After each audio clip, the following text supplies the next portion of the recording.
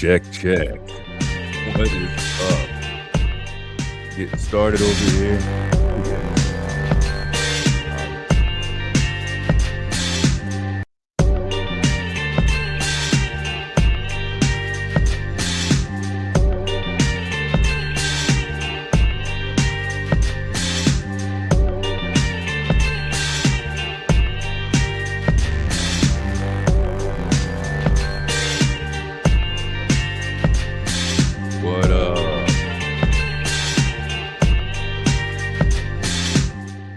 What up, people? Lorna in the house. What up? How you doing? Welcome. Glad you're up.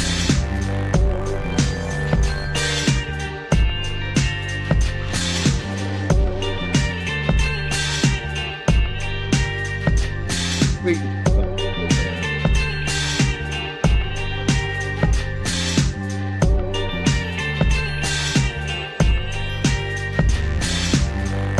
Yeah, and I, of course, have to drop the link. I do a little copy right here, man. See what we got down here. Like the cover work, if you like the art, you know who to thank. It's Josephine on the mix. A little bit of the chronic. I can't play too much. Remember what happened a few nights ago, man.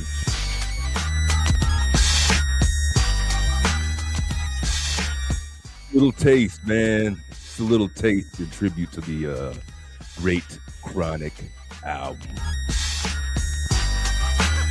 And of course, that's one of the things we do, man. We, go through the artwork and stuff. We pay homage to things. And, man, I just got to say, I think we got a lot kind of to do. And a lot of things, some newbies in the house also. So welcome, man. I don't know what happened, but definitely got a big jump over there with everything too, man. So, yeah, I'm just trying to do a couple things here, man, and drop this thing for you guys. Man, right? And how's it going? There's so much, Lorna. So much going on. Oh, okay. Appreciate it. All right. We'll keep the heads up of how it goes. I'm not, we're not looking for anything crazy over here, man. We do our thing, You know that. But yeah, man, people are going to do whatever they do, man. And that, you can't stop that deal. And all this talking here. I'm just checking for one more thing. If I could remember what file I'm looking for over here. I'm with you. I know I should have some stuff in the background, right? But it's coming. Anybody get a chance to check out the videos this week? Welcome. People checking me out. OGs, definitely respect you, man, and the new ones that came on here as well. This is a Last Call podcast, soon to be joined by Josephine when I drop the link over here. Let's get comfortable, man. We're going to be here, I guess, for a bit.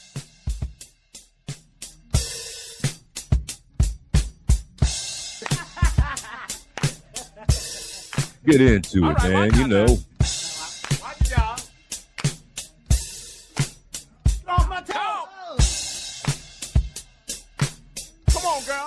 What up, Dr. Nikki? Start out here, citizens of the universe, getting it on, partying on the mothership. When Gable's horn blow, you better be ready to go.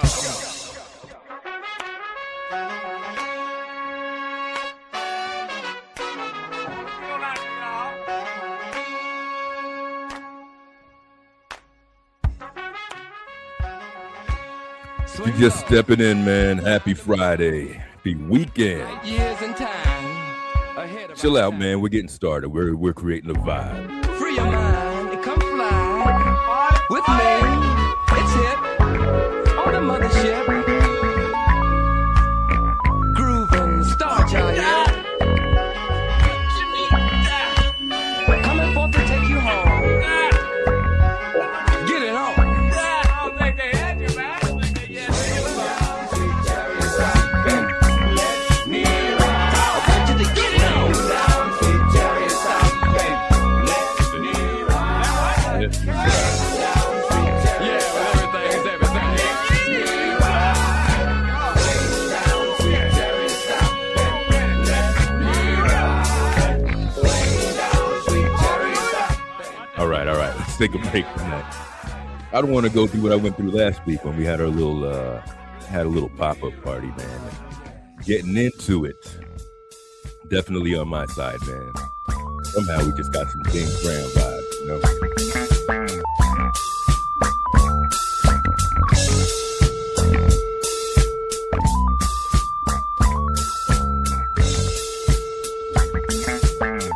Let me ride. How could you not love that, man? Ah, man, here we are. Let me do some quick housekeeping while we're chilling here before I get into my first thing, before Joe steps up on the scene, too. Maybe I could throw a couple things at you in the meantime, man. Well, it's Friday. It's last call. And, man, welcome. I don't know what happened, but I got a jolt in subscribers. Still not subscribers in the numbers that you guys are used to, but for myself, I can remember like damn near a year ago, it was like 30 something. You know, I guess I'm doing something right, organically and authentically. Just having good vibes, man, and that's just what the thing is. So that's pretty wild with the jump. So always respect for everybody, you know, who knows and who's been coming around and stuff. Much appreciation for the new ones too, man. What up? Come see what we do around here.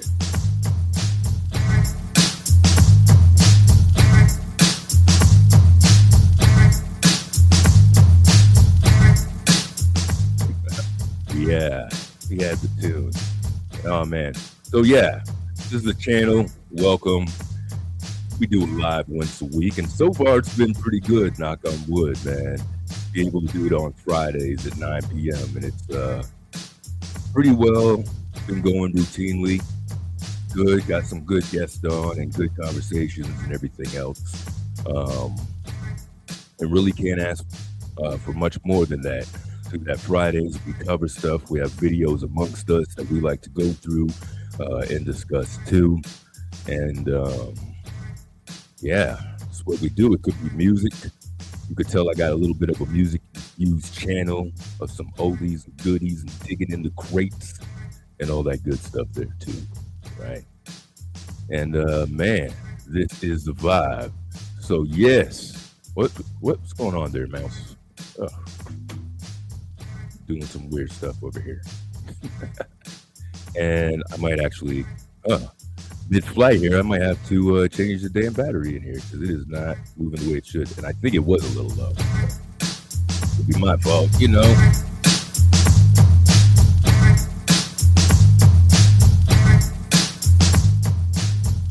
Yeah. Also once a week, I drop a little video, so check that out. Last couple have been doing pretty good. I did a follow-up. I did a Epstein. You know, I don't really talk about a lot of that stuff on here, but you can't help but notice, I should say, a lot of that shit going around. So we might even get into some of that tonight, amongst some of the other things that we're doing there too, and some of the videos we got. So, you know, we're saying, man, get cozy, catch the vibes. Definitely glad to have you here too, man, and just hanging out. See people digging the music. The one in the shorts. Speaking of music, you know what? Why the hell don't I do this right now? Dr. Nikki says, make my phone to pee. That is some good stuff over here, man. Yeah, we had it. That was a fun little party, and I can't even release it because they gave me a warning. But basically, I got too comfortable. I got too comfortable just playing everything, damn near full length and stuff, full length versions of music and shit, and Eventually, we just got cut, and apparently a lot sooner than I actually thought. I would have kept going. We were just getting into the deeper cuts. You know what I'm saying? But people were loving that stuff there too, man. What are you saying, Lorna? Yes, the UK royal family is in. Absolutely up to their eyeballs. Absolutely. So to even go into some of that, I'm not gonna go too tough into that. Because it's just the whole thing is disgusting. Do we understand that besides the names, the people highlighted, and everything like this, we're looking at a global networking of PDF. I can't. I don't even know how to fuck to say it, but PDFing, you know, and it's so concerning. If it's not that, got the ring still in the Catholic Church, stuff like this. So what? So what? You got an Epstein. For how many of that one Epstein, how many other perpetrators and the purveyors of the services and stuff were they're included in there? Down to the street level. Like this just gets everywhere. The kids, ones that go missing or are funneled into that way of life. Fucking bizarre, man. And it goes all the way up to the elite where these people are supposed to be better than me or you. I just find that shit like fucking bizarre, man. So let me go into something here while we're talking. Just before we get into that, and yeah, so they were putting the hell do you call it, signs around for when Prince Andrew, when Andrew goes to his new residence. You know, they obviously don't want him there. The shit that he did. The news on that is people think, you know, he should join the Clinton team, man. They didn't want no smoke. They got the subpoena and were like, we'll fucking cooperate. Probably a good move for them. They need anything else tagged onto their legacy. You could say that. All right, I might be looking down the wrong thing over here. Let me go to another. I started trying to save things and files, and when I start that job, it sucks because it never goes away. But I know where I think I saved something though. So hang on, I'm gonna get to it. Wow, we're moving a little slow over here. I hope I saved it here. It doesn't look like I saved it here either. Son of a. All right, I'm gonna try one more place. One more place. If I have my the hell do you call it, man? Yeah, playlist. Hold on. I'm just trying to show you something that I think I saved. That I kind of dug the other day. There it is. All right. So one thing about this, I'm going to try to share the screen, but remember when Josephine is on here sometimes, and for some reason you guys can't even hear. I don't even know what the hell that shit's about. But let me do this thing to share the screen here too. I know this is a boring part, man. You're going to be bored for a couple minutes while I show you something that I found here online, just because it was a little bit of an interest to me. And why the hell not? All right, I think it's this. Yeah, there it is. So this was neat. It was like a little piece of nostalgia, I guess you could say. It's an old radio show. Actually, if you guys could hear it, I'm going to press it on right now. Let me know if you hear anything. Actually, right now.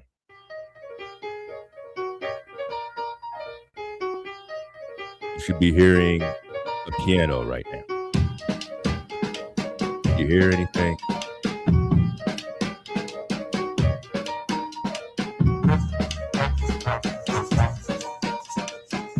And then you hear the horns over there. Please tell me you heard that.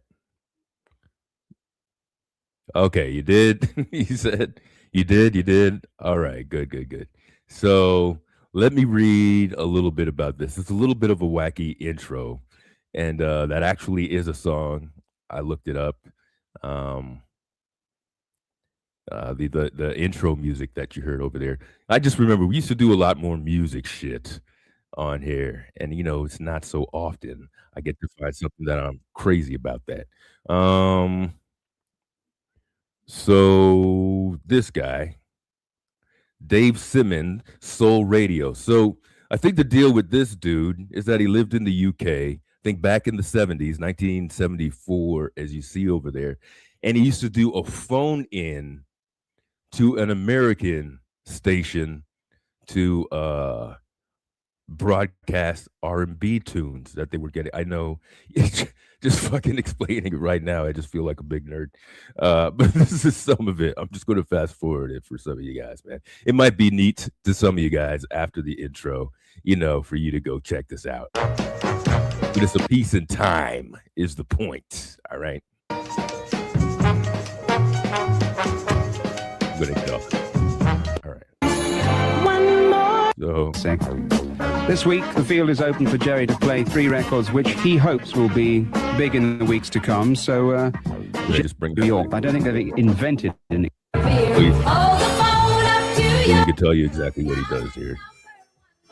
And this is when they had phones. He did a phone thing. Jerry, I remind you, is no longer on the air himself. He's going up in the world. He used to be with WWRL in the Big Apple, New York City.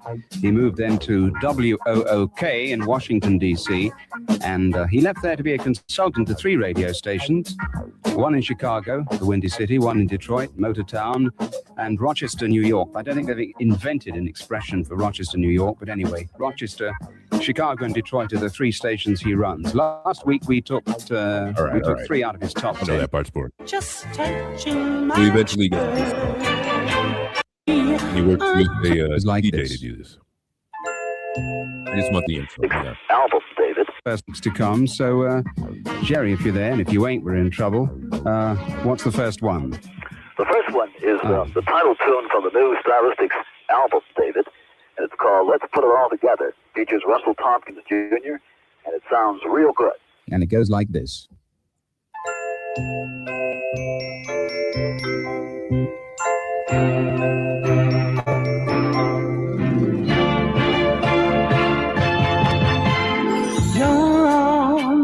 right, I'm not trying to get into it, but you see the kind of music they're playing.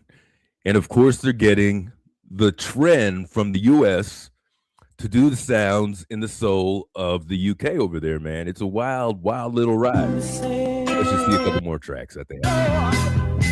You know you got the right place. And you hear some sound like ooh, ah, ooh, ah, ooh. Yeah, well, that sort of stuff.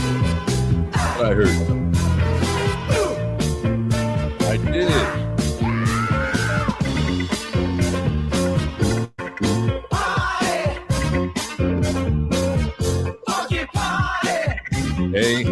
Hey, who is it in the house? What's up? Hey, what's up? Oh, come on, man. Come What? on, man. What's up? What's up? What's up? What's Come up? on, What's come up? on. Shake it off. We know you worked, all that kind of stuff. You got to come in here and bust down the door and be ready for the people on Friday night, man. Right. I don't know. What's up, ladies and gentlemen? We got Josephine in the house over here. Of course, we're happy to have her, the co-hostess with the mostest. Can you hear me? Yeah, we hear you, man. Oh, okay. Well, I made it. I don't know how. I don't know what shook me. What? But I'm here. All right. Well, we're glad. I think I could speak for everybody, and I got to say, even with you here, I been known to get into it, man, but I already got to think a little bit of a tip-off. What of happened? some stuff. And I don't want to get into a whole bunch of stuff at the moment. But who said that? Lorna coming in here said that you would tell me about some sort of business going on with my name. Is this true? Oh, Do you notice? You made Are you pulling me into some more nonsense? You made the sector news. The sector news. How is it? What is there? A newsletter that comes out? No. So, um, and it's all because I was here. But we, our favorite um, um, guy in the world, he,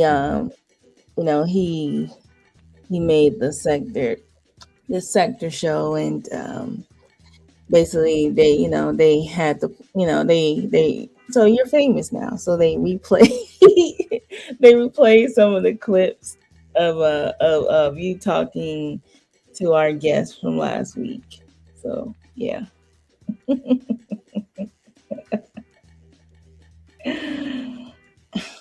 And they were very impressed. They were very So impressed at how you handled yourself what are they last. looking for when they review this thing? Well, the behavior of our guests was typical behavior, and so they basically was like, welcome to the sector, Elsie. How does it feel to be adjacent and in the sector at the same time without being Ooh, in the sector? you're asking me? Yeah. I Your face. don't think so, man. I don't think so, man. As You was famous this week. Who you so, how talking did what provoked that? What provoked that whole thing? the pariah showed up, and yeah, that's what it was. They roasted me. Oh, okay. Why didn't I get to see that? Look, I had a whole playlist of songs that was dedicated to me. Who did this?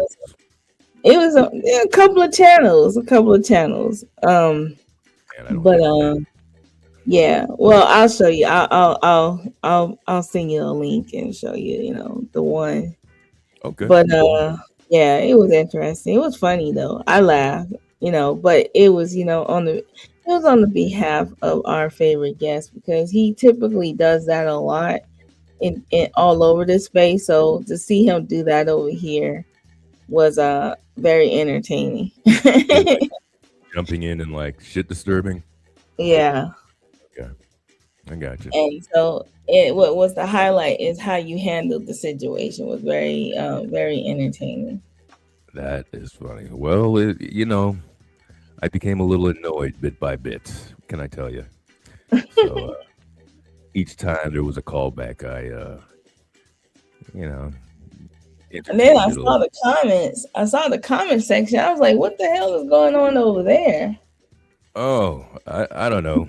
Um, I guess a brother just made a little comment like, I guess he didn't like the vibe either, but it's the same shit. I didn't know I was doing this. Not aware of his behavior, his surroundings, and No, he was aware. It's just he did, yeah, I know. yeah. They, So sorry, go ahead. the funny part was the question was, how did he find the channel? Yeah. Because nobody really have some of if you know, if you don't know, you don't know. So, but Well, hopefully we don't have anything like that show up, because there's only like, I'm gonna tell you right now, there's one person that like, I mean, he's getting blocked. Like if he show up, he's getting blocked. Ridley. Yeah. Not that guy. You're saying another guy now? Yeah. Somebody else talking shit about me? No, just another guy. If he showed up over here, he's definitely getting blocked. All right, that's up to you, man. When I first started my channel, he was the first person I ever blocked. That is wild. So he eased himself over here. He definitely getting blocked. So hopefully he don't get no bright ideas. All right. Well, I don't want to spend a whole bunch of time on the bullshit or whatever, but What? whatever happens, so it's not like we're speaking ill of him, so he feels like he has to come up here with anything. Anybody's invited up here, man. As long as you will talk like that, except the individual that you're talking about over there, which is fine. So even, and I'll say this in terms of trying to just wrap it up and not get into anything because there's nothing to defend, so nobody should get offended or anything with the shit. But as far as that individual coming back here, yeah, you're welcome, but you got to go through a process, and part of that process, first thing really should be just a goddamn apology for trying to fuck up the platform and just being totally not self-aware or no situational awareness or just having your own thing. Because even with that and all the bullshit back and forth, it took like an hour and a half to get to. He thought I was somebody else, and fucking he's one of your strays from way in the past, the trail of fucking people that you leave a relic of yours in the day and stuff. And he waited for so long just to get that out, and he was emotional, and he was back and forth on his opinions and ideas and shit. And that's whatever, man, that's that bullshit, but whatever. So there's even that, but there really just has to be an understanding, like now this is not that kind of environment, and if you persist or if that's what you want to do when you jump on here, which it seems like that's what you are, your personality is, it's just going to be a very short conversation, but that's it. But at the very least, acknowledge that bullshit, and that when shit gets out. The bigger thing to that is he's accusing me of some shit I don't like now. And not even because I'm in the middle of shit. I'm the farthest removed from any sort of fucking what do you say, or any of this sort of this is infiltrate bullshit. That's just not my style. So to have somebody be like that, and I'm like, well, ask me, give them a straight answers, because I only shoot you straight answers, man. I have no reason in your face, online, and all that answer wasn't even good enough for him, and all that shit. So got to realize that kind of shit just can't fly, and it's not that kind of environment. And, whatever it is, man. If you don't abide, then you got to, the hell out of there, man. And that's it. Well, you know how some people are. They they're chaos junkies. They're watching too hard, but not really realizing a lot of people don't take this too as serious as other people do. But anyways, in other news, yeah. So that's that. What's going on? What's happening? What's happened this week? What's happening? I got a lot. What are you asking, with me or just in general? Yeah, no, just with you this week, and how's it going? And honestly, man, it was just a fucking week, man, just to get through, and it's one of that, man. Just here, and this is my outlet. Just need that, man, and yeah, that's enough. That's it. That's it. I did the stuff late. Did my video late, putting on this late, the pictures you had on late, and honestly, it was like one of those times where, well, because you come from work and then you got like an hour or whatever to, turn on the show all tired and shit. So sometimes I kind of like run up the clock trying to do a whole bunch of shit so I could be a little more comfortable if the show is going to be like an hour, 2 hours, or fucking 3 hours or some shit like that. Then, be prepared for that too, man. Well, there's a couple of things that I watched your last video that you did about the Epstein stuff, right? And I saw a meme that said, it was funny to me. It said that Epstein's name was in those files more than Harry Potter name was in all the 7 books that he was it said his name was in them files like a bunch of times. Then I saw a meme where like they were making fun of all the different people that showed up at the island. Like a bunch of nerds. But first of all, wait a minute before you go further. Why do you say in the comments that you're catching the replay when it's not a replay?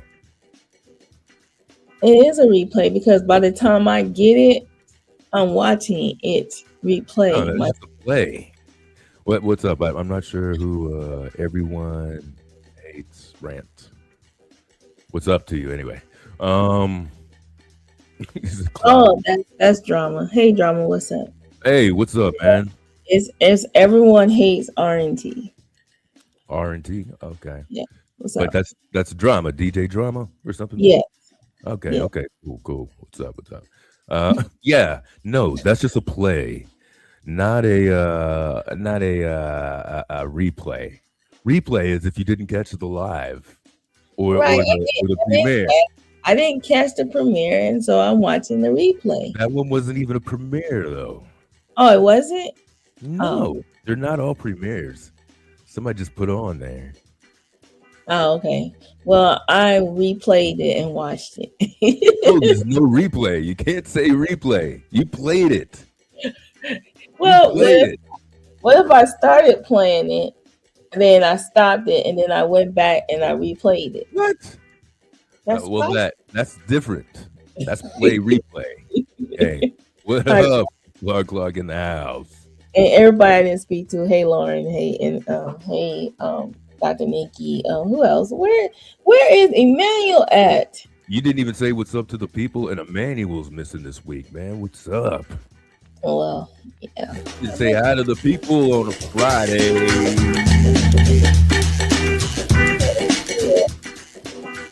Yeah. Well, he'll catch the replay. So yeah, I saw that. So there's a lot of things that went on this week. One of the things that I saw was did you hear about the girl that was named Jane Doe, who actually wrote a book about the whole R. Kelly experience? I don't think so. Oh wow.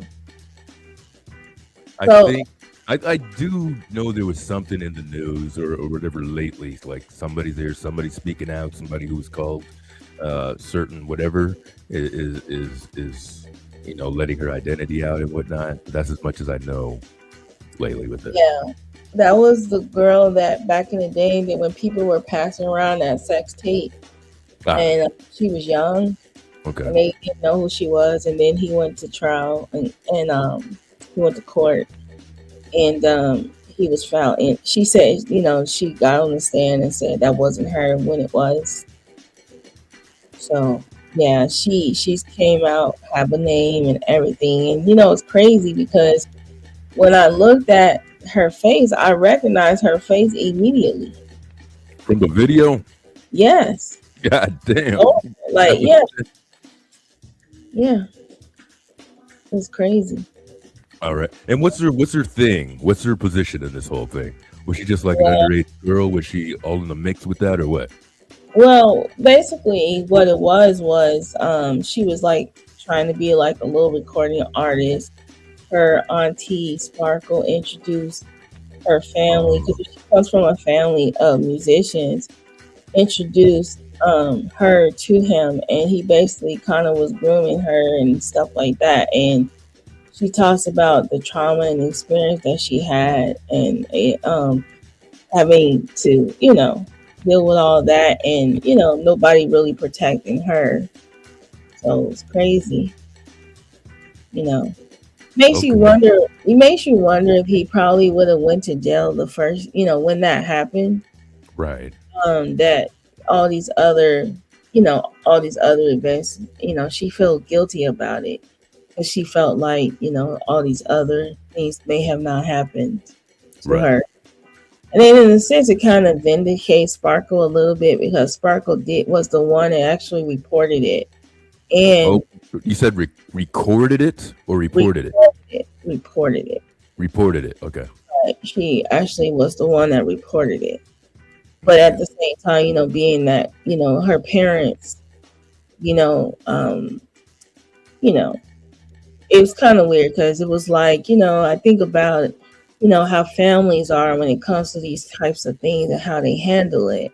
Right. And at the end of the day, her thing was no one really protected her. And now she's like 41 years old. She has a kid. She's like, she wrote a book about it. I think it's with her called, parents or any family. maybe. But the book is called something about who's protecting Shorty, something like that. So I think I'm gonna read the book and then I'll get back to you and see. All right, there's See. something to discuss. Yeah. Usually, I'm not that interested in industry shit like fucking the head chick, man. I forgot her name. Like when her book came out, and you know, people's whole life on there. Some are interesting to me, but not just if that's what you did, if that's your thing, man. Well, I think that the reason why it's interesting to me is because back then I remember people were like shocked in the beginning, but they,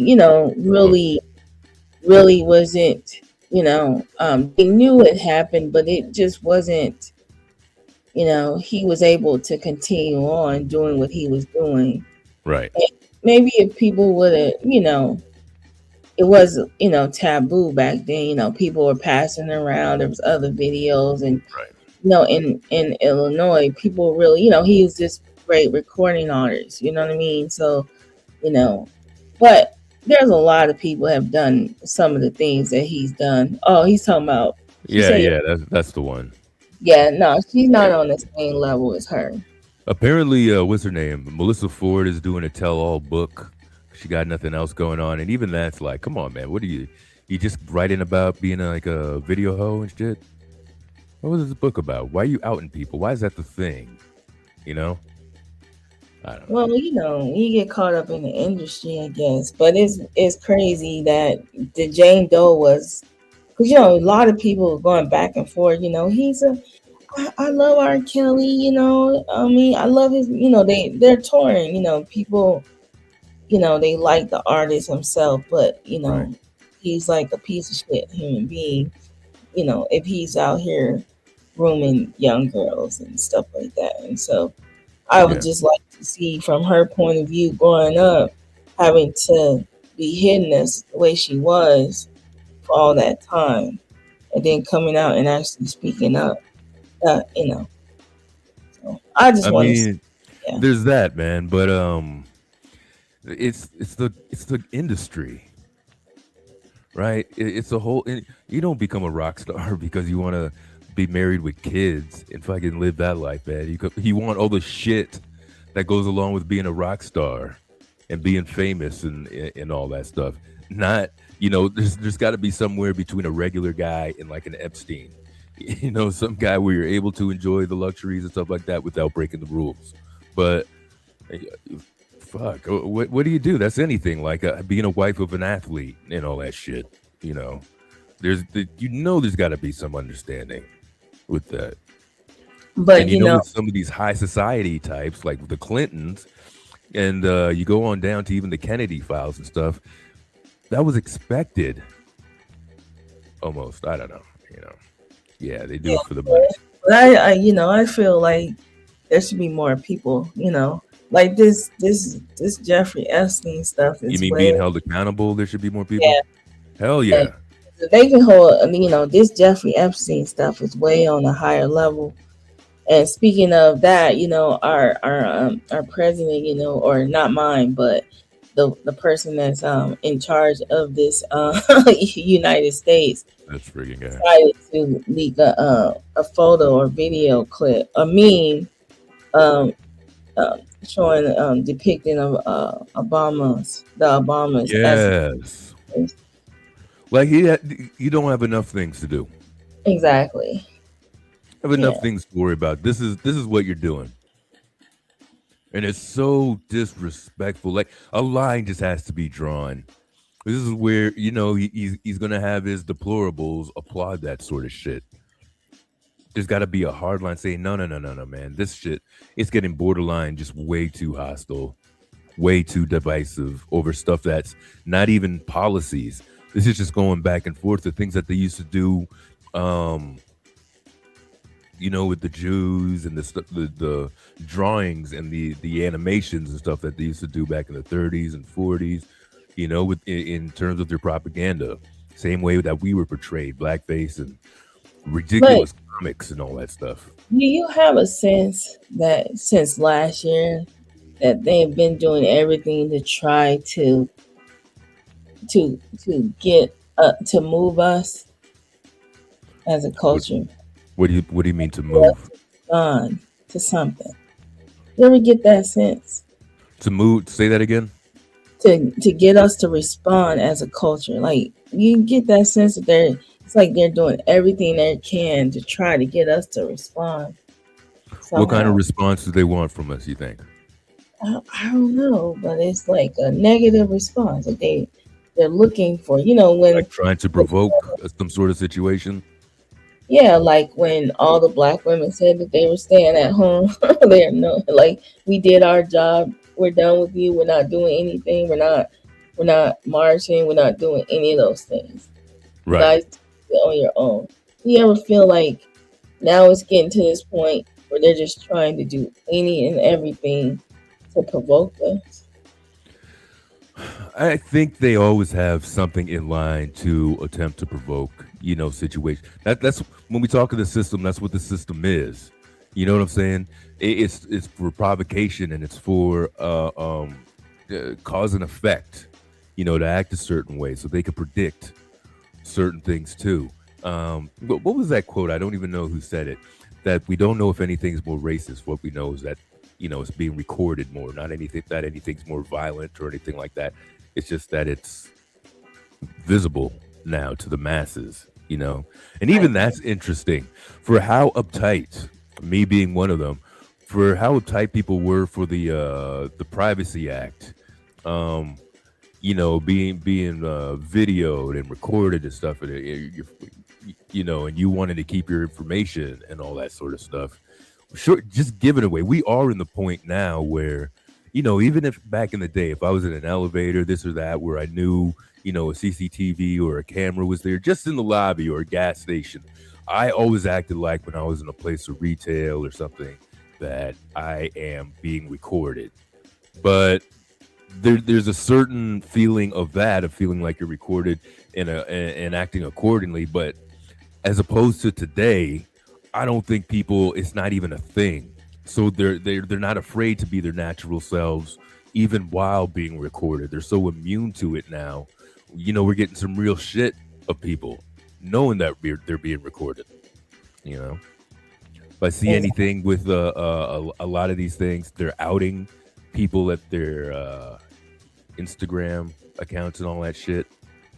That's pretty wild. Yeah, but I'm talking about like all these little, like now it's Black History Month. They're just laying it on thick, Oh yeah. And I feel like they're trying to get us riled up somehow. And I feel like there's going to be something they do that it may, they may succeed at, because it's like they every month it's like they're coming up with something, and we're just not moved by it. You know what I'm saying? Like, we're not moved by, tensions are high, but yeah, there's a pressure cooker situation, but we just don't know where the outlet's going to be. What might cause it? What do you think might ignite something? Do you think like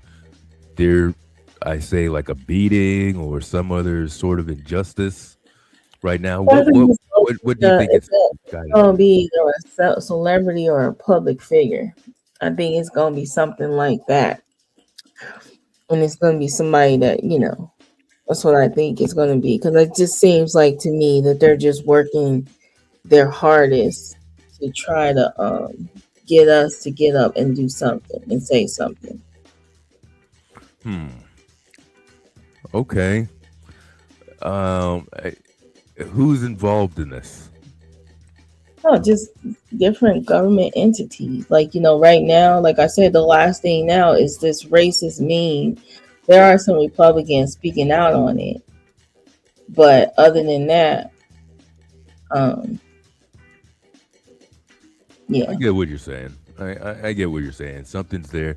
I think there's always something just under the surface that'll make the so-called community ignite or whatever. Maybe it's being more cautious next time.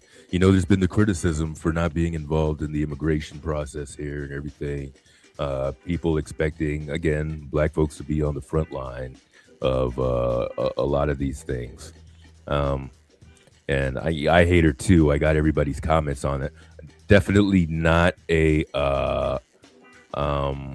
fan of Ann Coulter and stuff, but she actually hit the nail on the head when she was talking about what other people are jacking the civil rights movement from what it's supposed to be and inserting their own little greedy, whatever in there for it too.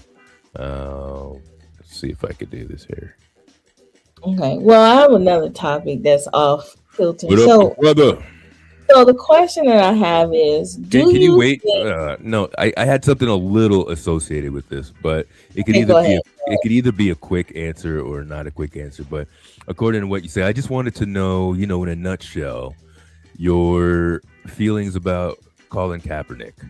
You with him or you not with him? Is he doing something now? No, I'm just saying his whole general the thing when he took a knee started. Yeah. Well, I mean, I think he should have been allowed to play and stay in the league. Yeah, but I think it was a political, and I believe that, like I said, it's it shocked me the people that didn't stand behind him. So, but I think he just made a stand. I think that he was trying, like young males trying to find themselves and realize. Okay. But I just don't think that it did much. You know what I'm saying? Like, how many more? Do we have any black owners now? Owners? Like.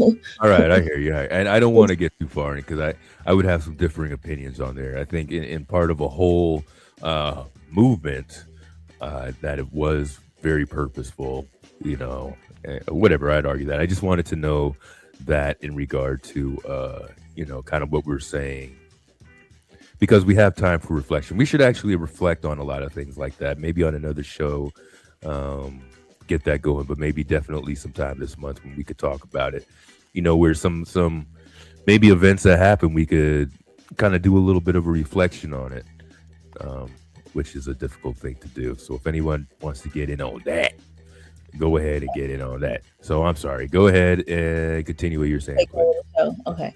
All right. So the question is, should a celebrity be responsible for taking care of their siblings? Ooh. Okay. Financially. Okay. Okay. Go ahead. All right. Have you seen this Crash Out, right? I don't think so. So you want to first? Okay, I didn't know it was relating to that. So you want to play that first, and okay. So this is Gorilla's sister, right? Okay, I heard of it. Yeah, go ahead. She decided that she wanted to go on a rampage and oust her sister. And so some of the stuff she was saying was hilarious, but I just wanted to play this short little clip about it. So let me. Okay, hold on. So people know what we're talking about. She ain't obligated. I was so damn home, goddamn, there ain't a roach. She ain't obligated. Fuck out of here. She obligated for show, for shit show. She ain't obligated. Can you stop for a sec? What is she? Hold on a minute. There's I need a translation. Meanwhile, back at the show. What is she? She's something obligated. Is she saying like she's obligated? She's obligated to take care of everybody, including her in the family. And so this she went on TMZ. Okay. And she was saying that, that Glorilla should take care of her family, should take care of her. And in the end, they said, if Glorilla had $2 million, how much do you think y'all should get? And she said $2,500. Let me get that number again. She said out of 2 million should get at least 2,500. 2,500. Let me see. Here, Not 25, not 250,000, 2,500. Yeah. Well, that's all right. right. Here we go. Let's say she Thanks to has get her off your back. $2 million. How much of that does she owe to you and the rest of the family of that $2 million? She can get all of it like 2,500 a piece. How much? 2,500. 25, like how for? That's it, just 2,500 flat, or is that a 2,500 flat? I think she would jump at that. I think if that's all you want, I think Glow might jump at that. But imagine her being on for 4 years and not giving us zero, none at all. What does your mom think about you going public with this whole thing? At the end of the day got to end. I don't give a Let's say she has $2 million. So that the is question, some profound shit. At the end of the day ends. but she was like, wait, you see. So, so I was thinking the way she was ranting, right? Let me show you this. This is what she reminded me of. Okay, I'm gonna put it right in here. Dude, how deep in the country are they where the 2,500 Man, real money? She sounded just like this. Got sharecropping money.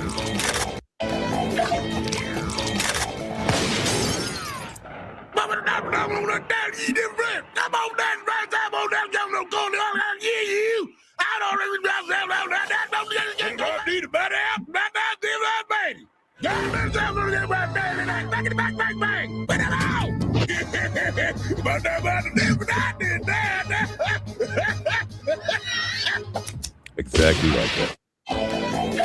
She sounds just like that. We go back to one of her interviews. She sounds just like that. Let me see. Jesus Christ. That's like the skit from Chris Kattan from Saturday Night Live. He used to do like the gibberish voice guy on there. So now, Gloria, you pushed me to this shit. Y'all don't know why you bring this on the internet. How long have it been? How long have it been? 4 years, right? When is this bitch? She probably gonna sacrifice me. Look this way, bitch. I told you don't go live. I told you not to do this shit, nigga, but she probably already is. Who's stopping her? What's going on there? Yeah, the bitch still in Memphis. It ain't hard to find her. She look just like me. She probably gonna sacrifice my ass. I ain't gonna lie. Oh, she gonna call your guy. But if I get, fuck God. Then he gonna call Jay-Z and he gonna put the word in. Damn, y'all think this shit for real? Yeah. Man, I could barely. Damn, this fucked up. So now, well, Lord, what are they talking her out of doing something? Yeah. From I'm trying to see going live or what? Yeah, she was ranting, boy. Let me see. Both siblings. So they're obviously not close. These folks tweaking that on that motherfucker, bro. Rambo, stop texting me, bitch. Fuck. Y'all mad because this shit coming to the light. Yeah, of course you mad because bitch, you ain't really our kin and she fucking with you more. She ain't even fuck with us at all. Yeah. She ain't fucking with us at all. Yeah. Yes, I feel obligated. Yes, I feel obligated. I'm obligated. I'm obligated. I don't give a fuck about what y'all say. 4 years too long to be waiting. I'm just in the back. What? Talk about I'm using her for clout, bitch. How am I using this bitch? That's my sister. She's like this is a girl, right? Sister. Yeah. That's my mother. This is like Rakai. This is like the female Rakai. Fuck. All I know is all I heard was They were static.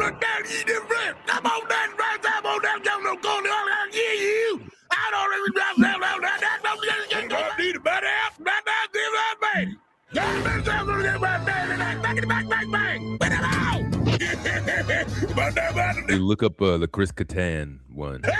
that's how she sounded.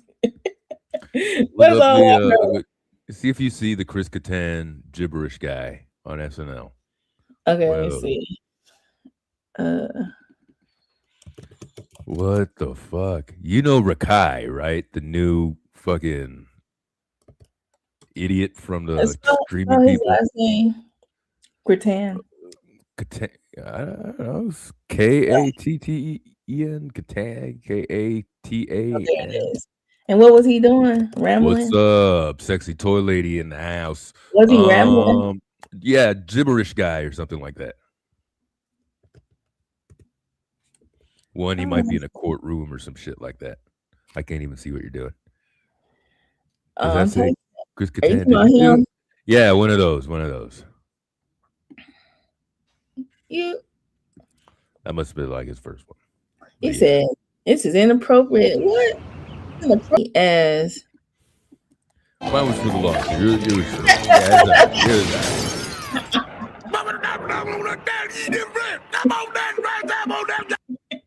Scatting. You got Bojangles. You got her scatting. Man, that's not as funny as that. Back at the show. That is not as funny as that. You hear me? That's all I heard. I was like, she sounds like a cartoon character. You're sitting down watching the thing. But yeah, man, that's what's going on with the youth. The youthicist. Why don't you do what you do?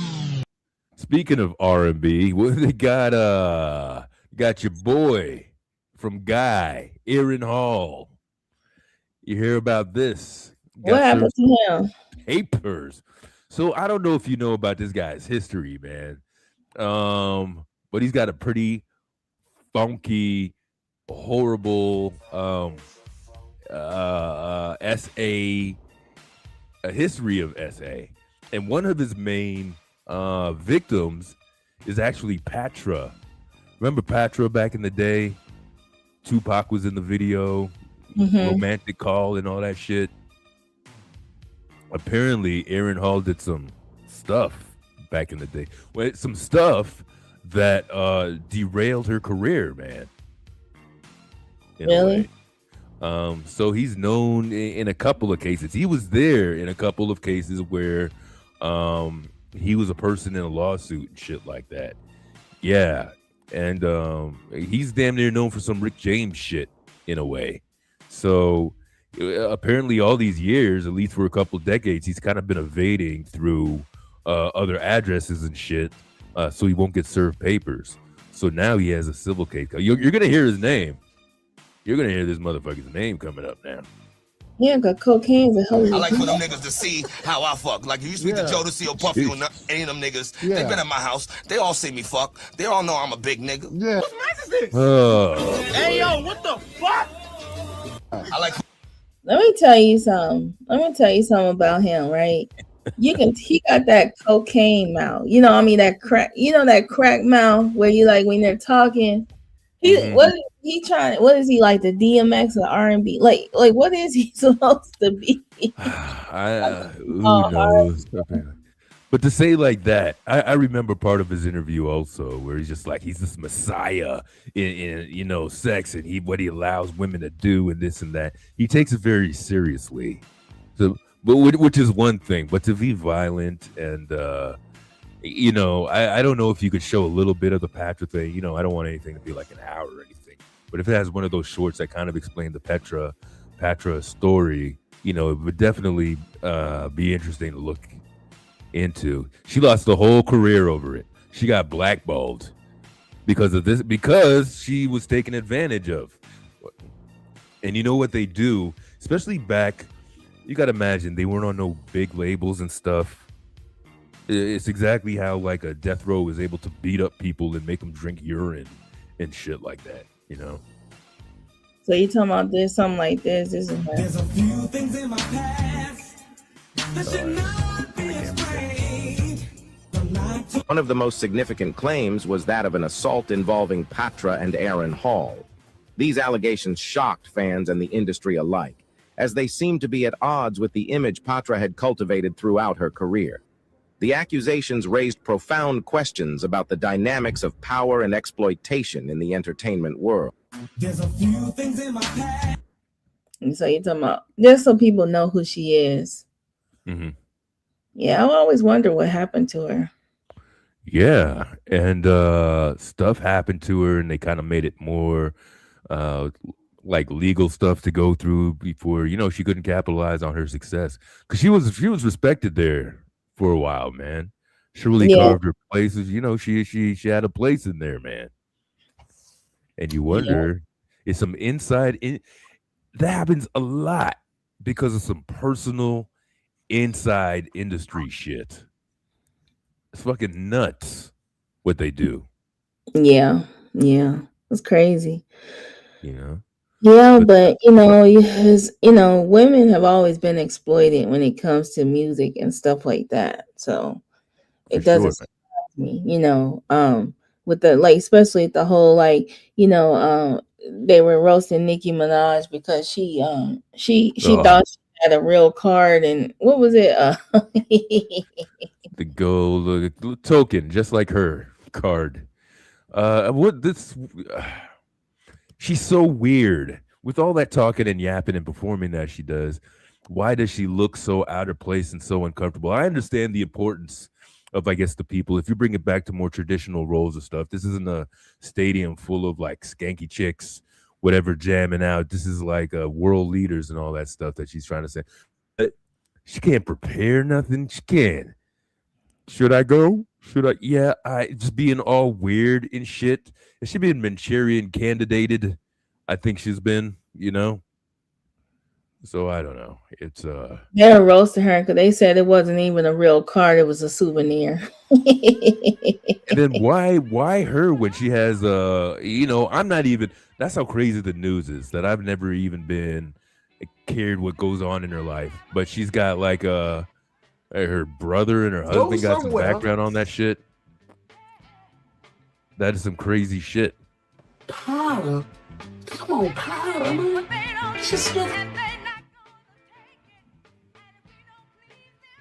Okay, what was that? Oh, what, this video right here? That was them. Ever since then they've been making fun of Gorilla's sister. Okay, that's the thing. Gorilla's sister. What's where's she from? Tennessee or some bullshit? Louisiana, I believe. Louisiana. But what was funny about Glorilla, right? Oh, there's Emmanuel. What was funny about Glorilla? Emmanuel, what up? Glorilla did some reposts, and the funniest post that I seen that she did was when she posted a link to Indeed.com. The sister did? You talking about? Glorilla posted a link to Indeed.com. That was for her sister. That was her response. I mean, especially if you don't have a good relationship, you can't be demanding something all of a sudden. You know what I'm saying? So Emmanuel saying, Emmanuel, hot off the press. What up, OG? Triple OG.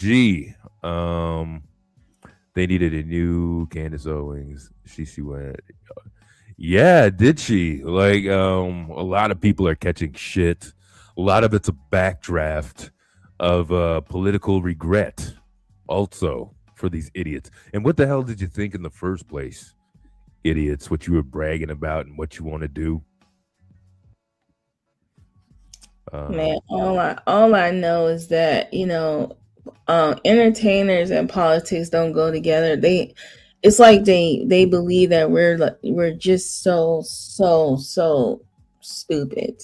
Like we're just really sheep to entertainers to a certain degree. Back in the day, there were a few intelligent people that could hold some conversations and talk about the issues, but everything's so dumbed down now.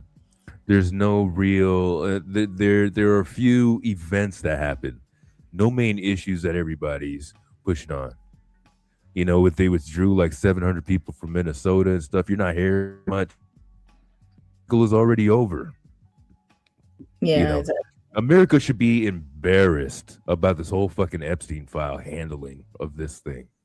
It's a mockery of. If anybody could look at the system and say this shit wouldn't fly for any minority, definitely not any black people would be privileged to handle their own information of their own misdeeds and sleuths and everything else that goes with that. That's ridiculous. Man, all I know is I like I said, I don't know what's gonna go on with that, but I do think that I'm following it to a certain degree, but I'm waiting for more, an outcome. Like, when they start really, I'm waiting to see how many people are really going. I think they're just waiting for the elections, to You be think honest. for the Yeah. subpoenas to start dropping to people? Yeah. I think they're Yeah. waiting for the elections to happen, and then they're gonna go from there. Perhaps. And already, if you're the Clintons, you wanted to be preemptive on the job. So I've said it a couple times, since the video on there too. So the Clintons had been subpoenaed on the whole matter, and they already decided to work with the authorities. So, in the streets and all that shit, you're basically giving up to guilt and maybe trying to retract your name from any wrongdoing or anything to destroy your legacy in there too. So that's another place where a lot of people are going with that.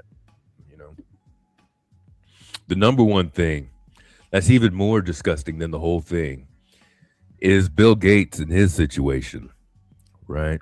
He wanted to give drugs to his wife unknowingly because he believed he contracted an STD. And that's scary. That's scary because this is the guy that was in charge of the vaccinations. He gave his wife. You think he was in charge of vaccinations? Do I think he was? Yeah. Absolutely. He had big stakes in there. In the technology, the industry of it. I'm talking about where money went. He invested in that a long time ago. There's interviews and stuff of him saying stuff about not quite sorry, I took a bite of some food here. Not quite some biological warfare, but yeah, he's saying that's where the next thing may be. So yeah, he was very instrumental. And just some of the costs, things that you didn't. So you know how they like transport groceries and shit, and some of the caravan and stuff has to be refrigerated and stuff. He was responsible for part of the company, just like fucking goddamn Dick Cheney and Halliburton and all that stuff. He was responsible for the transport that required special trucks, special technology to keep the vials and all that shit cooled and everything as well. So there's a lot of bullshit in that, man. A lot of bullshit. Right, but see, what a lot of people don't understand is that he was over, those things. He wasn't sitting there writing down and going, to those places, and he wasn't like, he didn't have his boots on the ground kind of sense. Like, I think a lot of people think that. But he was still very much aware of the research and everything that was going on, the development. Well, he could be aware, but you can have some. And obviously, his opinion counted for something. Right, but I'm saying you can hire, like I can hire a dev squad to clean my house. You know what I mean, right? And they might cut corners and use poison, to poisonous materials to clean my house. And the bottles it looked like it says Clorox bleach, but it might be more than that. It might be, all right. Yeah, like I'm saying, like, yeah. I mean, they might be aware of these things as long as they don't have, like, like the Campbell soup thing, right? When everybody was talking about there's biological materials made with in the soup. Well, biological materials have always been made. They just decided to put it on the label now. Right. And the bigger news is dude said he didn't even care about it, the Campbell soup guy. Right. But the weird thing about it is, like, yeast is a biological material. Citric acid is biological material. So we've been eating these types of foods for a very long time. But what's telling is that when you go outside the country, Red 40 has been in foods for a very long time. That's biological material. Right. See what I'm saying? They just put it on a can now. You know, we're gonna put it on bottles now. And yeah, they probably don't eat that stuff. I remember one time I went to a restaurant in Dallas called the Fish Market, and I was just like, it was expensive, and the food it wasn't that much food, but it was really filling. That little bit of food, I was like, wow.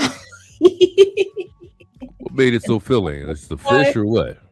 I don't know what it was, because that was the first time I ever had like golden fish eggs.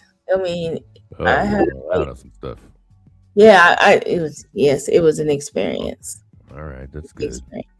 Yeah. Lorna saying Clinton wants to testify publicly because he wants to tell what he knows about Trump and Epstein. Yeah, and to distance himself from. He was in there, man. Let's not make any goddamn mistake about that. Clinton was in there partying, but I believe because this thing kind of happened early, you know, with his presidency and stuff back in the 90s, he probably removed himself. He probably had more discretion than he would have, you know, for the matter as well. So, you know, yeah, I think that's the bigger thing there, Clark. Pharmaceuticals is what we're saying about Bill Gates in there. So, yeah, man, he had a heavy hand. Emmanuel also says Bill Gates is buying up all kinds of farmland to do that. Yeah. And stuff to put into the food. He's really like, all right, so he did fucking computers in the 80s and 90s and stuff. He's on this now. And you got to think, when these guys make these kind of moves and investments, they know what's up because they're investing in the trend. It's like people that invest in private prisons as well, right? If America really cared about those pedophiles, they would do it. China did in the death penalty. But Like, really. But see, the thing about it is just like they were saying about Hollywood. I think I heard Bum B say this. He was like, you know, in Hollywood or in the industry, there's places, there's rooms, and you'll be surprised who are in those rooms. Right. I'm not in those places, so I don't do those things, right? Right. So, you know, they could have went to that island, and whatever was sky was the limit. Like whatever they were into, that's what they did. And then wherever some people were into, they were doing something else. So it's possible that not everybody was doing illegal things. It could have just been, you know, catering to those who were just into that, you know, kind of thing. It's just like nobody ever talks about Hugh Hefner and, you know, right. And you know, like what, you know, he's gone, he's long and gone, but what about all those things, you know, what he was doing, you know what I mean? He was doing all kinds of stuff. Yeah, I believe a lot of that's really pick and choose who they're going to be mad at for a lot of the same things, you know. That's the bullshit of that. Like, you know, what has to be understood is network. There is scandalous, horrible global network of abducting children, particularly girls, to put into the system of servitude and being SA'd. Like, why is that? And you're going to arrest one guy and his girlfriend who will probably get pardoned because Trump doesn't want all his business out there. Mm-hmm. It's fucking ridiculous, man. Fucking ridiculous. And like I was just saying, this whole thing is just a mockery of the system. If any regular dude or poor person think they had a chance, you know, you look at this and how unfair they're being treated. And think about your personal evidence. If you got one of these smaller cases, how they could just fuck around with your evidence and stuff like that while you use it. Yeah, there's no justice system. It's rigged. It's all goddamn rigged. Let's see over there, Lorna. It's the elite. It's just, you know, it's like you know, your part. You know, it's all about who you know. Oh, you know. Let's get to all right, you got it. What else do you got? Want to hit one of those videos or something else to play? Yo, what up, DC? In the house. Did you ever get around to reviewing that information I sent you about our favorite lady, Marianne? Oh boy. I was it you left me something to go through? Yeah, but that's okay because I'm gonna pull it up anyway. I think I'm kind of up to date.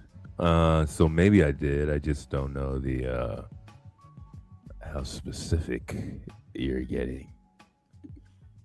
What while you're looking that up, any notes to her personality or appearance that you notice lately? Yeah, now she has like braids now, so it's like she's trying to roll back the clock. You notice that? A little bit. I didn't know how to interpret the braids. They definitely look like brand, and they look like yarn almost for her. It's like not her style, sort of deal. But I don't know. I don't know if she has many styles that she could possibly be comfortable with. And I'm not being cruel. I'm just like, it's a. I'd like to think she's not comfortable with herself, but she looks like she's got all the confidence. I think that what my okay. So what I did if they don't if people don't know, right? I had went ahead and she was on a person's show, and what I had done was I took I had it summarize what she was talking about, and so what I did was not only did I have it summarize what she was talking about, I wanted to point out a lot of the contradictions of what she was talking about, and just the things that she was saying that wasn't making sense. Right. So go ahead. So what happened was some of the key points in the discussion was she was saying that the look, I'm serious. She was saying no, I'm just he's being an ass. Look what he's writing. Do y'all know what a black person looks like? Very funny, my dude. All right. I know. I know. So anyways, so what happened was, okay, so let me go back to what I was looking at. Okay. So some of the things she said was, and I'm quoting her because it, just summarize it. The conscious community is generally avoids legal action, viewing it as a white arena and targeting black men. They advocate for internal conflict resolution. Okay, so what she's basically trying to say here is that the people that is supposed to be a part of this lawsuit or this thing that she's putting together, they're reluctant to do anything because they really don't want to involve the white man. Okay. Now, my theory, and I'm just going to start off with my hypothesis and my theory, right? My theory is that all of this is made up. This is her trying, because she's talking in theys and them. Wait. Before you say that, also, will you keep in mind they're saying that there has been confirmation of a payment? But I think she's lying. Somebody reported it. Somebody reliable. No, you think you listen. It could have been on KKC's show. Right. This is the show I'm talking about. The same one. Yeah. Said there was a payment, yo. I'm just saying. No goddamn payment. Okay. And nobody's willing to call this lady out. Then okay, so here's another thing that she pointed out, right? She said financial motives. Many elders in the community continue to support Umar despite knowing he is dirty because his presence brings a financial boost to their community. Who What elder? Who are you talking to, lady? Because the only people that I see you talk, I don't see anyone else really communicating with you that's part of the community. And who is this secret society of Kiko that you're talking to, that you're a part of, that nobody knows? Not one person has came out and said, hey, I'm a part of this too. Okay. So because it's secret. Right. So that's another thing. So then the next thing she says, donation and financial patterns. Umar received donations personally, not through FDMG. Everybody knows this. This ain't nothing new. With some individuals contributing thousands of dollars. We don't really know how much people have contributed because nobody has named names. We can at least see some documents where the person's name is blocked out. We don't see none of that, right? And she said the smallest being Hey, five. you're not trying to show something, are you? No. Oh, okay. All right. And she said the smallest being $5,000. These donors were often repeat givers with personal relationships with Umar. Who are these people? The smallest donation was not $5,000. Oh, probably $5. Right. So that's some BS. Okay, so now then she starts talking about the risk of prison time. The attorney involved has indicated a high risk of Umar facing prison time if the case proceeds to court, causing emotional distress and fear amongst the 40 individuals involved. Okay, so here's where I'm stuck at, right?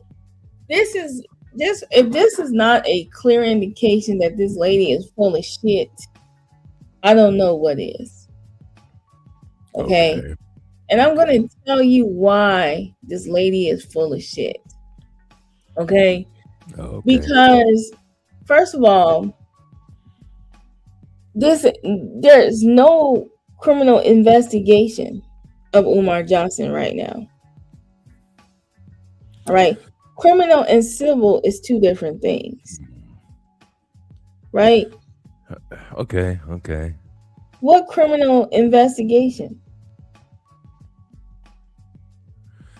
What state has a first of all, I thought it was a civil, and not an investigation, but a civil trial. Right, but she claims that these people don't want to do anything. They're scared because they think that the class action people are scared. Yeah, that's what she said. Yeah. Get the fuck out of here. Like I'm trying to think, I don't think people are paying attention. Okay, so then there's a hope for the school. So who are now she's saying some individuals in the group still hold on to the hope that Umar will open the promised school, fearing that legal action might destroy something that could benefit Black Americans. So I want to meet these people. I want to see these Jane Doe people. I want to hear them speaking. Now she's talking about a different approach. So Marianne initially advocated for immediate legal action, but she was outvoted by the group. And the group decided to attempt a sit-down approach to allow Umar Johnson to make this right.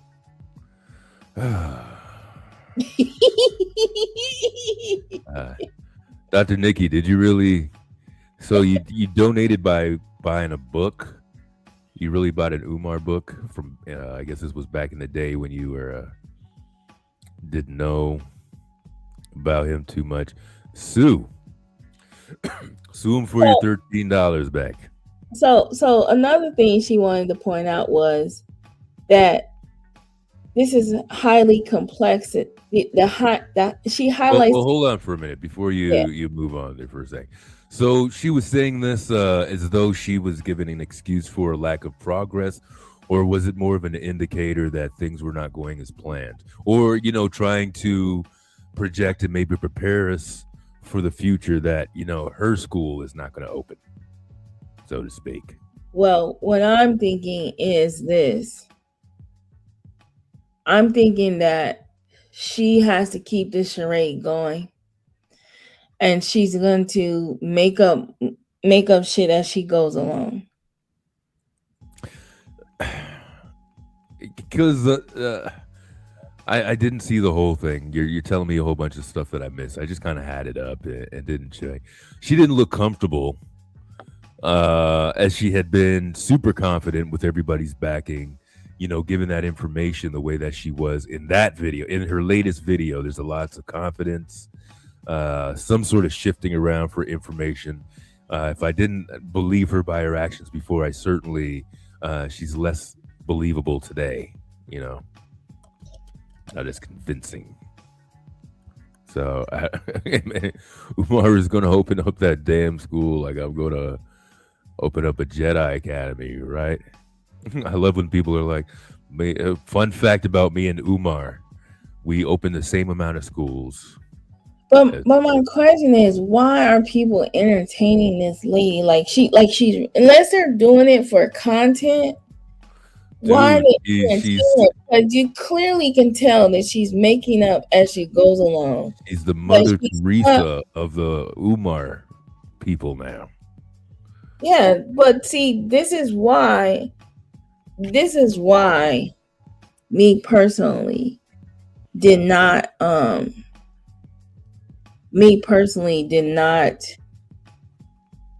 want to say, hey, people stop donating to Umar, because what ended up happening is people go from one type of scammer to another type of scammer, right? Yeah. But she went from being got to be some sort of a trait that these people have that allowed them to get all jammed up and shit.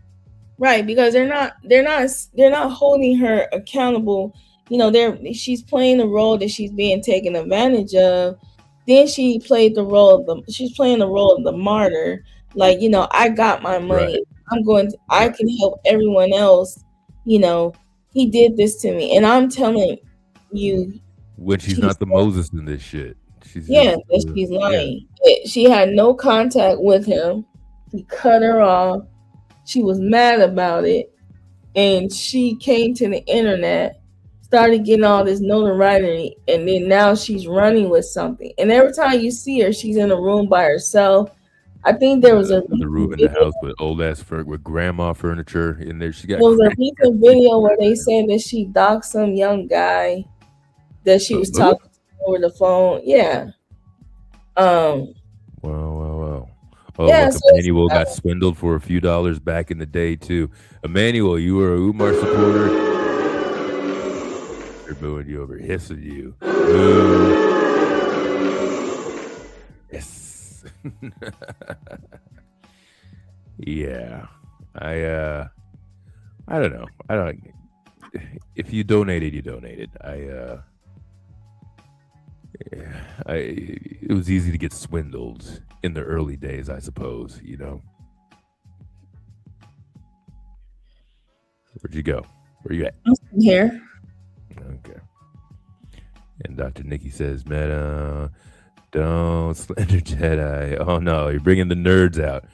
Here's something for the nerds. You ready, nerds? What I got for you? Hang on for a second. Actually, it's not what I thought it was. If I'm telling the truth, I thought it was one thing. You guys tell me. The nerds are mine. That's Star Wars. What is this?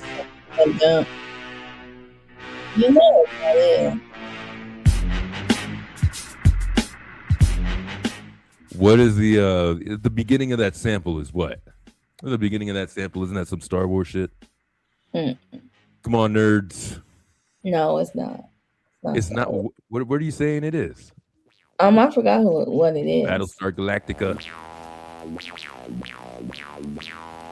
Emmanuel said Godzilla. It's what? Godzilla. Godzilla. So for real, it's Godzilla? Yeah, let's see. So I must have the whole thing messed up from what I heard online and why he wasn't able to use it. He had to take it from his CD back in the day. No, right? he couldn't use it because didn't get it cleared. To get it cleared. So where did it stand after that? I don't know. Go back on the album or something. Why are you looking up? Ugh.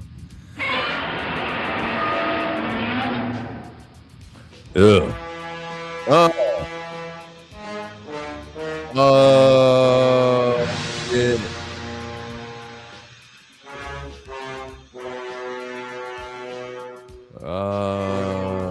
Shit.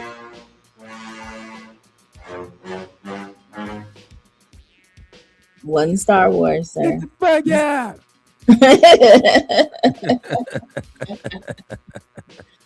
Thanks for the hip hop heads in the audience.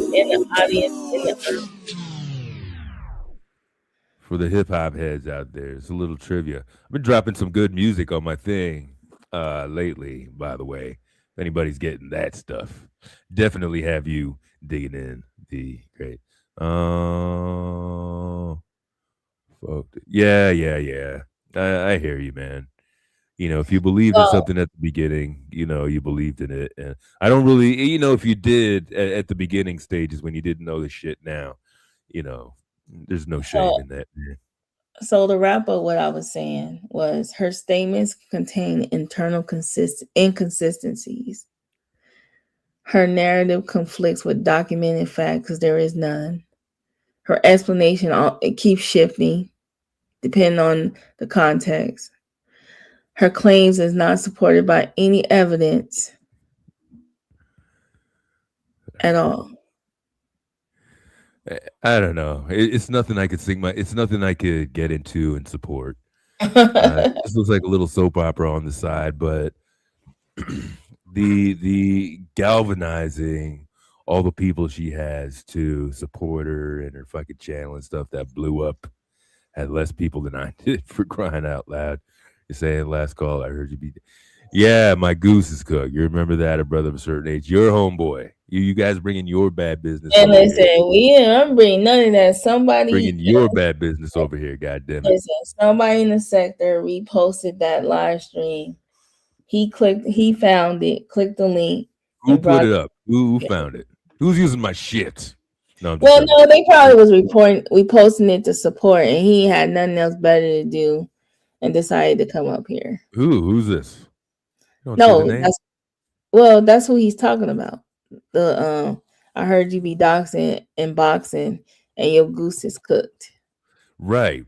But you said somebody played the video, right? No, I'm saying, I'm saying that they didn't play it. They were reposted the live stream during that at that moment.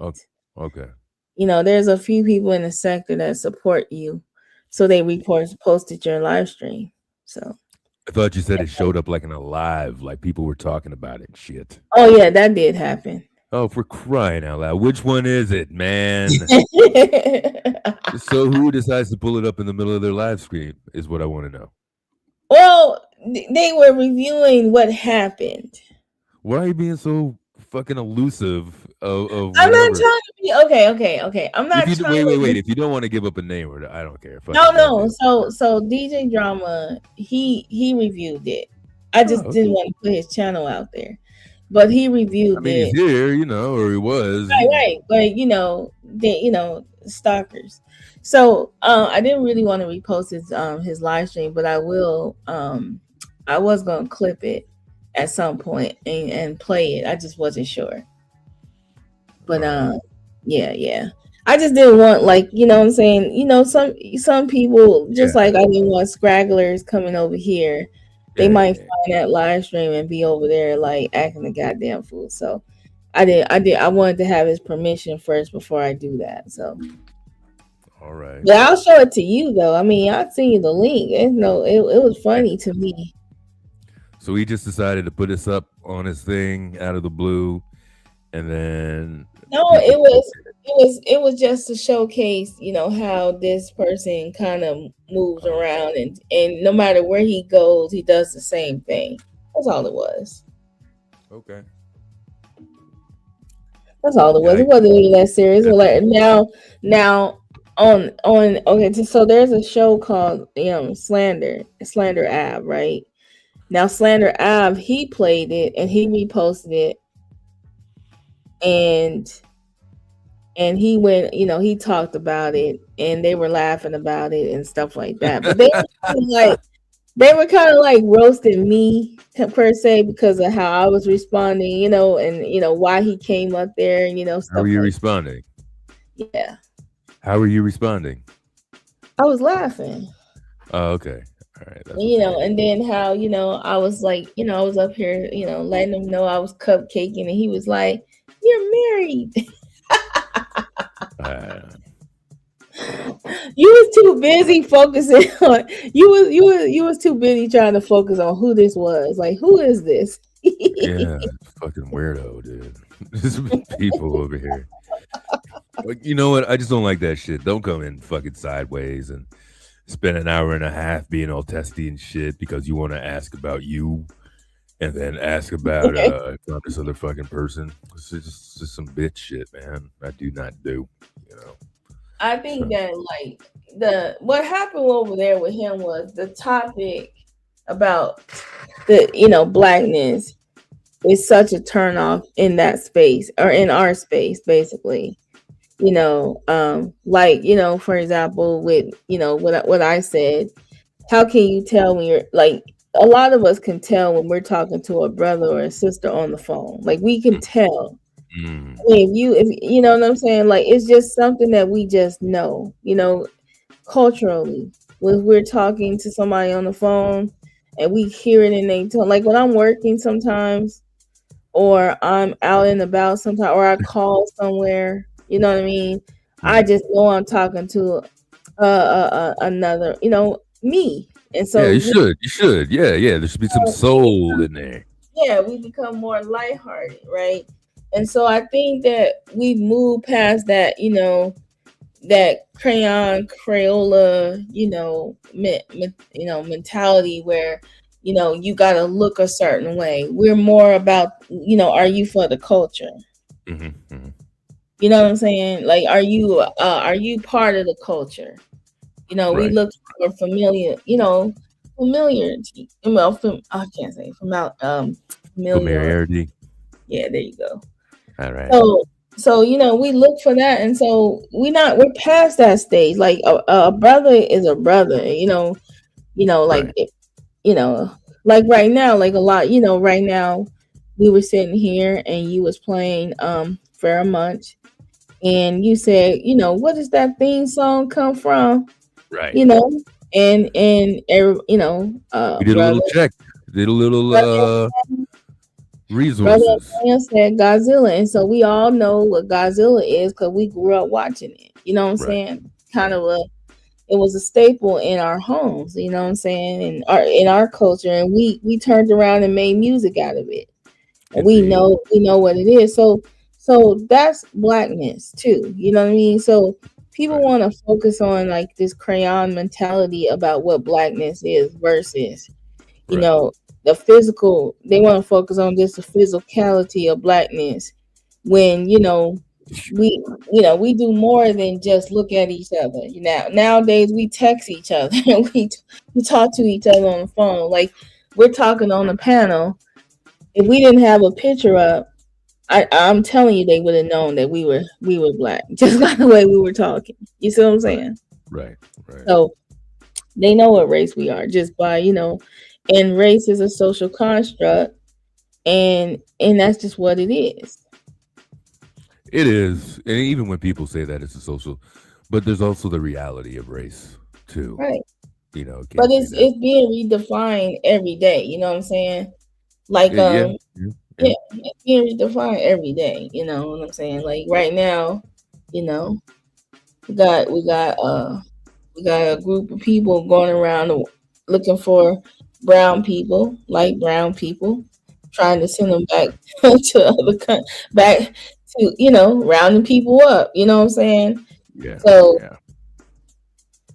trying to use, those types of scales or whatever to determine who should be here and who should not be here. They're doing it.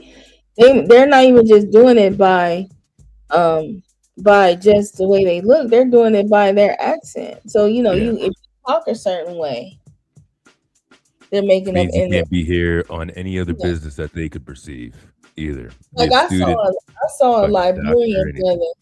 I saw a Liberian guy. At first I was like, dang, they're arresting black people now. The ICE took him out the house, and then I looked and it said the guy was like from Liberia, and he was brought here since he was like when he was 6 years old. Right. He was on asylum, and I was like, wow. And this guy looked like like you know what I'm saying, one of us. I was like, oh Lord, they like really out here. Yo, did you hear about the this guy from an African country also? He was like a principal or something like that with honors and all this sort of shit. And they arrested him for being like an illegal whatever. And he had guns in his car and all that sort of shit. And even his degrees, he may have been part of that whole diploma mill bullshit. Did you hear of him? Some African guy? Yeah, I heard about that. Yeah. Fucking wild. What is going on, man? Yeah, but what I'm saying is, it's just like, that's elementary. We're beyond that. We, some of us have taken psychology, where we understand there's such things as social groups and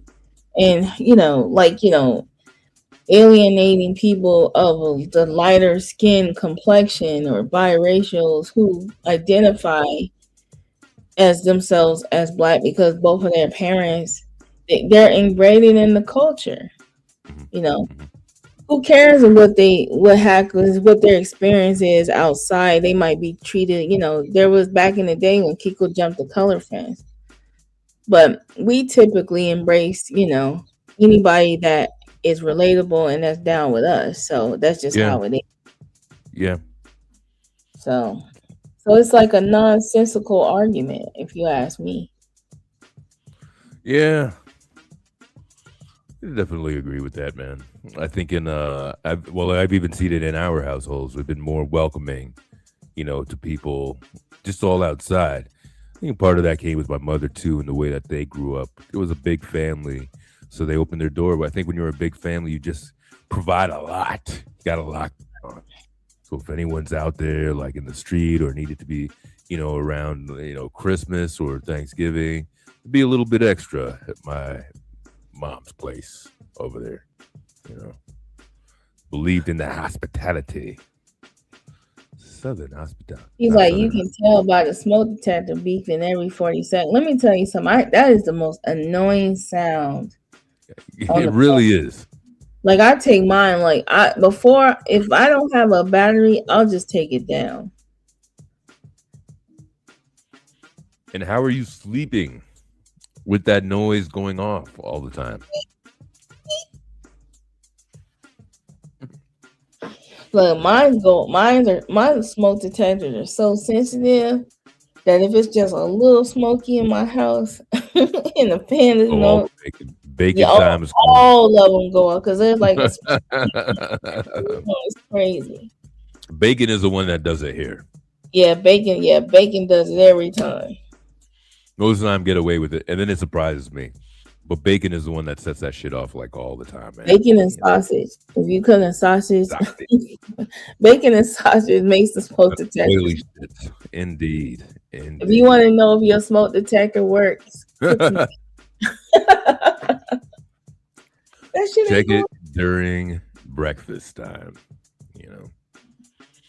Hell yeah. Imagine it going off in the middle of the night because you wanted to have bacon. I've done that, but not had the alarm because if I'm cooking bacon at night, it's a slower cook. So I could go back to bed and I only have to turn it over once. Are you cooking it in the oven? No, I'm not an oven guy. What you mean you go to bed and you cook it real slow? That's crazy, man. Don't be doing that. What you got a electric? I got the flat pan, like the grill pan. Oh, the pan with grill lines, sort of shit. So, like whatever your stove goes up to, I put it behind the middle thing a little bit, so it slow cooks. Oh, and then it's all oily and it's fatty and shit. And then I flip it over, get a little bit of the crisp on it, and then it's ready to go. Bacon in bed. Listen, let me tell you something. I have a gas stove, and I have that center plate where you can cook on top of it. My sister has that. I was cooking on that. This heavy ass middle piece. Now, did you clean it? It's a pain in the ass to clean. It should be way easier. It's easy to clean. You got to clean it when it's hot, like right afterwards. Oh, is that a thing? Yeah, that's a thing. Well, why would you want? You could barely do it hot. Come on now, you gotta lift that damn thing up. Oh, I got gloves, so I just wipe it. You know what I'm saying? All right. It was all right. I wasn't necessarily looking for no diner style of fucking cooking and shit. It's like, all right. you had to fucking Waffle House. The goddamn. Listen, don't be sleeping on our grill. You know, it's in the middle of the stove. God damn it. Yeah, it's just a neat thing to use. Good to have the sausages, bacon going. You can do like if you decide like let's say you want to make a hamburger or a chicken sandwich, right? You could turn it on low and then put the buns on that side and have it warm in the buns. Whoop-de-doo. Like a real stove. Whoop-de-doo. Or the other one, you would just have to have pans on the thing. And then you can like, you can make a quick grilled cheese sandwich on there, you know. Oh, you and your grilled cheese. All right, enough. Enough of the sandwich talk over here. Started with my sandwiches. You hear me? Yes. Yeah. Middle, not necessarily. Is it cast iron? Is that what that's made out of? Yeah, it's made out of not stainless steel. It's a very stupid material. Like it's in the pan, like it's in the middle. Yeah, I know what it is. It sucks. I'm telling Lorna.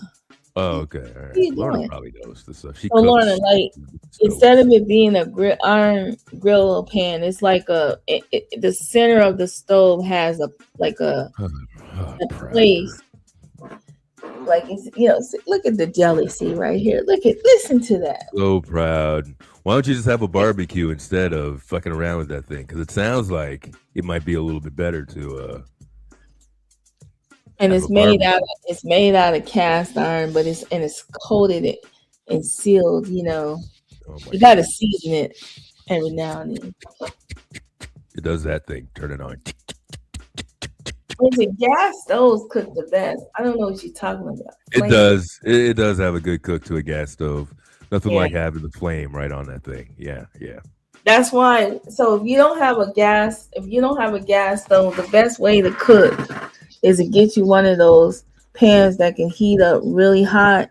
And before you cook anything, heat the pan up, make the pan really hot, and then cook. I know how to cook. You don't have to tell me how to warm up a pan. You don't cook for real? I do. What the hell do you think? I can't tell. Yeah, you can. What you cook today? Chicken.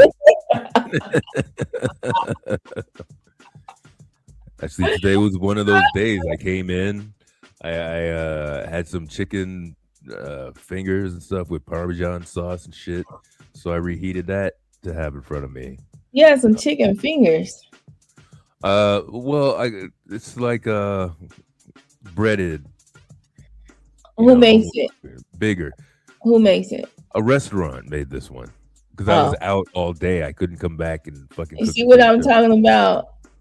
That had nothing to do with cooking. But I did yesterday. I did the day before that. Today I needed something on the go, man. Okay, what did you cook yesterday? It doesn't matter. Exactly.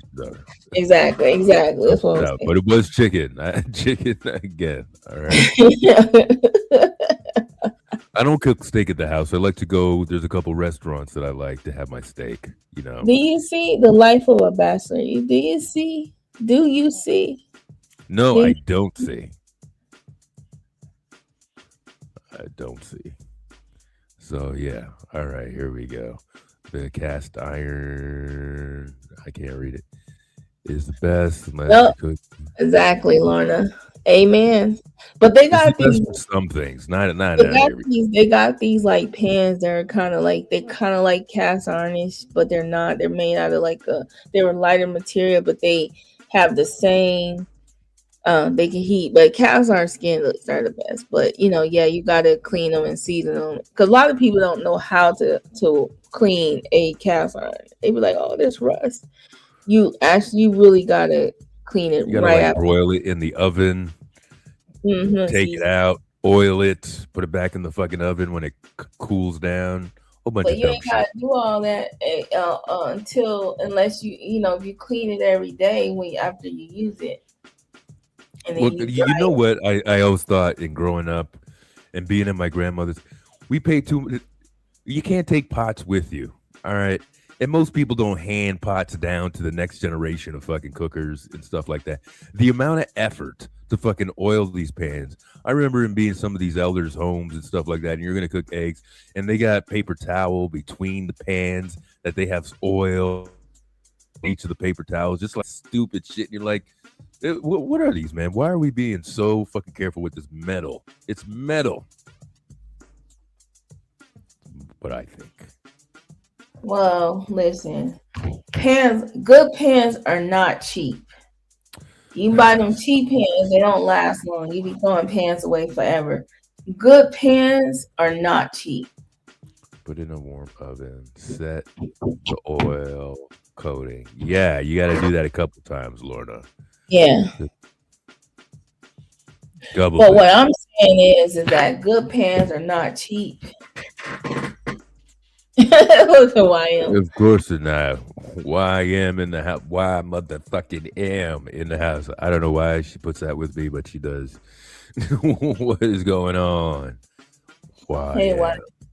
No, but I'm just saying, that's a cultural thing, cooking and making things, I when I was growing up as a kid, one of my dad's famous thing my dad used to make was biscuits from scratch, and he would make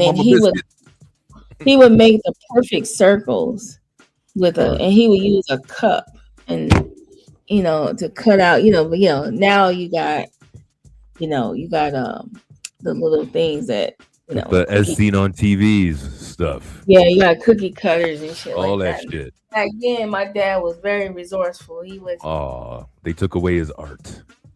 Yeah, very resourceful. But we used to eat biscuits, and my dad used to teach us how to cook, right? And one of the things my dad used to do, I didn't realize how he was training us because he's very. What he would do is, while everything was like kind of cooking, and at the same time, he'll be like, okay, get that broom, just sweep this up. You want to wash all the dishes, in the sink. And then by the time your food is done, you got a clean kitchen. Yeah. So he taught us how to cook and clean at the same time. Like while everything is cooking, wash all the stuff you use. And he was groomed. But see, the problem was he was doing all the cooking and we were doing all the cleaning at the same time while we were waiting, So it's kind of like programmed in us, Same with us. And when when my mom tried to teach us stuff too, she tried to teach us like incorporating the cleaning while cooking because he didn't want the shit backed up. Hey, we got to pause. We got to pause here for a second. We got a visitor, and I want you to know if you want to take this person. Who is it? Or, whatever. All right, put him on the stage. Yeah? Yeah, who is it? All right. Folks, we got a visitor in the house. Mr. Allen, is that you? It's me. It is I, the one and only. What's up? What's up, buddy? How you Hey, doing? man. Yeah, I heard y'all over here talking about that cast iron. That's near and dear to my heart.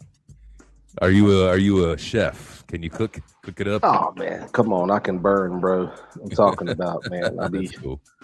I'll be up there slicing and dicing, man. But the cast irons, let me tell you something. They worth their weight in gold. Get you a good cast iron, but there's something that you got to do to it. You've got to keep it seasoned. If you don't, that's what people are saying. Huh? That's what people are saying. Yeah, yeah. You got to season. You got to season that cast iron grill, man. If not, I mean that cast iron pan. If not, bro, that thing will let you down. It can fail on you. It gets brittle, and you don't want that. Indeed. But how are you, ladies and gentlemen, doing tonight, man? Just good to hear your voices. Appreciate it, man. Doing all right. Just having a little bit of a conversation. Oh, I didn't realize I still have my pootie tang going up here. Pootie tang. Because we were talking about those voices and all that sort of stuff. So I love Pootie, man. I was looking at something the other day on Lance Crowther. You know who that is?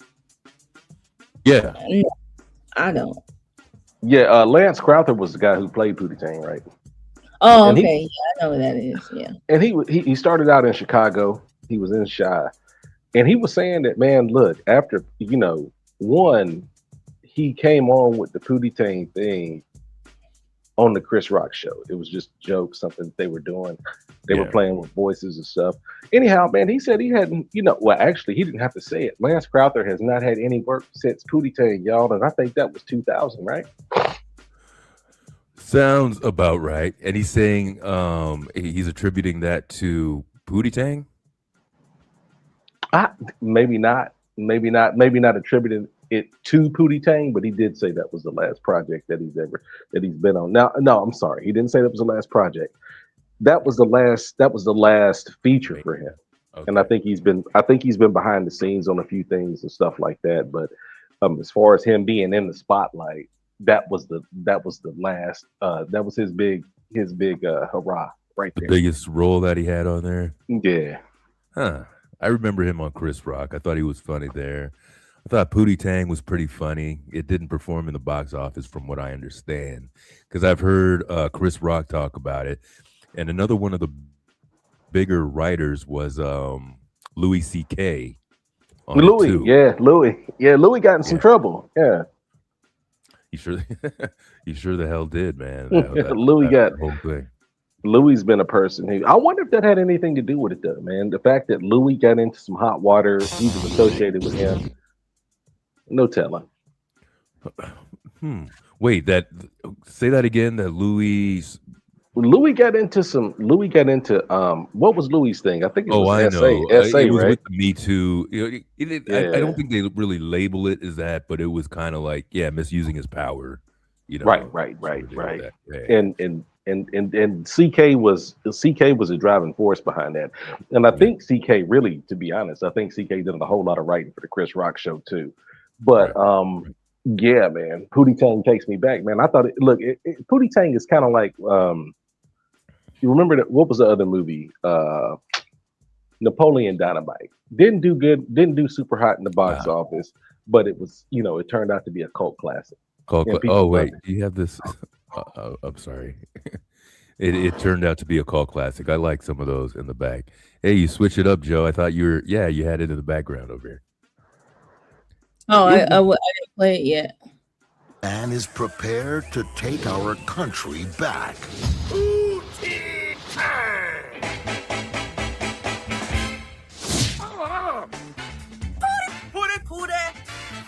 This summer, meet a superhero like no other. Pootie Tang's one bad brother, man. Pootie Tang whip your butt so bad that you can write it off on your taxes. Since the inception of Pootie Tang's ad campaign, sales are down 30%. He steals from me. I want him dead. Get that Pootie! Pootie done did it again! Paramount Pictures presents, in association with MTV Films and Chris Rock Productions. We got Pootie Tang in the house tonight. A man too cool for words. So let's listen up to the new record by Pootie Tang. Turn that noise down. Pootie don't need no words. Don't even need no music. You could set my body ablaze, you skinny, wonderful man. Lance Crowther. Wanda Sykes. Give me some more of your juicy neck bone one more time. She was funny. Chris Rock. I think that was Wanda's best role. Booty Tag. Maybe. Oh, buddy, man. Sarate. Sarate, my damie. Man, I used to tell my wife all the time. We used to play, and I would tell her, "I'm gonna sign your pity on the runny kind." Man, I love that. It would have been a good thing if it could continue, but you know, it was just a flash, man. I told you that we gotta go back and watch some of those old exploitation movies. Is that like Black Dynamite? We want a Black Dynamite Part 2. Oh, we want a sequel of Black Dynamite, but we're not gonna get one. ID, what up? It says so the quantum physics discussion to discuss Pootie Tang.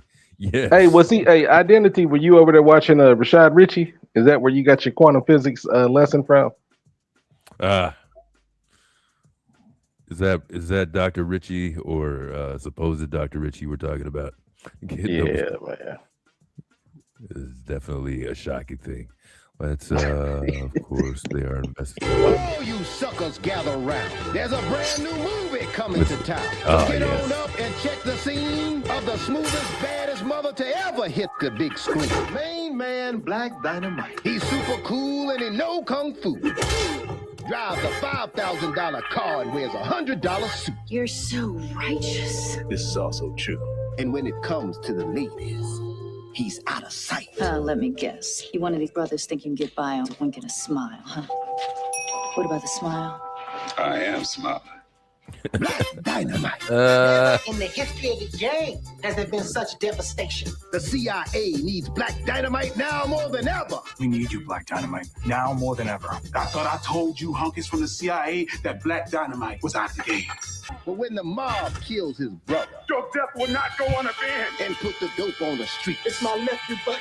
He OD'd. he's back in the game and he's playing for keeps.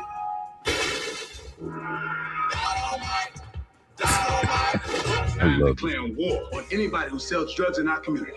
But Black Dynamite, I sell drugs to the community. Cedric Yarborough sick.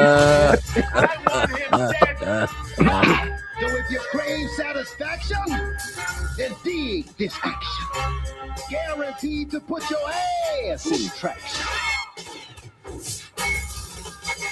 Black, stack, attack, and match. Backtrack, slapjack, who's black, flashback, ramsack, jam pack, and still coming back. You see where I'm coming from, you jive, mother. Black Dynamite, starring all-star running back Ferrante Jones, fashion model Tambula Takar, William T. Michelson, Ronnie Sinatra, Little Tiny Tigs, Junebug, Bo Willie Peters, and me. That bad bullhorn. Black Dynamite, filled with cinemaphonic quadro vision, rated R. Okay, I bet you guys didn't know that Corey Holcomb was in that movie. Yeah, I saw Corey was one of the pimps.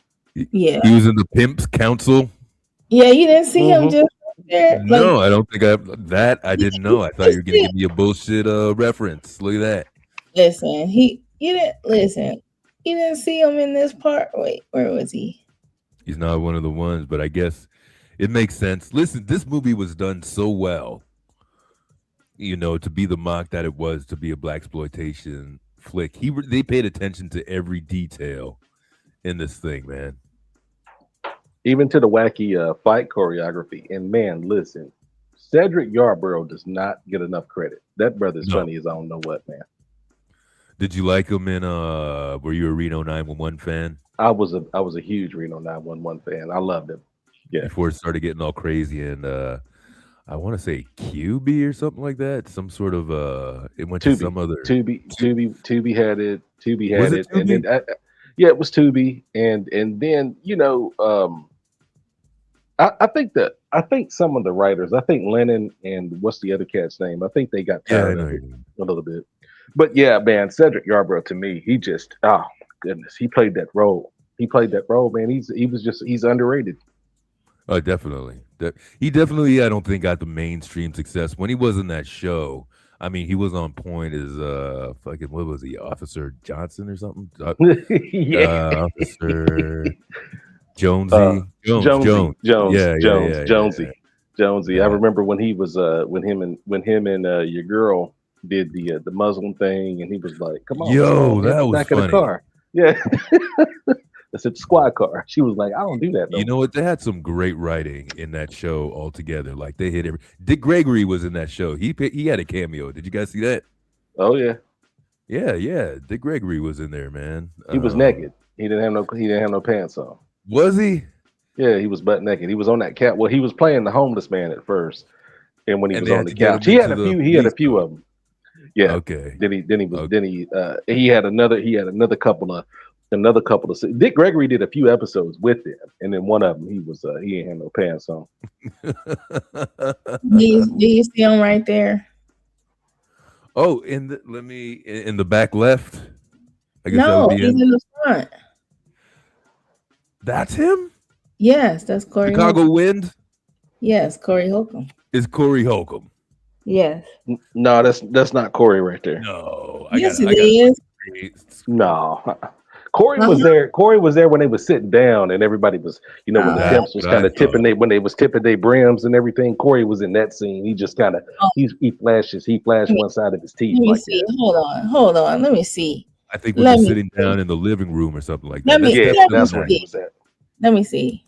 He's not Chicago Wind. That's Chicago Wind. Okay, hold on. But I would believe he's sitting down somewhere in that. I sell drugs in the community. Whew. Come on. That was that other brother. And Tommy Davidson was amazing in that movie too, man. Give that brother. Was that what give his that name brother was? his props? Cream corn. Give that brother his props, man. Tommy D. Look, there's some people that just do situational comedy better than others. Now, Tommy D's stand up left something to be desired, and I caught him back on the HBO specials way back in the day. But man, when he was in Living Color and everything that he's done that's physical comedy, Tommy Davidson is probably one of the best. He gave I've seen him live a couple times, and he definitely puts that. He's a stand-up. He's an entertainer. I found. So I may not have been super overwhelmed with his performance, but he was putting on a show. Yeah. Okay. Y'all trying to tell me. Okay, hold on.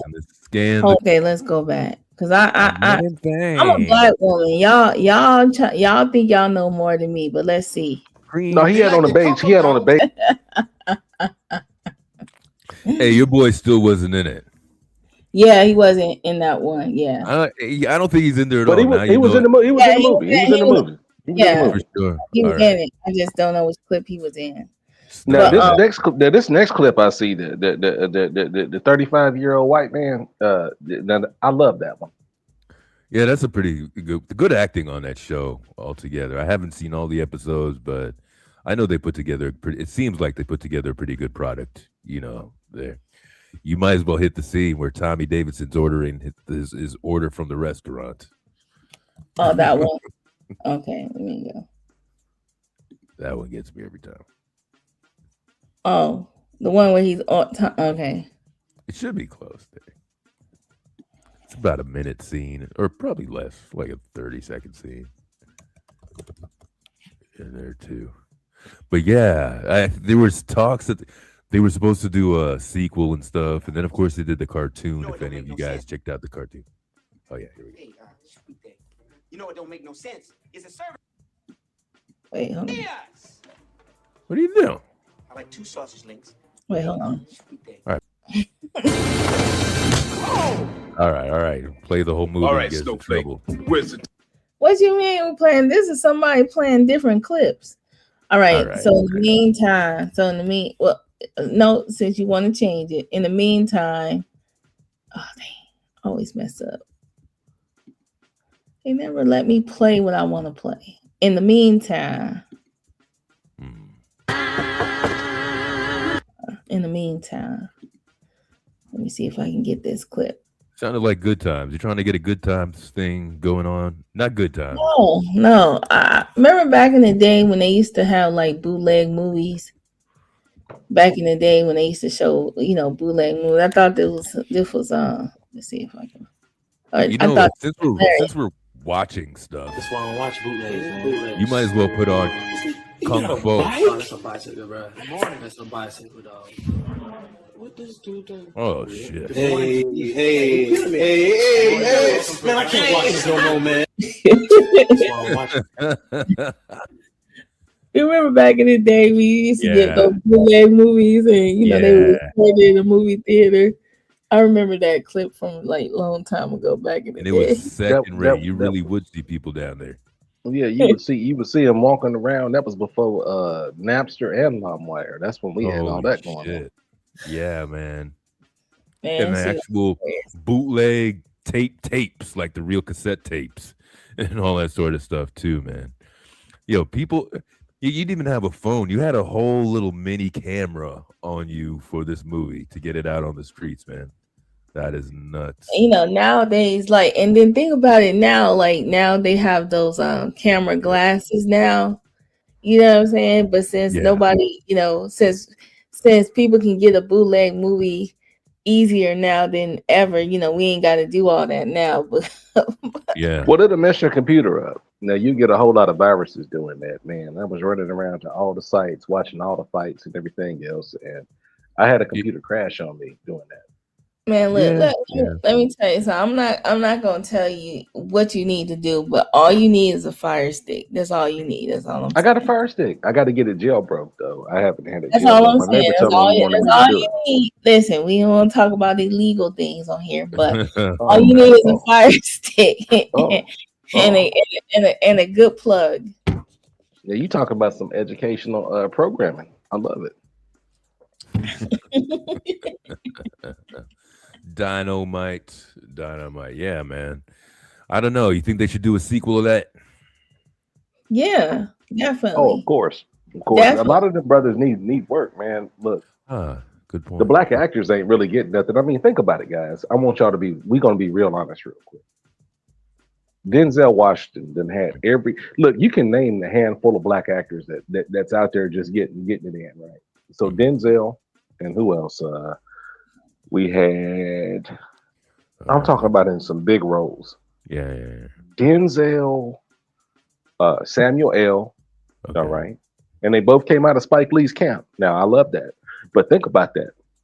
Both of them out of Spike Lee's camp, them the only two we had really just getting it in. So yeah, we need black actors to go to work out here. Yeah. They can't leave it all up to Tyler Perry. No. Oh no. Oh no. Oh no. I mean, who is really you got the Sinners guys. What's the dude's name? Michael B. Right. And he had to play two people. He didn't even get paid but once. Yeah. I didn't think I'd like that because I normally don't, but they did a good job in this. Yeah. He was still corny though. Listen, last call. I could hear it in your voice, man. Check this out. You know good and well, Smoking Stack sounded corny as shit to you. And the way that he was trying to perpetrate that voice, that southern voice. Hey, now y'all, come on. You didn't feel that was right. You didn't feel that was you didn't feel like it was realistic. I wasn't 100% sold on a lot of the dialect. Even Sammy as well. Yeah.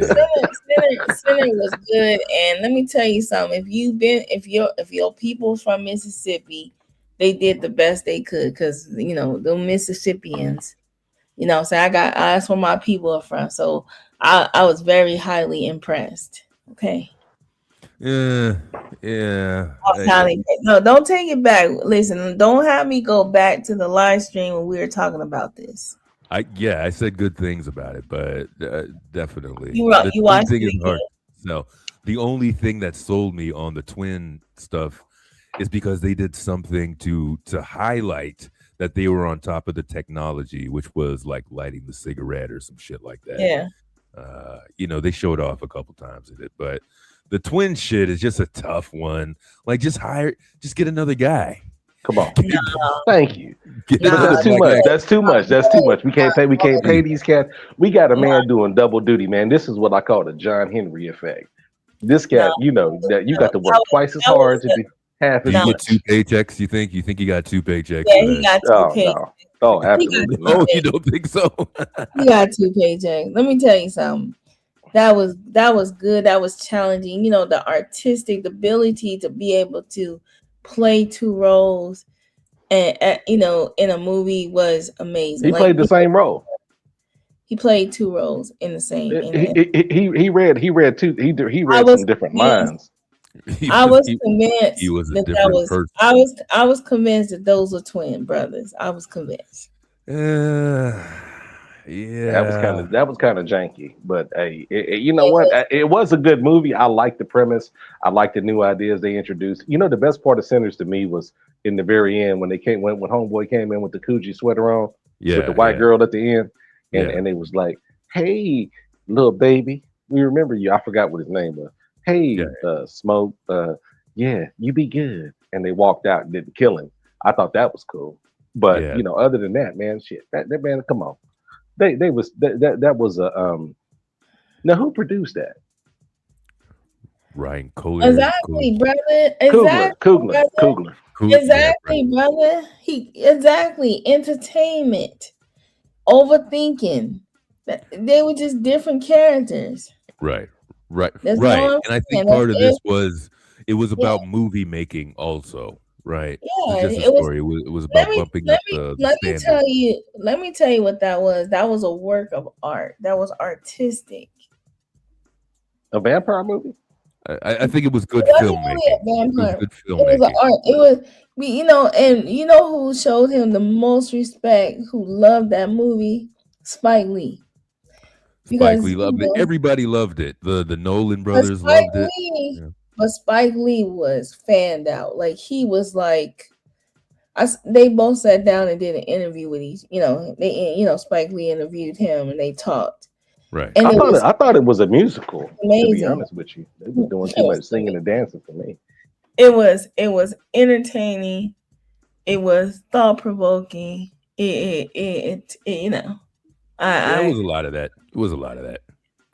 You know, but I think overall, just good movie making, and of course it had its few social, I guess, impacts in there or insinuations. Yeah. I was trying. Yeah. Well, hold on now. We talk about a vampire movie. Was it scary? Did anybody get scared? Because I got a little scared. It wasn't supposed to be scary. I don't think, no scary parts. There were a couple things that I liked that they did that were different, very small things, and that's what made part of the movie for me. Like, of course, one of the things was when the chick, she was walking away from the 3 of them outside to go back to the barn, and the guy started following, and then he left his feet. He jumped in, so you started knowing like, oh shit, this isn't going to be normal shit, right? There was that. There was a little thing that he did with his feet when he was doing the Irish dance sort of thing that they just kind of showed off. They can't. If you missed it, you missed it. But it was like a little thing that he did that needed more. It was a special effect that was very subtle that I thought was cool too. You saw a lot of what he paid homage to was even Dusk Till Dawn was in there. It had scenes from like The Thing in there as well, and any other kind of implications that you want off of society in there too, if you want to go that much into it.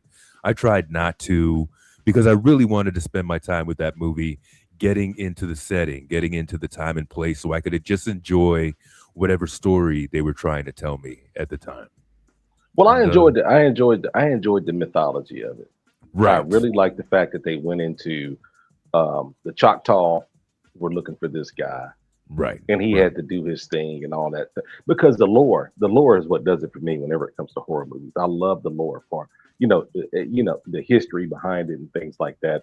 That gets me every time, and that movie did that very well. Right. Do you so you like horror movies? Do you generally like the classics, or is there something about the new wave of shit coming out that you might appreciate? I haven't watched too much lately, but I tell you, my favorite horror movie back in the day was The Howling. I love The Howling Part One. Okay. That was a good movie for me. It gave the backstory, and then it Okay. led up into the jump scares and things like that. Yeah, I appreciate that when they set up when any movie period, whether it's horror or anything else, when they set up the backstory real good, I have a better time. Okay. Okay. Are you a werewolf movie guy over zombies and other slashers and stuff? No, no, no. I would say psychological psychological stuff is good for me. I dig that. No, I'm definitely not a monster. I'm not a monster movie guy. But like I say, when it comes to werewolves, there's a history that Yeah. goes with that. When it comes Right. to vampires, there's a history, a backstory and stuff Yeah. like that. So no, I like the psychological thrillers because they usually give you the backstory before they go into what's going on. Right. Or they build it up along the way. Hmm. You just made me think of one that I liked that I think was underappreciated. Did you see Identity with John Cusack? No, maybe I did, but you have to give me the breakdown. You may have. I think I seen it in the theaters. It could have been kind of 99-ish, something like that. Very close to his other one, 1408. Um, let's see, because I don't want to give it away what it was. But in terms of, so one of the things that I like are whodunits, right? I think I like that most. If they put that in different settings, either it could be, really suspenseful. It could be murderous. All that sort of stuff too. So it's kind of like that. And what's up? We got Identity Withheld in the house. But whatever, go look for it. It's a good movie. It's just a good campy little movie, whodunit sort of deal, elimination in one setting. It's worth checking it out. Oh, right on, right on. Did I put him on there? Identity, you up there? What up, peoples? What up, man? Yeah. What's going on tonight? Hey, Just checking y'all out. Yeah, I love talking this movie stuff. Hey, that one on the screen right there is not supposed to be funny, but that's funny too. Yeah. That one right there where he Did- plays the ghost of a pimp, it's hilarious, bro. Glenn Turman. Yeah. Yeah, JD's Revenge. That is hilarious, man. The lines in that, it's not supposed to be though. Right. This is a lot. It I'm goes a, into the. Go ahead, Joe. you want me to play it? Let me get back to it. There's that. Yeah, Eddie like Murphy. every time he would go into the character, he would beat his woman. He would just smack the hell out of her and just it just comes in and out. Something awful's gonna happen. There's big trouble coming. It's JD's revenge. Good Jane blesses your soul out. Listen, man, ain't nothing wrong with my soul. There was a real mean killing, and the wrong guy died. They buried his body, but his soul survived. For JD's revenge. Lately, I've been getting these headaches, you know. I've never felt this lost before in my life. You beat me up. Ike, I don't remember doing any of those things. Maybe something is happening to me. The reincarnation of a killer who came back from the dead to possess a man's soul, make love to his woman, and get the vengeance he craves. I'm flipping out. It's my baby sister, Betty Joe. You my baby sister, Betty Joe. They are my enemies. They my enemies. There's one weird nigga. I mean, I'm cracking up, man. I blacked out. Glenn Turman, the star of Cooley High. What in the world have you done to yourself? I ain't seen a get up like that in 25 years. No, I never seen this. Joan Pringle. My business is where. You might as well watch Blackula right after this. No danger, Theodore. This nigga's crazy. I'm the craziest nigga you ever gonna meet. Well, he'll cut you quick. He wasn't himself. Yeah. Don't nobody talk to me like that. He turned into this Yo, the this clothes. monster, a whole other person. Scared of your dad. Well, there is something wrong with Ike. Tonight he kept saying he was this J.D. Walker. J.D. Walker's been dead for over 30 years. It's J.D. Walker. What the hell do you mean J.D. Walker is back? This boy is possessed by the spirit of J.D. Walker. So you're a jackleg preacher now, huh, Elijah? J.D.'s voice. There's that good for nothing brother of yours. And his manner. I got daughter settled with him. You were possessed. You just killed Betty Joe. 40 years later, on someone else's faith, You can see J.D. Walker's hatred time just won't erase. J.D.'s Revenge. I'll have my revenge. Oh man. I I mean, don't watch it for. Don't expect like high quality dialogue, and it's just look at the time that was actually a pretty good attempt. Yeah. Yeah. It'll be a tough watch today, man. I mean, you'd have to go on a blaxploitation-a-thon. You That's might what as well I'm just put them talking all about. over. Man, listen. What do you say? Watch Blackula right after that. Okay. Basically, if you're gonna do it, first of all, these can't be the movies that we're watching for Black History Month right here. Yes, it we can't. Hold on. We can't watch them to celebrate. Like that was a Yeah. monumental moment back No, then. man. We might as about? well. We need more uplifting movies. Like we need to play Glorious. You shall pay, Black Prince. I curse you with my name. We were You talking shall about these. be Blackula. Blackula, a Black Avenger, rising from his tomb to fill the night with horror. Hey, I'm no colorist, but I don't think he's black enough. Blackula, Dracula's soul brother, deadlier Dracula's even soul than brother. he. You know, he is a strange dude. You're the nut that ran in front of my cab. You're the only imbecile on this street. Blackula. Oh, that's your ass. Listen, man, you found, I mean, you got to be around here somewhere. I mean, now listen, you take your hands off of me. I don't know you. He thirsts for your blood. He hungers for your soul. Warm young bodies will feed his hunger. Hot, fresh blood will quench his awful thirst. Make it Bloody Mary. Are you into the occult? Hey, that's Roger Thomas. Heavy stuff. What do you think of vampires? Vampires? I think they're possibly the most fascinating ball. More horrifying than Dracula. Oh, I know the scene. Yes.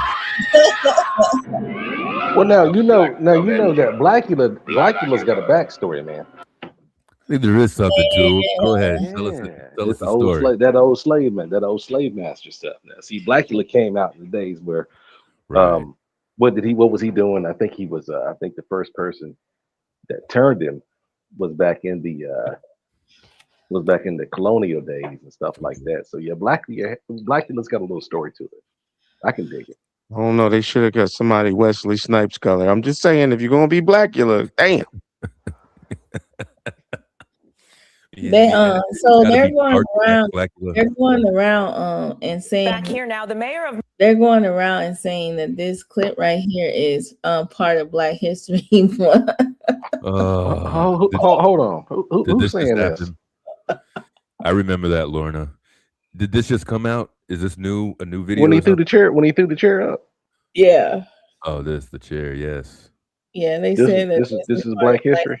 Yeah, they said. Who said that? Nobody say that. The whole concept of a chair, picking up a folding chair, going viral like that was a moment, bro. Like, yo, today ain't the day. Yeah. Like, you know what I mean? Like, I don't even know this brother, but we gonna stand by him. Like, nah, you ain't gonna treat him like shit. Yeah. No. I mean, to get off the boat and swim across. The swim was immaculate. Yes. And you can tell this is a young brother because I'd have to. I barely get out of the water by myself. The fact that he was able to do that on his own and then like chill for a little bit, but my brother was like dolphin swimming, man. Listen, y'all don't believe me, but look, watch this. Let me. Of the Riverside Park event is even blacker than the brawl. The Alabama boat brawl was nothing short of glorious.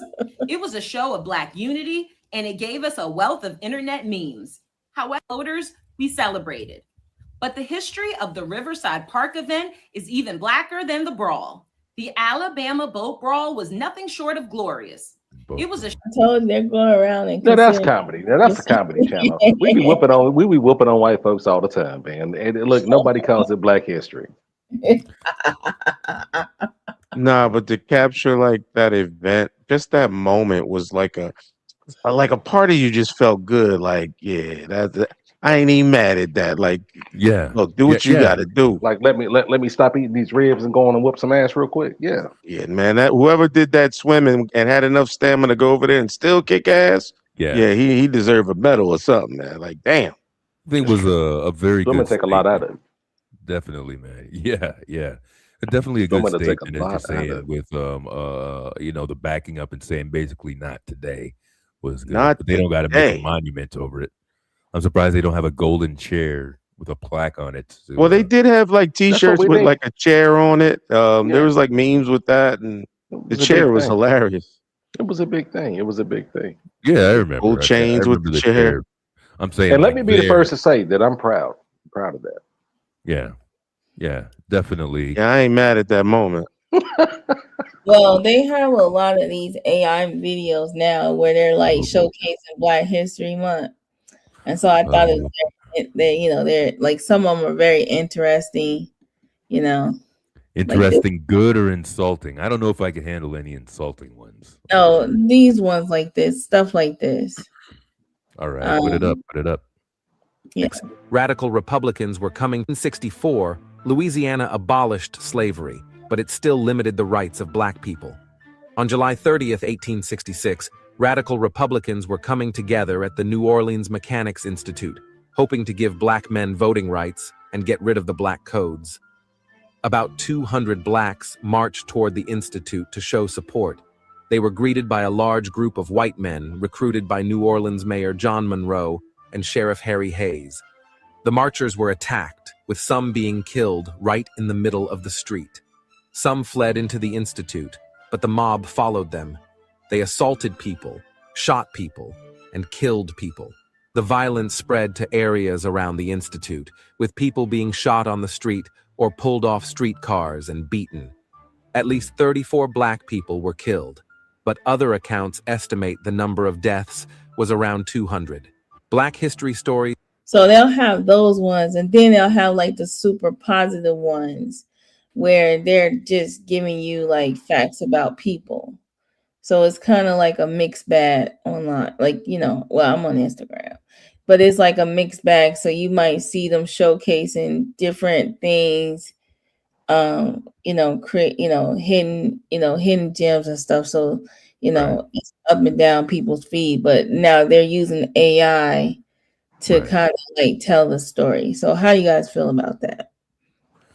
I think there's a couple. I've seen some good ones. Man, I don't remember the gentleman's name right now, but he's an attorney, and he normally puts out about 20-minute videos that's assisted by AI, telling the story of a lot of things in the Jim Crow era.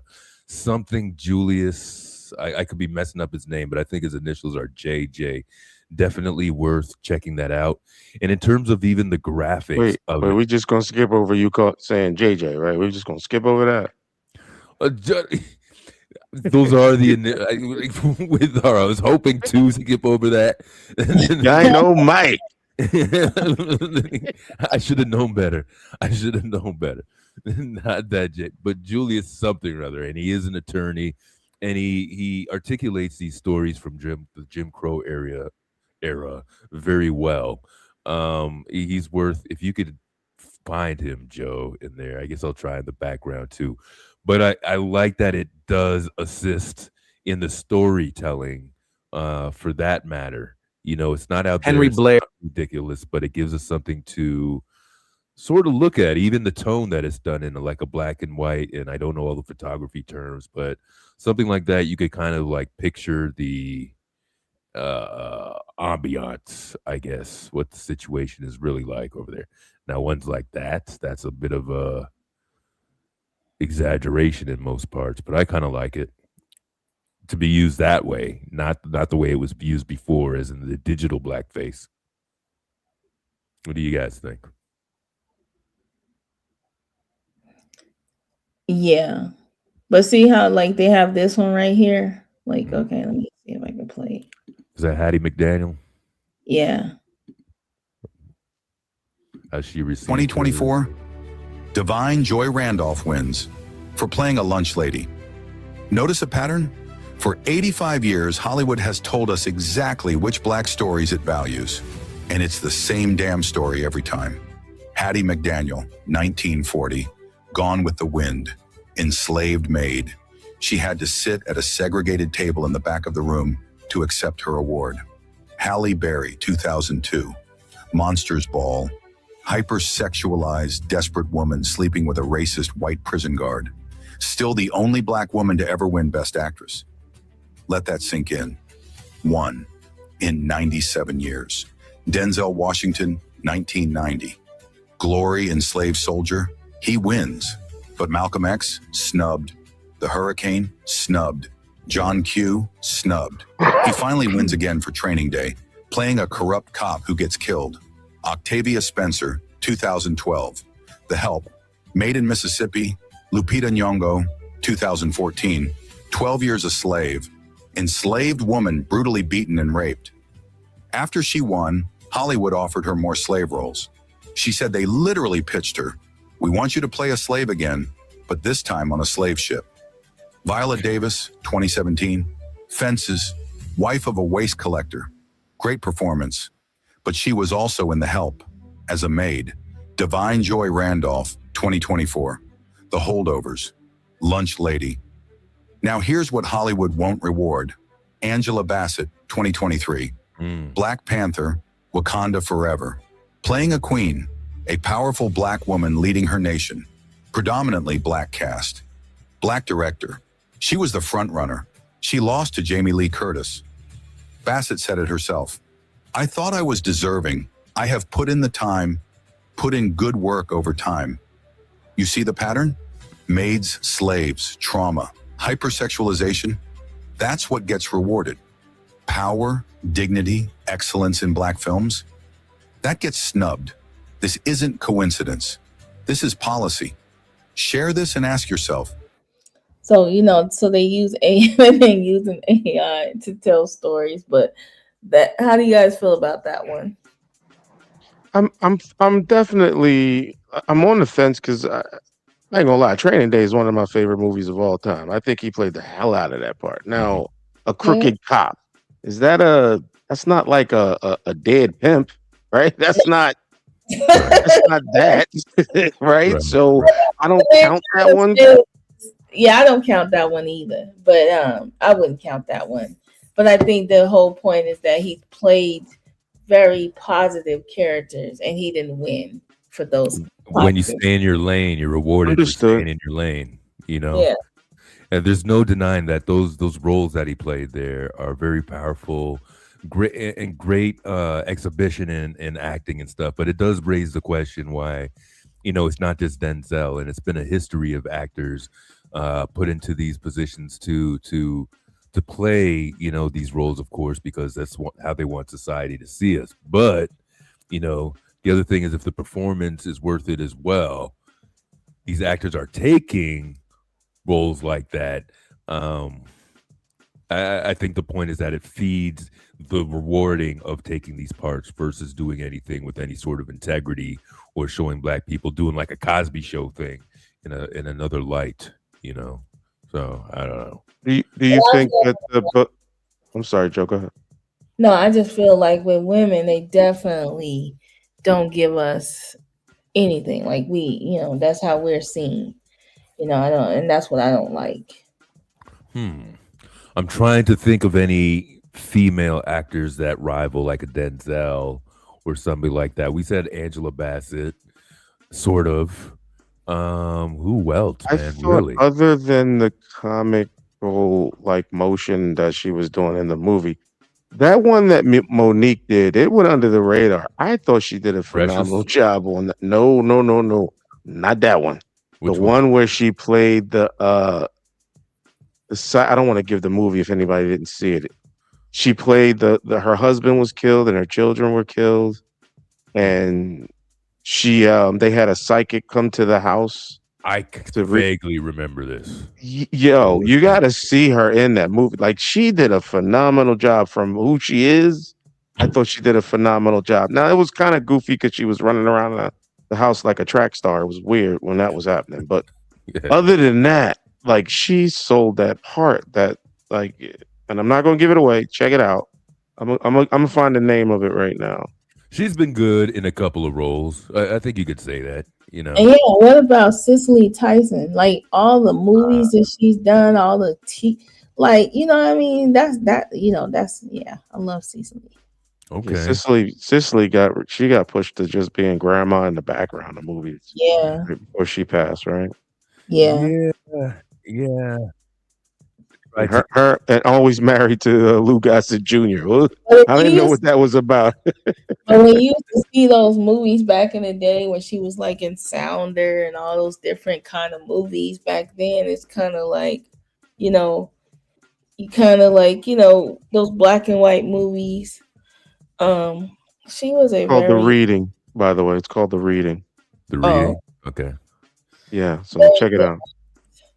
So I I'm think it's just like anything. They have their heyday, you know, and then they settle down for a little bit until the newer, younger ones come in and take their place, you know. right, but it's all about the type of roles that are given. Like they're not given the opportunity to play that, it's all about, worldwide, but like, they're not given the opportunity to play the roles and cast in those kind of roles where they can win, Well, I think at conception with a lot of these movies, you plan out this Marvel, the universe and all this sort of stuff here. From the building blocks, you're not building even in terms of conclusion of having Captain America or Iron Man or any of these main characters being any sort of a minority figure. It's going to be that. I was just joking with somebody the other day because there was one time I was really like you guys at one point, probably into these true crime things. So everything that was true crime, I was looking into it. Everybody who had a true crime show, I was watching. One of the ones I used to watch was Forensic Files. And I started noticing something at the beginning of not every Forensic Files, but everyone that described a certain crime, of describing a white woman. It was always, and they weren't doing this intentional, but it always sounded like it happened to a girl next door, a typical girl next door. She was blonde hair and blue eyes, and then they would start their story like that. Now, if you're conditioned to this, and this is what you're hearing on every episode, but not only that, but it's enforced through the language of society too. These are normalized standards.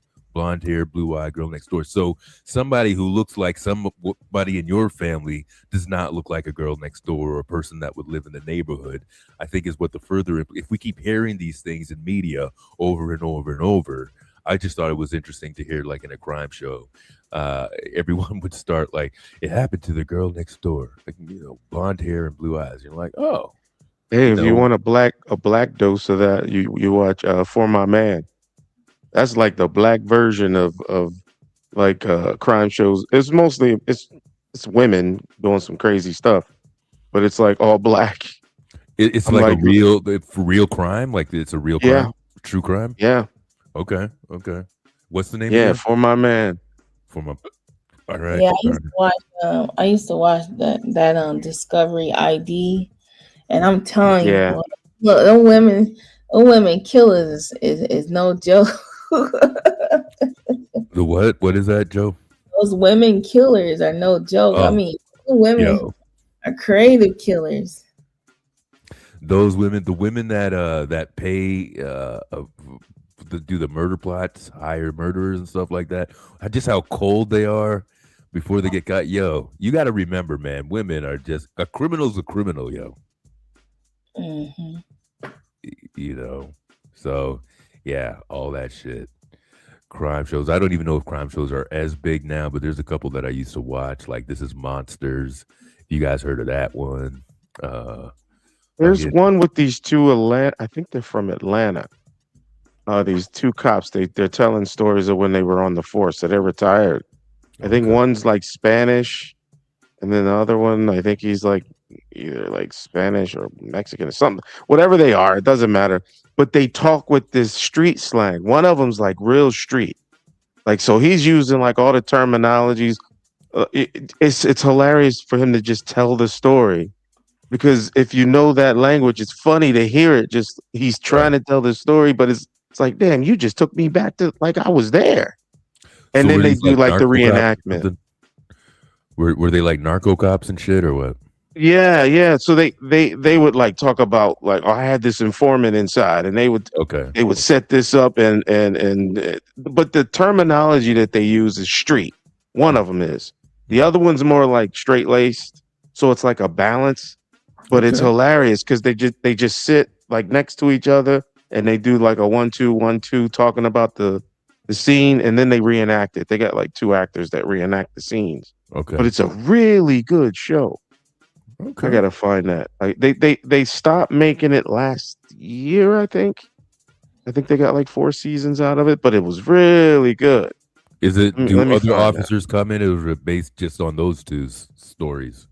The first wave of the show was just them two, because they're like retired, so they have like 1 million stories. So they're using like names and dates, and like they're really giving you what they had, like whatever they were thinking at the time, and like I know this cat's lying to me. Like it's just funny just hearing them tell the stories, but then they reenact it, and they tried to reprise the same theme of the show by introducing other cops and their stories, but it didn't really take.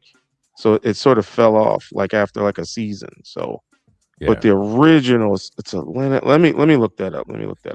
Yeah, I kind of think they jumped the shark on the whole true crime thing by now. You know, I'll still watch a episode here and there of whatever, but I don't think it's as big as it was back in the day. Or maybe I'm just not watching the same shit that I used to watch back then. I don't know. ATL Homicide. There it is. ATL Homicide. BTL Homicide. ATL Homicide. That's the name of the show. You got it, Joe? Yep. Yeah, one of them is hilarious because he just used street slang when he's talking, like he's still on the job. He'll talk with like a toothpick in his mouth sometimes. I'm like, yo, this dude, he's still in character.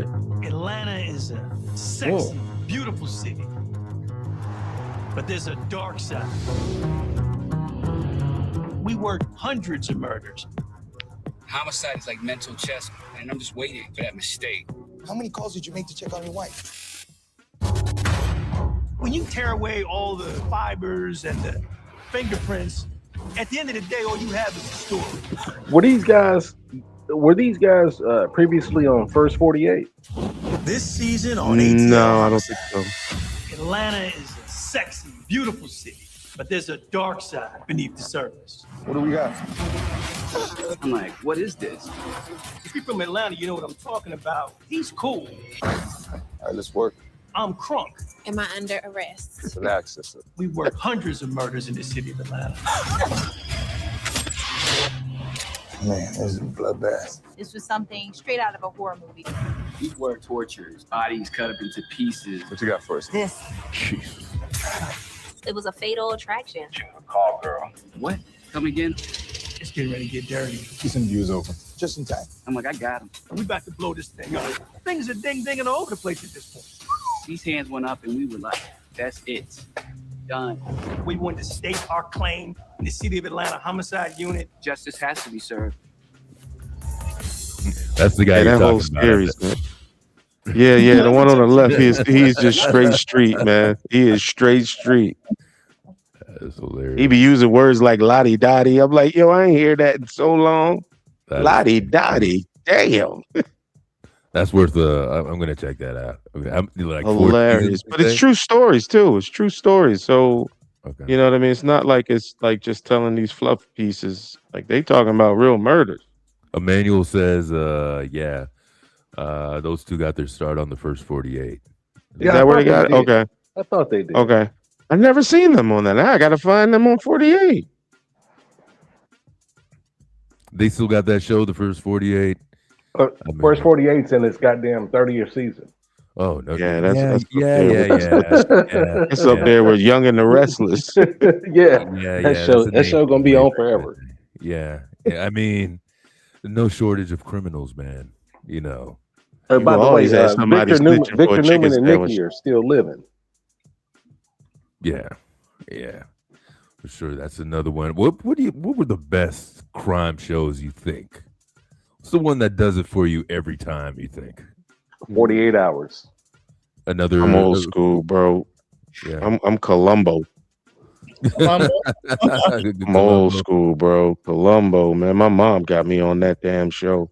Columbo. How about Rockford Files? Any Rockford Files in there? No. You talking about your boy? You talking about Maverick? Maverick?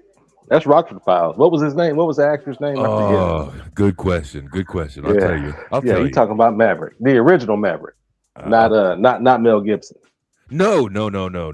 No, they had the same hair though. It seemed like they got the same hair. It seemed like Columbo was good. I'm trying to think now. Now you guys really got me thinking. Best comedy wrap up. I know my parents, well, not my parents so much, but my mom kind of used to like that Murder, She Wrote. Yeah, that was cool. But Murder, She Wrote, she was all right. She was like kind of like, I didn't think anybody would really take her seriously. Like, you know, she was a writer. She wasn't even a detective. She was a writer. Right. And my show was Monk. Because he had OC. What She Wrote was on the TV all the time when I was a kid. Yeah, it's still come on. Perry Mason was on our TV all the time. I don't know, Murder, She Wrote, and you know it all comes from Agatha Christie. Her library, her catalog of writing, you know, came that Murder, She Wrote. It was a series from the UK, you know, first that they had over there. Yeah. But I don't know. What was that Rhimes one? The Shonda Rhimes one. Shonda Rhimes. Viola Davis was in it. And what's this? What is this? A movie? It's about, they were like lawyers, like students. They were studying to be lawyers. I know what you're talking about. How to Get Away with Murder or something like that. Yeah. I mean, that was more modern type stuff, but still. Yeah. It had a good premise, I thought, initially. Tell me, what were one of the cases that really got your attention, you think? On what? Just in general, like, so you're watching these true crime cases and everything like that. What's one that you're just like, damn, like I'm watching this, but like, damn, it took you outside the Golden State Killer. The Golden State. Oh, I'm sorry. That's a standalone. But yeah, the Golden State Killer got me. Well, what in particular? What in particular? So we're looking at like serial killer vibes, or the you know what I like. That? What I'm into right now is the genetic, what they call that, the genetic phenotyping. How they're going back and solving cases from 30, 40, 50, 60 you're talking about cold cases. You're talking about cold cases. I love cold cases. Cold cases, the shit. That is some interesting stuff. Cold case. You be 30 years later, you like, damn, y'all got me on that? Mm-hmm. Got them. Yo, they're living. I'm like 75. I'm about to go down now, and they caught a cat. They caught a cat the other day. That was like he was 91 years old. Caught him the other day, man. I was like, oh man, come on. Look at this dude. He's gonna make it through the court. Yeah.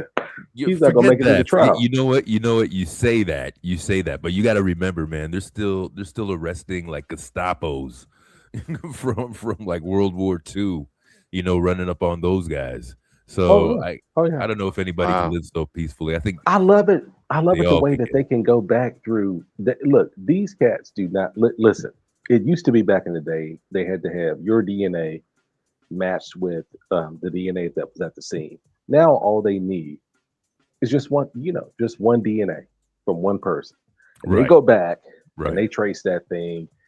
They go back to the 1600s, come all the way back up, and say, "Wait a minute, you know, his grandmama was living across the street." They done caught this cat, man. It's crazy. Right.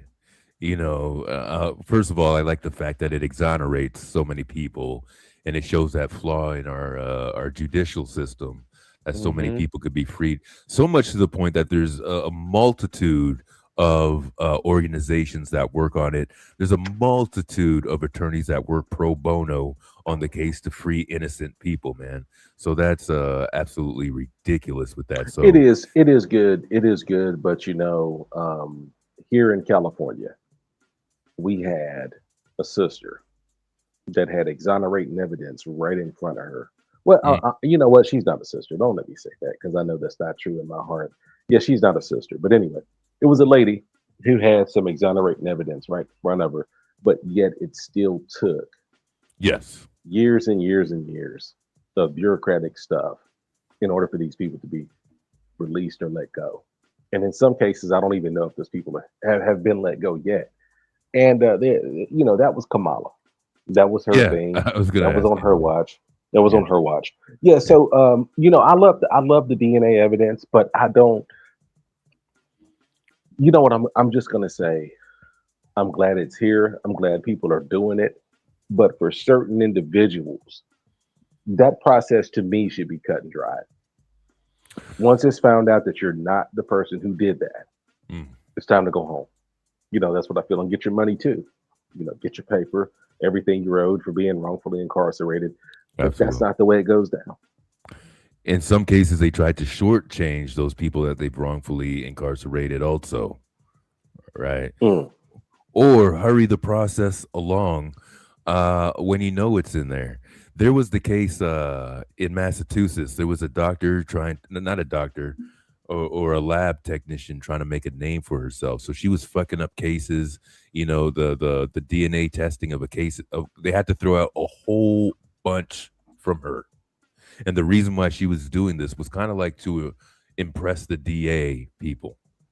But there's that as well. As we look for DNA and stuff, it could still be manipulated by dishonest people doing some bullshit. And of course, as you would figure with what she was doing, it was racially biased as well from the people that she was targeting by making their sentences longer or connecting them to crimes that they didn't do. Right. We've had a bunch can't of even we believe have a this couple of guys here in Long Beach that just that were already exonerated about 2-3 years ago. And why am I saying 2 or 3 years ago? Because they're just now getting released for what they'd already been exonerated for. So yeah, I like it, but the thing is, we still come back to the same old thing, the same old song in the end, and that is, the people with the ability to make the decisions do make those decisions. So that part right there. But yeah, I'm enthralled by the genetic genealogy. And it's even if talking about those, the ones that you're talking about in there for like 2 or 3 years, it's the two things: reasonable doubt and the right to a speedy and fair trial. Well, where does that get lost in the system? I think it's part and parcel. I think it's built right in there. I think that's the whole thing. These people, folks change the rules as they see fit. Yeah. They decide to do whatever they can do, and then here's the thing, man. There's not an or else that comes behind that. There are not people who can say, hey, you do the right thing or else. And yeah, it is what it is. I'll pack that on to the bottom line for the state, for any the DA or anything, is the prosecution rate. That is the thing. That's the barometer, and that's the thing that they hold up to have people determine how well they run the judicial system in their state. Is the prosecution rate for that. In a lot of places, like anything else, they're planning to inflate that rate by any means necessary. So if it means taking away certain rights, if it knows that you don't have the resources to defend yourself or act accordingly to it, you will, become the victim to that. Also, this great system. So do you think that resources or money is the answer for people that find themselves caught up in the situation? Do you think that's it lessens your chances? You think it does? Getting caught up. But I want you to be a little more specific with that. Money where? Money in the community, money I think for I think no, aid. I think no money as far as your defense is concerned. Who you can hire as a lawyer and things like that. Do you think that those things play a part in what the judicial system does I do. as far as outcomes are concerned? Yeah. Yeah. Absolutely. I Okay. think for one of the simple things, just to it broadens your resources, right? It Right. means that you could get an attorney that might not be overworked the way that they are, maybe somebody a little more experienced in the game. So in terms of that, at least it gives you a little bit of more of a opportunity to at least be placed somewhere near a level playing field, right? Right. I think was it Chris Rock said something about OJ, like if it wasn't the famous football player, or Renthal, Renthal, a bus drive-in murder. Right. Yeah, it could have been. It And definitely he could have probably been. wouldn't have got Johnny Cochran either. And That part. right, That right. part. Yeah. That part. And that So part. I think it's a two-part. I think it's who you know and how much you can give them. Like, I mean, usually a lot of celebrities throw money at those type things. That's what they do. They throw money at it. They go get that expensive lawyer. They go get, depending on how bad the crime is, that's how big, that'll determine how large that team will be. Yeah. And they will throw money at it. Lawyer up. That's Yep. lawyering up. Though when you have the power to lawyer up, you don't lawyer up with somebody from the county that they give you, right? You lawyer up with people you have on retainer, or they have. Yep. Or that you They have on- cost, because most likely, more times than not, they'll probably get off some people who actually have the resources. They have the resources to sustain that. Delay the trial for 3 years, the goofy stuff that they do, and it's like, why we have to wait that long? Right. Oh, because they were pushing back on not being ready for the. Doesn't matter. It shouldn't matter in my opinion. But if you have money to start stalling stuff, It's a different world.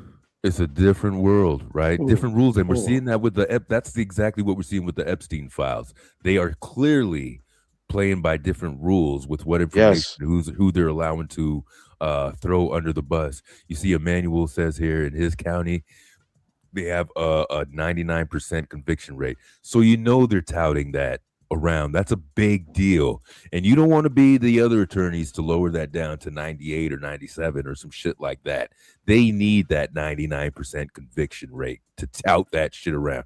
I think that I said prosecution rate. I probably meant conviction rate over there too. But yeah, these are numbers. does that include what is it? Pleading guilty? Like pleading guilty or any other Like sort plea of plea, deals. like You know how they do like plea deals, and the Alfred even though Drew. they don't have enough, they'll just say, "All right, I'm guilty," just to get a lesser charge. Right. That counts towards that number too?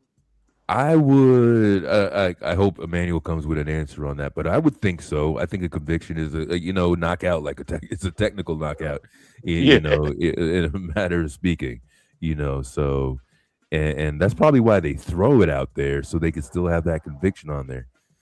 It's still because they still get to be charged with something. They're admitting, like, I'll admit to this and maybe not to this, and Yeah, I don't want to go to trial and face 60 years. I'll take this 10 on the chin and just roll with it. Yeah. So I think Which even is what that, goes down in most cases. Yeah. So I think in any terms of negotiation, it's still going, and this is my guess. I don't know for sure, but I'm still going to bet that it goes down for the conviction rate, too, with that also. Because they got to brag. That they got to do everything. That's Central Park 5 shit right there. They know the truth, and then they are they're trying to shape everything to go in the direction that they want for their conviction. Mm-hmm. Even so the truth is not enough. So we've already established that the truth is not enough. We're going to have some paper behind us. Do you think that if we get enough paper behind us, we can really change the system? Change it? So what? Justice. Nope. What's that? well, I mean, justice is guaranteeing that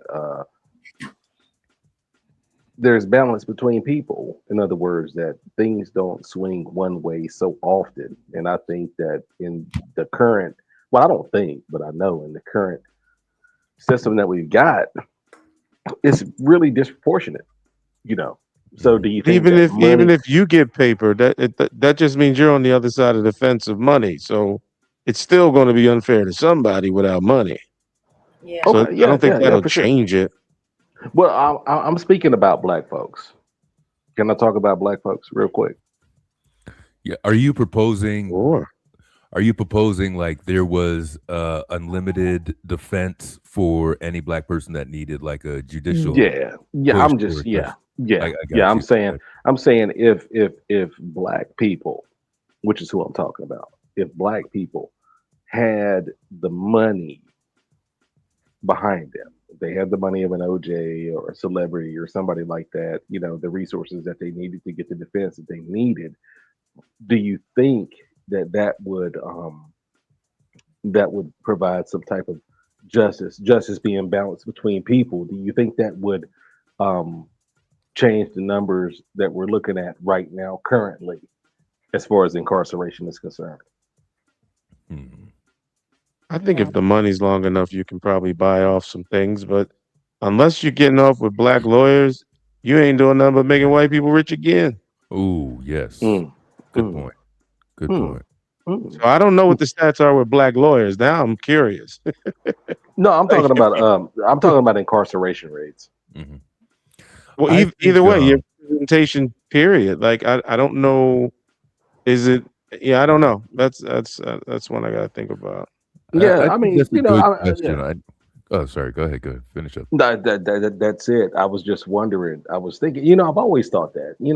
I wasn't just thinking it, but I've always thought, well, maybe if we get our money up, Mhm. that would kind of quell some of the disparities that we have as far as incarceration is concerned. But in my heart of hearts, I don't think I believe that. Right. In my heart of hearts with that, I don't think I believe that either.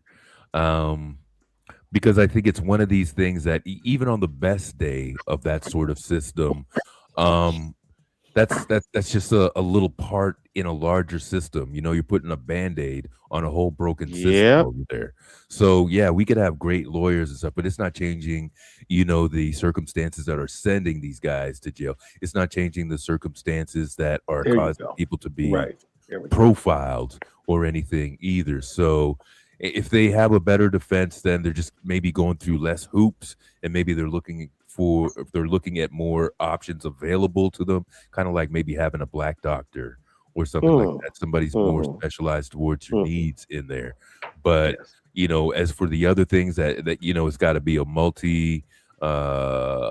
multi-level attack, land, sea, and air, man. If everything's going to be involved in that. We got to be a SEAL team, right?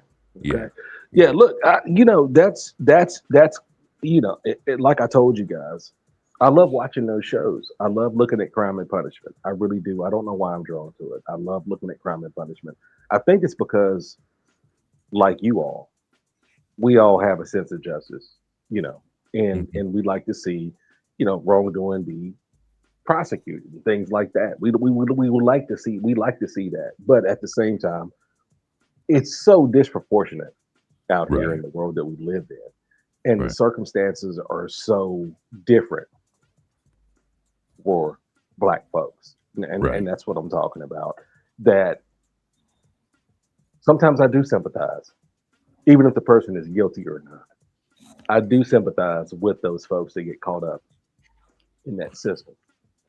And what is the sympathy for exactly? Another one caught in the trap, or they were unable to avoid something Yeah. that was purposely set up for you to fall into. Yeah, yeah. The latter, something that was purposely set up, and Right. everybody doesn't have we all don't have the same capacity. But the fact is, the trap is out there. I mean, it's Right. just like cancer. I mean,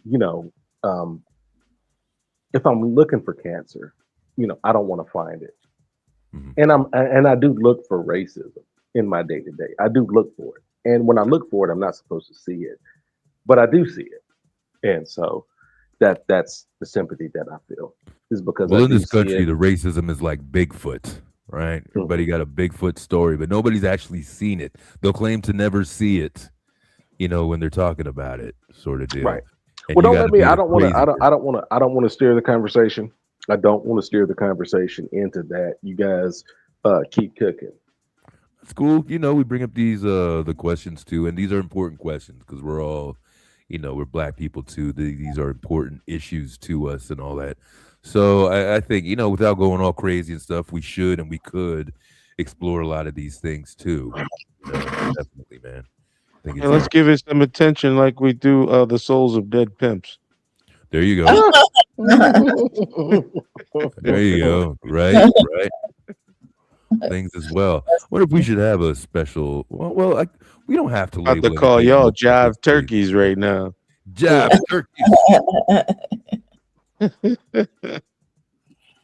Oh man. Yeah. I mean, hey, why are you calling up my thing there in the back? I don't know. Are you guys like me? Do you wonder, are things getting better? Are they doomed to get worse before they get better? Are they just going to get worse? What are we looking at? You mean for like black people in general? Yeah. Hey, you know what? I'll get on my STEM soapbox right now. So I'm on board with this whole STEM initiative to push to the black community because it has never been this wide open ever in existence of human for anybody to get on that damn gravy train. We are at the ground zero of technology right now. Like when the internet hit and there was people out there that knew how to manipulate it and make money off of it. Right now, that's what AI is. We're still in the infancy stage. People doing goofy stuff with videos and stuff like that. That's cool entertainment. But this is going to be your news source, your entertainment, your everything you can think of.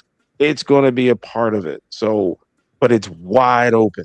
I mean, wide open. If you get good at it enough, then I'm not going to say it's going to just knock down all racial barriers and things like that. But if you are good enough and one of the first ones at the plate, you definitely got a shot at making a difference.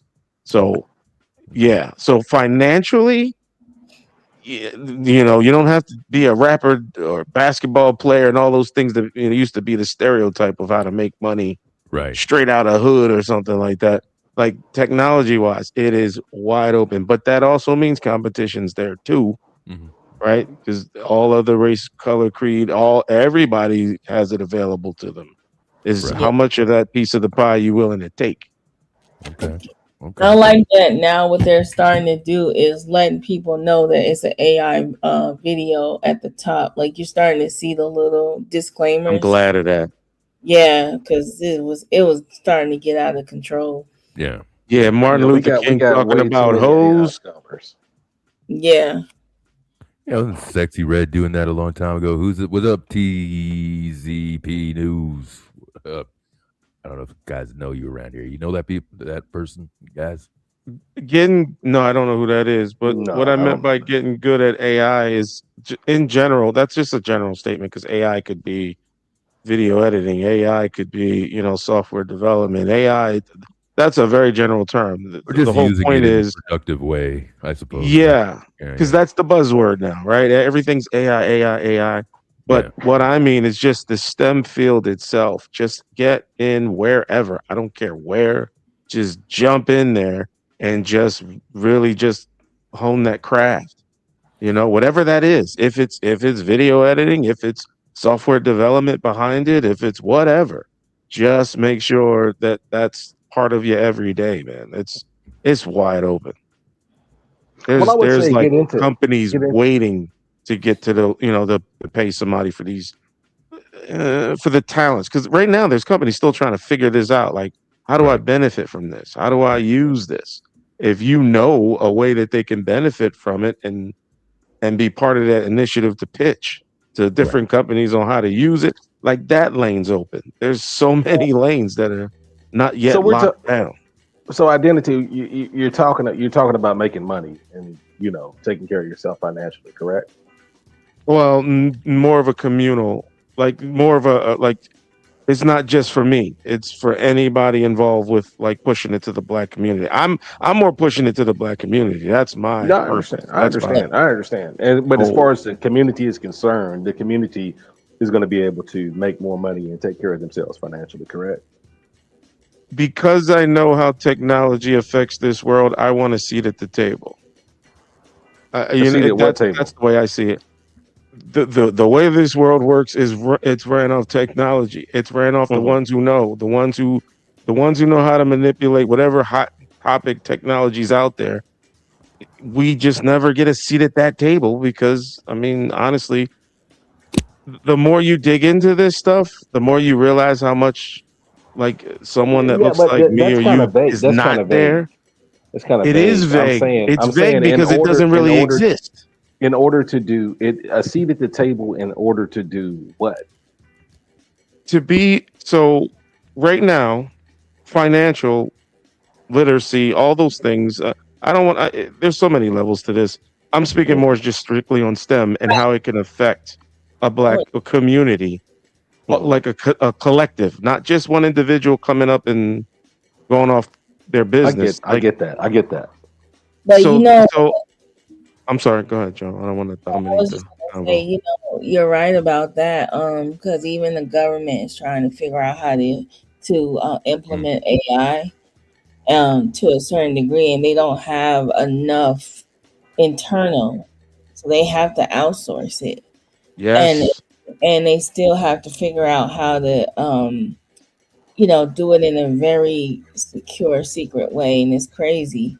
But what we are into, the black community, is the nostalgia of AI. So like how AI kind of brings back nostalgia, bringing history back, bringing back the way our loved ones, appeared, just seeing our past, future, and present. So, but if we can translate that into something more than that, right? Of growing, you know what I mean? So like, and I'm looking at the chat. So like with AI, like there's different like types of AI, because when we think of AI, we're thinking of like the simplistic, like just AI video. Yes. But it's more to AI than just video. It's more to AI than just chat GBT. You know what I'm saying? It's bigger than that. We can use it in scientific ways and things like that. So right now, there's like a freeze on using it on the government side right now because they still know how to control it, secure it. You know what I mean?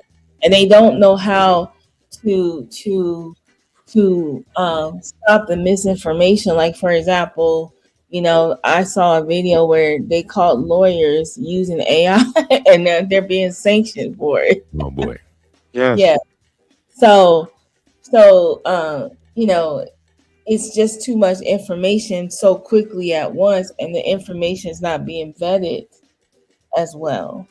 And so they're trying to fight through all that. So I'm kind of glad that they're working towards trying to feed through this AI information and say, okay, this is going to be misinformation. So hopefully they have the resources to do that. But I'm like with identity, if the black community can understand AI and understand how it works and to use it not just for play, but for more advancement of understanding how to do things. You know what I mean? Teach more of a teaching tool, then that would be good.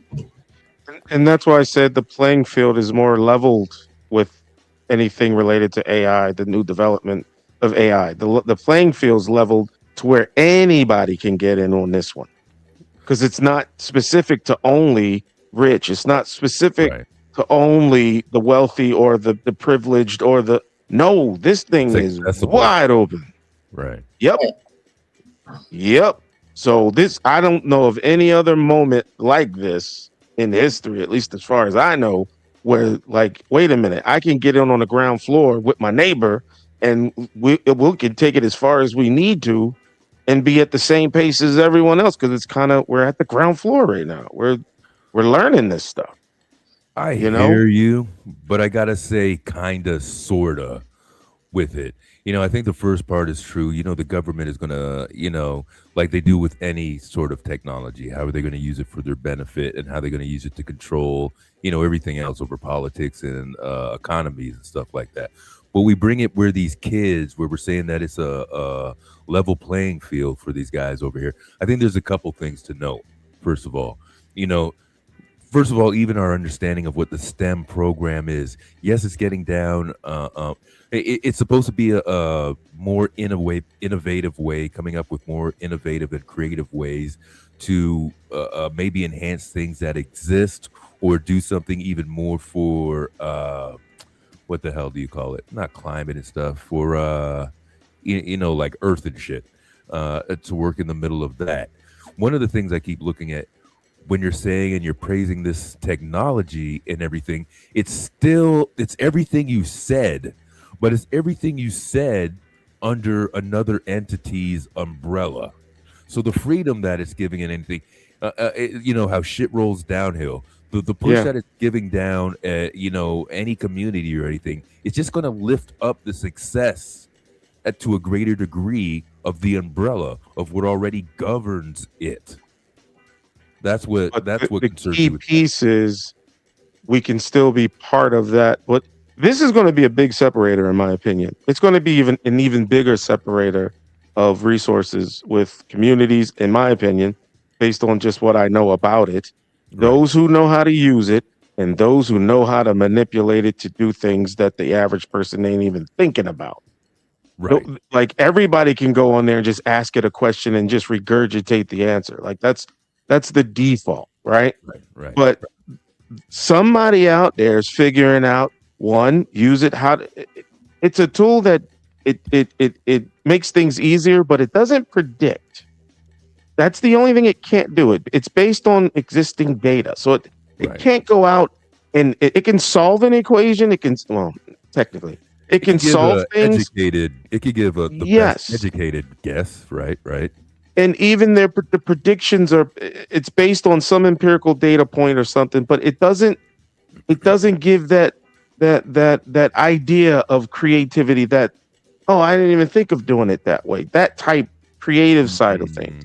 It's more of a tool to make things faster for us, and that's the general sense of, like, anything ChatGPT and AI. Even the paid versions, they're pulling from databases that are now getting locked down. They're actually locking down databases because they're not going to offer some data for free at some point. Right. So, by the way, some really good information is going to be gone at some point, or going to be behind a paywall. I guarantee you that. I want to jump in real quick and go ahead, Joe. No, I said I was agreeing with him. They have already started that. Yeah. That information ain't going to be free. Well, some of it's not going to be free. So now are we restricting ourselves from information after the Freedom Act? We're going backward. Hey, we're back to resources. Can you pay for it? Yeah, I think science, technology, engineering, and mathematics, have always been here. STEM has always been here. There's been nothing that's been keeping people from that, and I think I think that some of our scholars and things like that were privy to it, and I mean, everybody's privy to it. We're all citizen scientists. Let's be honest. We're all able to look at the physical world around us and come up with solutions for for things that are going on. We're all able to solve problems. We're all born with the ability. I don't think we're all able to do that one. No, I think we are. I think everybody is born with the ability to solve problems, unless you have really, really serious cognitive problems, and that would be people that we call handicapped or something like that. Unless a person is just not able to really process anything. So what I'm saying is, for the most part, all of us that have all our faculties about ourselves, things like that, we can all be citizen scientists, and we are citizen scientists. Every single one of us up here wakes up every single day, and we wake up to a problem, something that we have to solve, something that we have to figure out. So STEM has always been around. STEM is not a new thing. You know, it's always. So go ahead. Go ahead. Yeah, I'm sorry. I'm pushing back a little bit because I'm not of the notion that everybody can do it. Like everybody can be a doctor, but everybody's not going to be a doctor. Like I didn't say a doctor. I was using it as just as a simple example that like the opportunity is there to be whatever, but everybody's not geared for that. So do we have the propensity to do it? I don't know, because we're still like based on the numbers in STEM, we are extremely low on percentages and representing that part of science or that deep knowledge of science, not just this everyday scientist. I'm not talking that. I'm talking about an actual scientist, an astrophysicist. I'm talking about those positions. Everybody follows. Every scientist follows one thing and one thing only, and that's the scientific process, right? And each of us follow the scientific process. There's not one scientific process. Okay, there's different ones depending on the discipline. different ones, but depending on. Go ahead, Joe. What were you gonna say? But you also have to understand that people have their limitations are based on what they find pleasurable or what they like. Yes. So their limitations are based on that. It's like people, are not going to, take the time to do anything that is strenuous or hard for them and learn things once they reach that kind of threshold. Like, for example, if their goal in life is just the most simplistic thing ever, like they're going life, like, their threshold has been met. They have their cellular phone, they have a roof over their head, and they're making just enough money to do this. They're not going to expand beyond that. And that's human nature. So when it comes to like AI, there's always going to be people, because AI can't tell you what level of understanding and learning that you're at either. You see what I'm saying? No, AI basically, what I see people doing with AI is just repeat and regurgitating, which is what I saw in school too. I saw people that repeated and regurgitated. Right. I didn't see people that were really using their faculties to do problem solving. Now, we all do have that ability. And I think that, like you said, when we do get comfortable, sometimes the problem solving equation goes out the window, because we've so-called gained what we have to give. But the fact of the matter is, even for people that have got comfortable, whether you're talking about a crackhead or anybody else, the fact is they solved a problem. And people have been solving problems since the beginning of time. And so when it comes to AI, I guess I have to frame it and put it in the perfect context, because I don't want to be vague when I'm talking to people. So what I want to say is, AI for Black people in order to do what? And that's really the question. That was a question. I thought you were making a statement. Yeah. Can you go back and say that question again, please, Alan? Black people and AI, using AI in order to accomplish or do what? And that's where I'm at with it. But that question tells me that you would probably not be the one to benefit from it wholeheartedly. No disrespect, but the fact that you're asking that question, it's more asking for someone to give you the answer instead of having the initiative to go find purposes for it. Like the purpose may not exist yet. So if you're not thinking about something that's not in front of you, if you're not thinking about what's not even here yet, like, okay, I got this tool. What can I do with it? That takes some forethought. That takes some, sitting down. This is not trivial. I do not want to make it seem like it's trivial. I don't want to cut you off. I do have a purpose. Go ahead. I do have a purpose for it. And I'm asking, what would I don't know that every Black person's purpose would be what mine would be. And so that's why I'm saying when I'm asking that to you guys as individuals. AI, STEM, in order to do what? Now I know what. For me, what is it to you? To me, it's a game changer. It's As far as it's a game changer in the sense of any. I'll speak more anecdotally because it's a little easier for me. It's like 3 to 1 in the morning right now. But so it's that piece of information. Had you had it earlier in life, if someone told you to invest in a stock before it became something so big that you look back and you're like, damn, I wish I put money on that. If it's like that piece of information, if you can see this being part of the future, guaranteed, this thing's not going anywhere, anytime soon. Maybe regulated, maybe slowed down in other spaces, but it's not going anywhere. Let me cut in there for 1 minute, ID. I'm sorry to cut you off. Yes. But I also want to see or maybe hear you connected more to this being such a specific initiative of young Black people using this to get on the same playing field. It sounds like you're kind of just saying like, so let me give you more specific. Nice to utilize, but there's no real path to making that happen. Let me be more specific. Yes. Do you know what Arduino is? I don't think so. No. Okay. Do you know what if I say well, you won't know Arduino, you don't know Arduino. Is this all coding stuff, by the way? Yes. I'm not gonna know it. I'm not gonna know. So here's the cool part. You don't have to know. Right. Because of AI. There's fifth graders right now designing circuit boards, doing functions with code they don't even know how to write, but AI does. So they're using it to design circuits, to design functions, motors, moving bridges, all these different things. They're like 4th, 5th graders. No, and they're just I get that they might be using it, but who's hold on. Right. This is why I said if these things were given to you at a point where you didn't even know you were going to benefit from it on the latter part, that 4th, 5th grader that's practicing that stuff now, imagine the potential of where they're going to be in 5 to 10 years.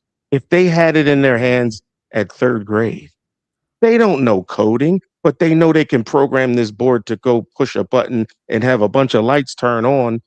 They were doing it since they were 7. Like that is a big game changer in anybody's community. But let me just add this. You're putting a lot of self or just consciousness into the minds of these young Black people for the sole purpose of I'm carrying this legacy. This is how I could propel my people by being involved by using this AI stuff. I think that's a lot of responsibility to be putting on the youngsters there. And, it is, but they don't know it. Yeah, they don't know it. They don't know it. Right. That's what I'm saying. It's the same reason why a baby picking up an iPhone right now, they don't know. They just playing with it. By the time they're in 3rd grade and 4th grade, you see how they're using these iPhones. They're nothing. Our parents couldn't even use a VCR at one point because I want to butt in for 1 second, real quick. Last call. I want to butt in for 1 second. Let me throw in this question. So when it's all done, when Alan gets his question in there, how do you propose to get this in the minds of young Black folks to use it for the benefit and to level up? I'll just leave it there for now. Do you want me to answer that before the question comes out or no? If you can, if Alan could wait for a second. I sure can. So how do we implement it now? First and foremost, we have to identify like where the need is, right? Or where we got to sift out who are the ones who are actually have do it.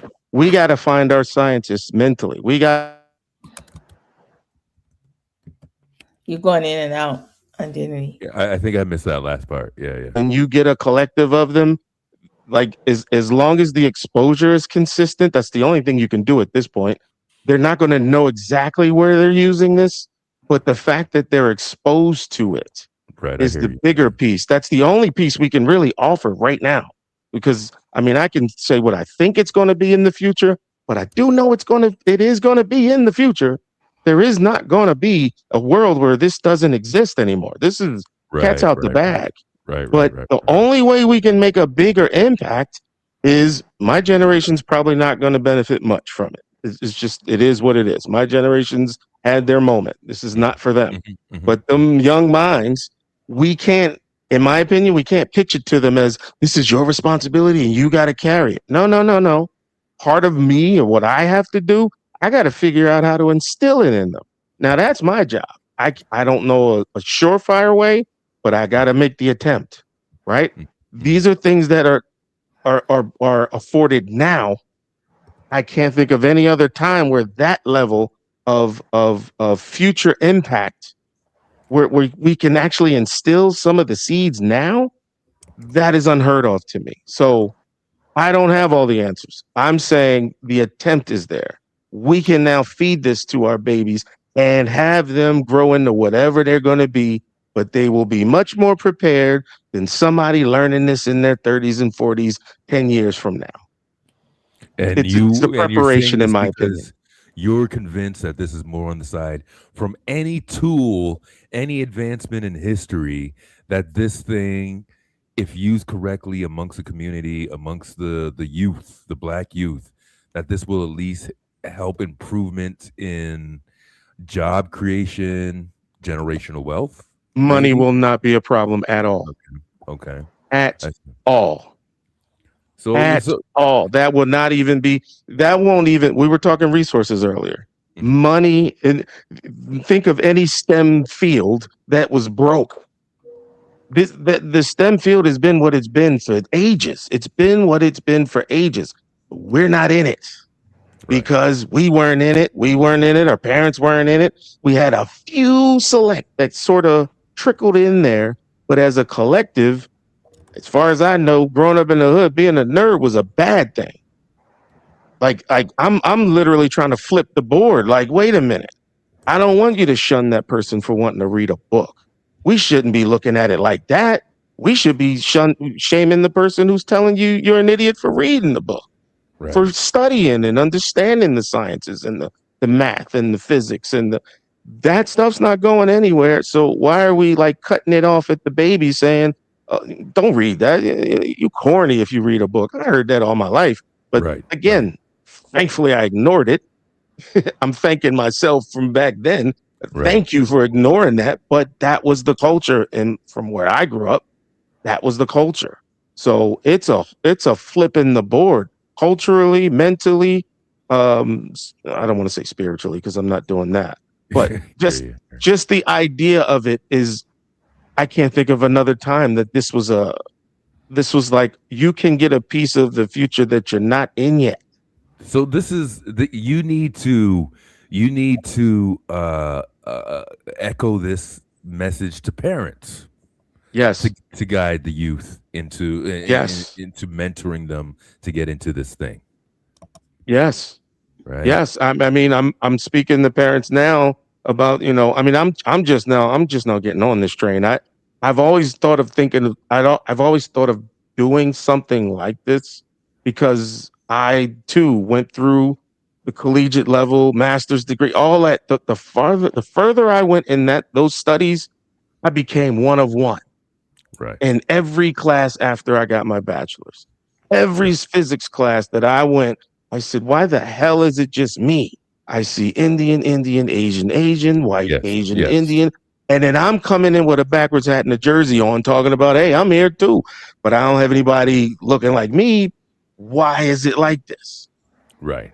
It bothered me enough to want to know when I get a chance to come back and just mind dump, just give everything I got. If it sticks, it sticks. If it doesn't, no harm, no foul. So, but it definitely takes me having to want better in the future, but also trying to make an impact on the future I may not even be a part of, right? I mean, it's not going to be overnight. Yeah. It is what it is, but it has to start somewhere. Who am I to say, to hell with this? I'm not going to make an impact. Yeah, that's probably why a lot of things didn't happen. because of that mindset. So I'm almost like training myself to stay in that mindset because I know it's going to be part of a future that I'm probably never going to see physically. But what else can I do? I mean, I could ignore it. I think Joe said it. I could just say, who Build gives a life. damn? Right. But I got to start somewhere, in my opinion. So I'm sorry if you forgot your question from earlier. Who's gonna make this bionic coochie that I want to have? I want You want that with or without jelly? I'm just saying. I don't know what you're into, but I think they're working on all that shit. They definitely have scientists. They definitely have a lab somewhere on that shit. For sure. And to be honest too, I'm not talking about trivial stuff. I'm talking about deep dive sciences. I'm talking about math that'll probably make the average person just pull their hair out. That type deep dive. I'm looking to impact that world. I'm looking to be not just somebody who knows the science, but somebody who's part of the pioneering of some new science that hasn't been invented yet. But you got to learn what's been done now in order to effectively deliver something in the future. You got to know what's going on now. So absolutely. And I think AI is actually a detriment to that because it's like hitting the easy button. I can't imagine how much easier college would have been if I could just chat GPT a term paper. You remember them term papers, bro? What? Man. Dude, first of all, I remember microfiche. Oh, Jesus. Oh, yeah. That shit. Lord knows you had to look at that shit like you were a CSI, like you were the crime scene investigator in a library. You got this. You got to use the cabinet for all that shit. So yeah, man, I remember that. I remember what real research looks for. Remember that card catalog where you had catalog. Yeah.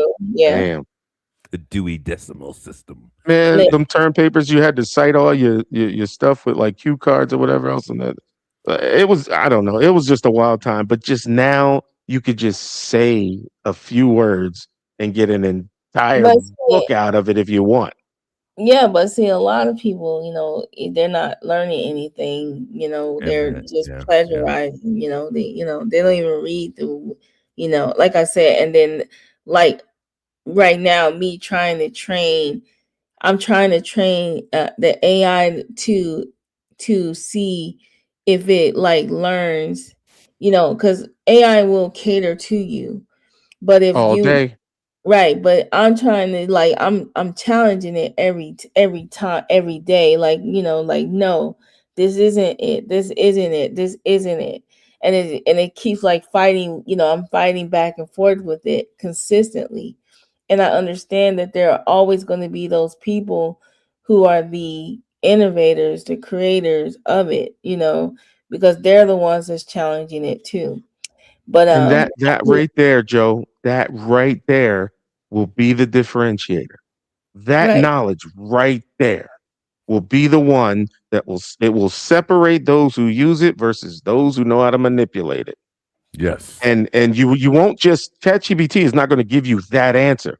You're going to have to learn how to get that. Learn this, how to develop it, how to make it more mature. Like those things, you're going to have to put the legwork in for it. It's not going to be an answer that's just printed out on the screen.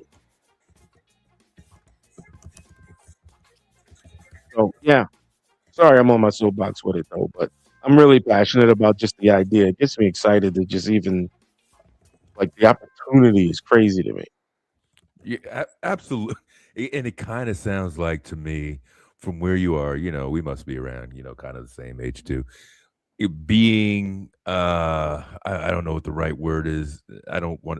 Being impressed by this technology that we didn't have. I think you have big hopes for it also. You see its potential, Yeah. But based on what you want its potential to be, we really do have to make, because it's not enough for just the schools to advertise that they're part of the STEM program and stuff like that. I think it's like most things that were available to, yes, a little bit more accessible, but unless we're really guiding the kids this way or into it of how it could be advantages for them, it's like any other tool, Yeah. I'm definitely in a very unique space. Hey, look, shout out to Q Butter. I gotta admit, the minds that he's starting to attract over there. I know sometimes it gets a little messy on that panel, but there was a time where I'm on the panel. There's a nuclear physicist that comes up on the panel regularly. There's another electrical engineer that's actually about to graduate. He's coming through every now and again. Like you can tell that the clientele is shifting. Mm-hmm. And every time you see a smart black mind in that chat, grab them, pitch the idea. Hey, be a part of this. Like pull them in. Like you see what's going on. Come on in. We'll find a spot. You can teach you whatever topic it is. I think there's a medical student in there too, young lady who's actually in medical school. She's going to be part of it. So it's a weird space because a lot of effery happens. But it's somewhere in the middle, there's these conversations that come up. There's so many people trying to come up with some chat GPT stuff about quantum physics that they never got out of high school math, but they want to talk about quantum physics. Like that's crazy to me. But the fact that they know, let me go over here and talk about this, like that sort of brings a lot of people who want to flex. But every now and again, you get that one that's like, no, that person right there knows what they're doing and knows what they're talking about. I was over there one time watching, and y'all were playing like science games where y'all were guessing, and I knew like all of it, and it was like some guy he didn't know nothing. I was cracking. I was like, this dude, he was trying.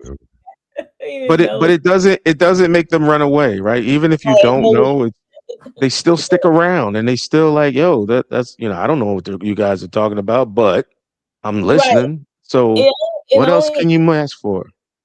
It's only not effective when you have somebody arguing with the answer. It's when you're arguing.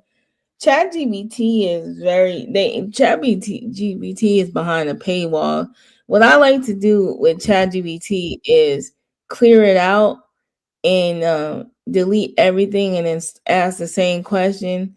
And because after a while, it'll like cater to anything that you're saying. So ChatGPT is like,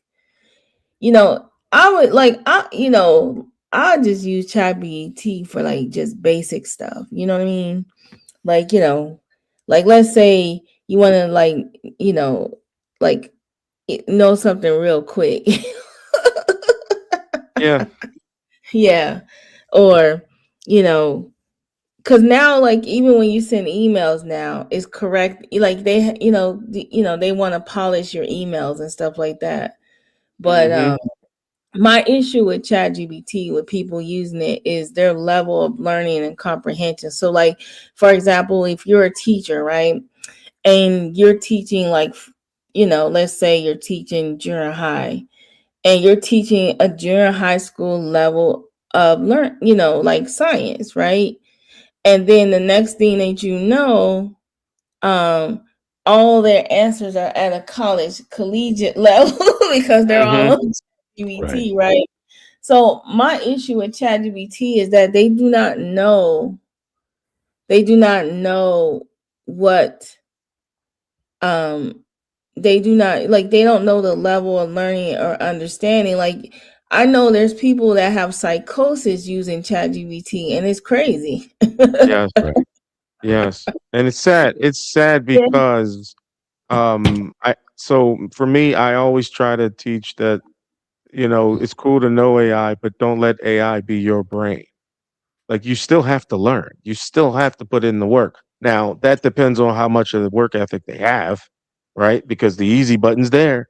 I could just easy button my way through some shit. I'm good. But again, it should not be your knowledge. Right. It should not be your level of understanding. It can help you through those rough spots, but it should not be the source of what you know. That's where it's becoming a problem. I think it's already a problem. I think it's way. Well, yes, you're right. It sounds reasonable to people like you and me because I'll put us in the category that we did the work, got some degrees, know how, yeah, where you actually have pride in your paper. You believe every word of whatever Yes. prompt that you got. You went out and you sought the research for it. You backed up your answer and everything. This is the shit that you're handing. This is what the Chat GPT is not going to produce for you. That the feeling of a job well done and to completion and real fact hunting as well. And also it will lose your actual level of understanding of if you're writing some term paper and you have no knowledge of what it is, what it's about, but ChatGPT filled in the gaps, and those gaps may be 90% of the paper. Right. Like, Right. yeah, you're right. The feeling of writing it is gone, like that feel good of I did that. But now it's being replaced with the satisfaction of it being done fast. Like Yeah. that's the glory. Chat But GPT you can is still basically use. Cliff Notes. That's what we're doing. That's what we're doing lately. Mm. It can't teach Say that But again. it can't teach you how to think. We're dealing with the Cliff Notes, man. Chat GPT cannot teach you how to think. What it can do is give you something to read and regurgitate. And that's what's really going on. Now, my whole entire life, right? I was looking at Google when it came out. It was going to be the brand new thing that leveled the playing field. Before that, we were looking at DOS and DOS first. I'm 50 years old. So DOS came out. DOS was going to be the thing that leveled the playing field.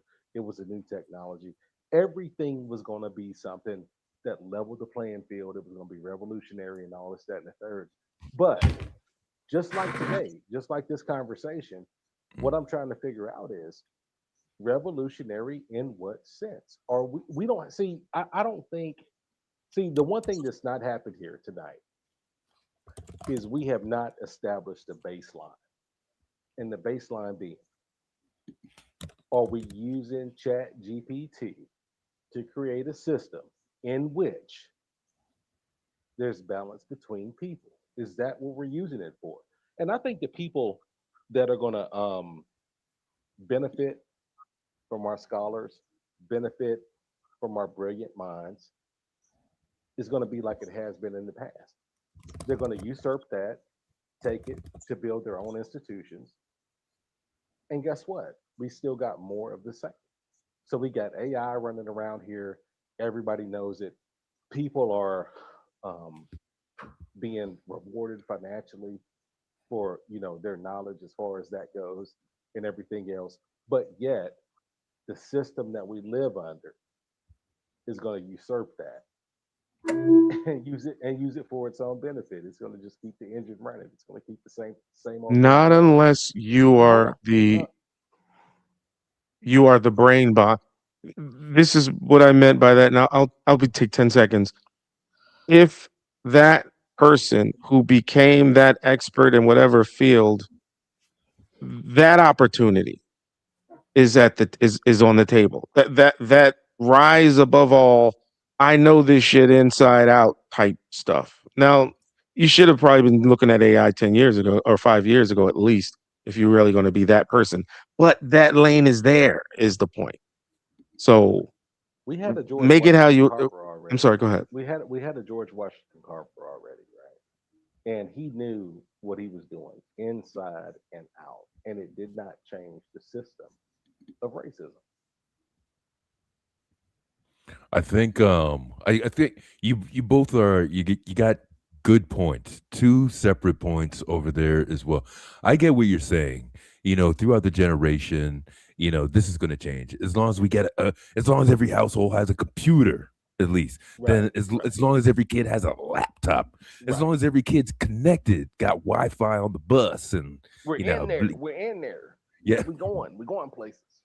But I think one of the things also that we were talking, one of the the $1 million question is how we we parlay this usage of this technology, particularly to us. Otherwise, it's like everything else that you already mentioned, But right? nobody here has mentioned a baseline for what it is they want to use the different tools for. Nobody has mentioned that. Nobody has said, hey, look, we're doing AI in order to accomplish X.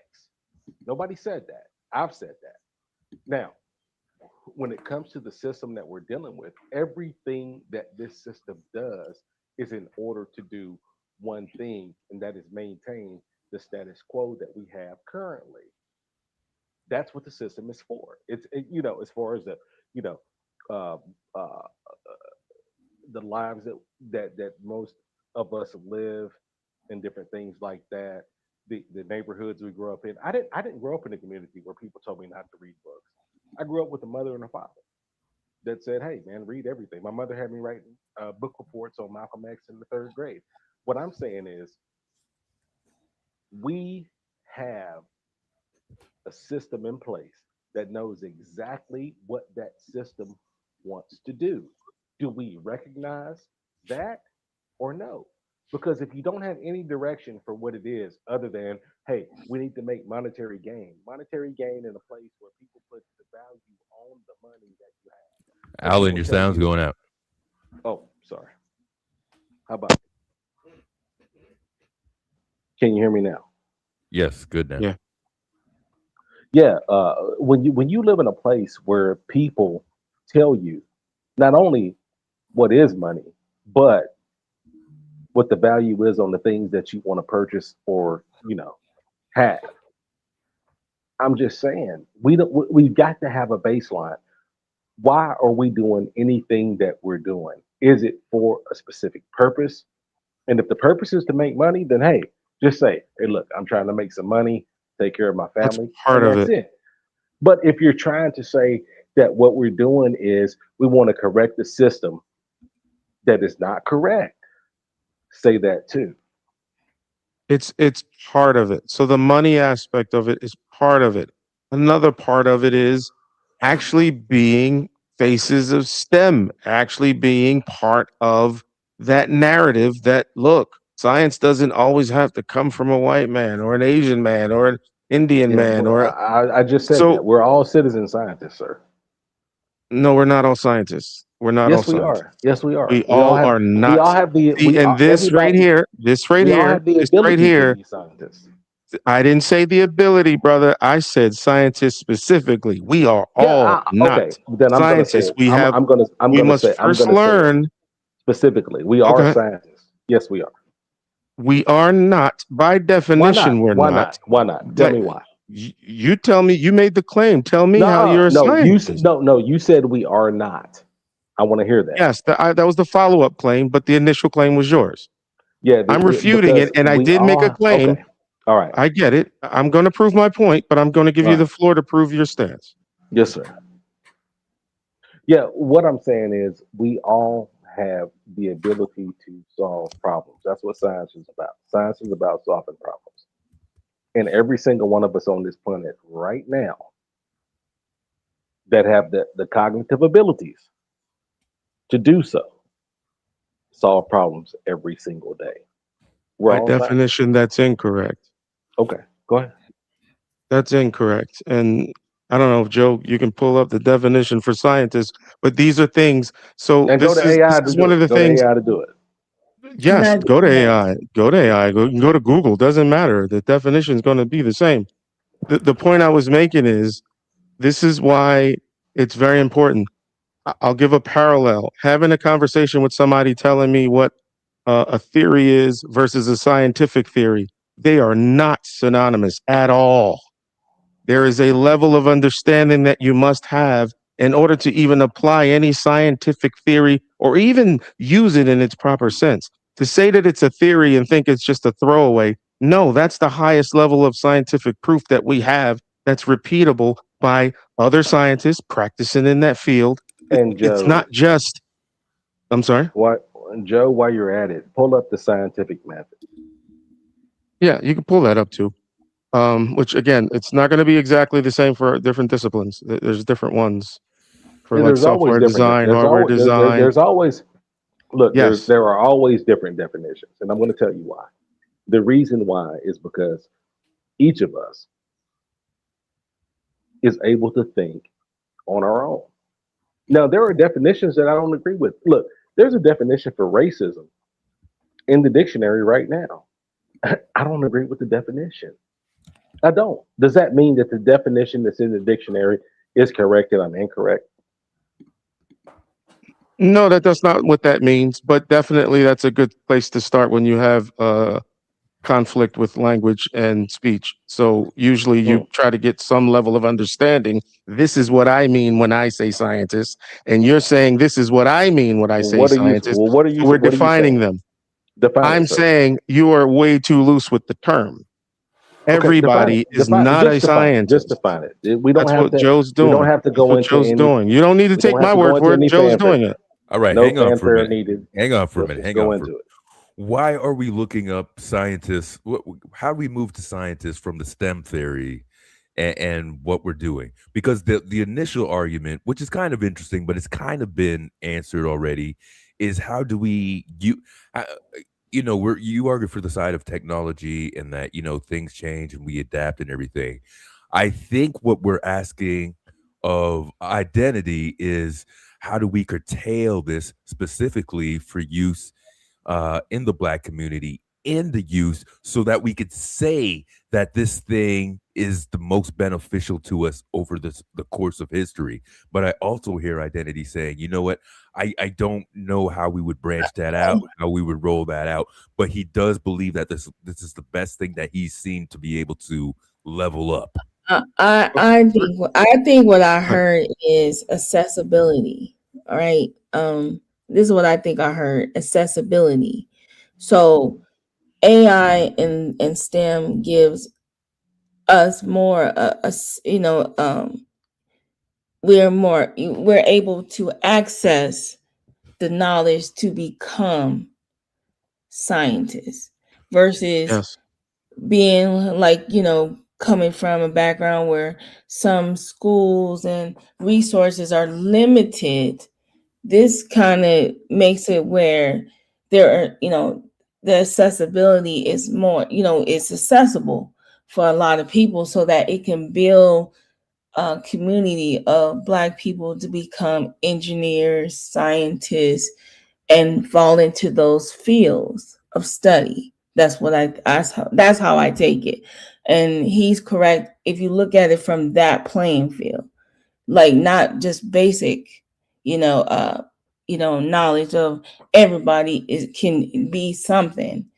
Basically, like, if you live in a neighborhood where you're disadvantaged and the school system isn't, developed enough, then here's this program, here's this software that's available to you that you can catch up and build from, and you can, come from that. So I take it like what he's really actually saying is, these jobs, like we don't have to dream about just being a basketball player, a football player. We can learn calculus, we can learn chemistry, we can learn not just basic not just what is available to us just in our neighborhood and what we just have, what we can grow to be, you know what I mean? So introducing the Black community and our youth to these things can probably advance them in those areas, in those in those neighborhoods and things like that.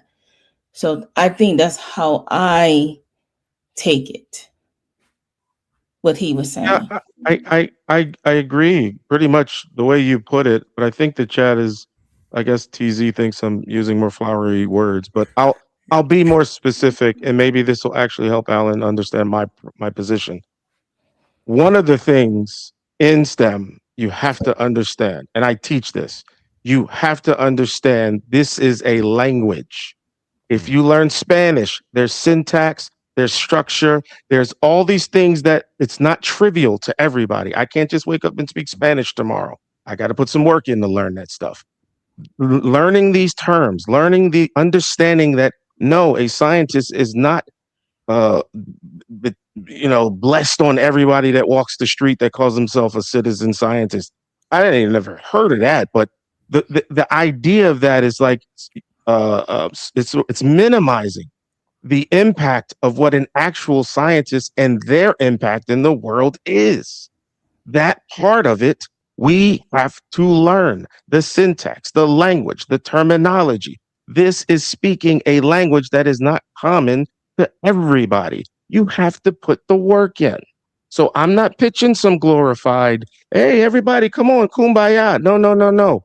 This is not for everybody. I'm just trying to get as many as I can get because there's not many from the pool. So I'm just trying to just grab anybody willing to stick with it and ride it out. But I do understand the ones that are going to learn this to a point where they become the gurus, they become the go-to person, man or woman. They are the ones that are going to be more impactful in the future when everybody's still using it for video editing. Somebody's got to get in on that train. If I can help somebody get on that train, that's what I'm trying to do.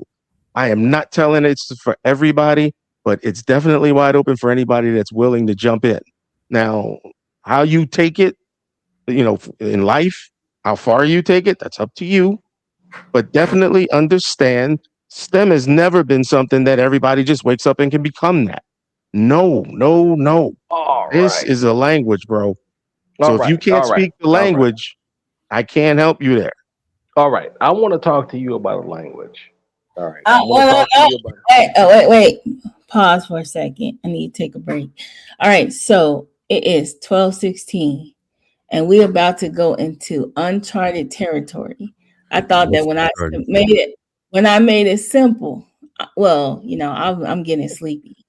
But we made Joe, I know you got an all-nighter in you. Come on. No, I don't. I tried to make it as simple as possible. We're talking about apples and oranges. On the basic level, everybody learns, if you put your hand on, fire burns, it gets hot, blah, blah, blah. We know that. And then on a higher level, engineering, we need more Black engineers. We need to go back to having more scientists. We need biologists that kind of are for us, that have the understanding for us. Like, for example, they think that Black women have What do you mean for us? What do you mean for us, Joe? Like, for example, people don't know this, but Black people can't take ACE inhibitors. Does not work for us. Okay. So the more scientists, the more doctors that we have that have an understanding of our makeup and who we are, then that helps. You know what I mean? They understand, what we're like. If you are a young person, you grow up and your parents had diabetes and things like that, and then I think Black folks did know what we were like. Right, but we need to go back to it. I think we've always known. Joe, let me get this out. I know you want to cut me off. I understand. Listen, here's the thing. So identity. Yes, sir. For the time that we've been in our Holocaust, the time that we've been in our Ma'afa, you don't think that we have people that understand science, that understand STEM. Never said that. Hold on 1 second. Folks that have been able to solve the problems that they've been having, or try to, and deal with it in a way in which I've never seen any people under the sun ever deal with. Right? We came through this thing, I won't say victorious, because the goal is not met, but you've never sat down and you've never sat on what it is that you want STEM to do. You never came out and said, hey man, this is my baseline. This is what I think STEM can do for Black folks. This is what I think will be the outcome for our people. You never said that. You never said what you hoped it to be. And I'm telling you that no matter what the tool is, AI or anything else, we have to have a baseline for what we're trying to use it for. That's it. Or those that know the impact that it could have, because it will be part of the future, probably in much more instances than what it is now. Like right now, we're still at the infancy stage. So those that know that impact is coming, to get anybody involved in it, they may not even know what the purpose is, but getting in on the ground floor. If you don't have a purpose, what's the point? That's for the babies. You What didn't is let the me point finish. if you don't have a That's purpose? for the babies. You're not the baby, right? So for you, I would tell you personally, like I said, I'm in your boat, bro. I'm your age. So I know my time of that major impact. I don't have the time to go back and Oh be my a God. guru in this stuff. So Oh I my can't solve the issues that you face today, which is why I said the babies are the target. That's the target, All not right. you. And No disrespect. the target in No order to do disrespect. what? In order to do what? Okay. I Hey, said it before. So is there music playing? Joe, what are you doing? what? What the heck are you doing? Sorry, I got y'all attention. Oh my God. You always have So, mercy. so What is it? to wrap this up.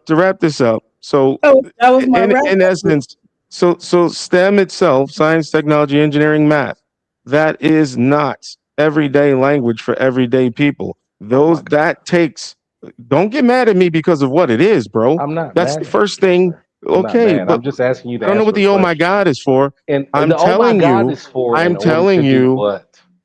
and I'm telling you, it's a separator in resources. It's a separator in knowledge base. It is a separator completely with those who know and those who don't.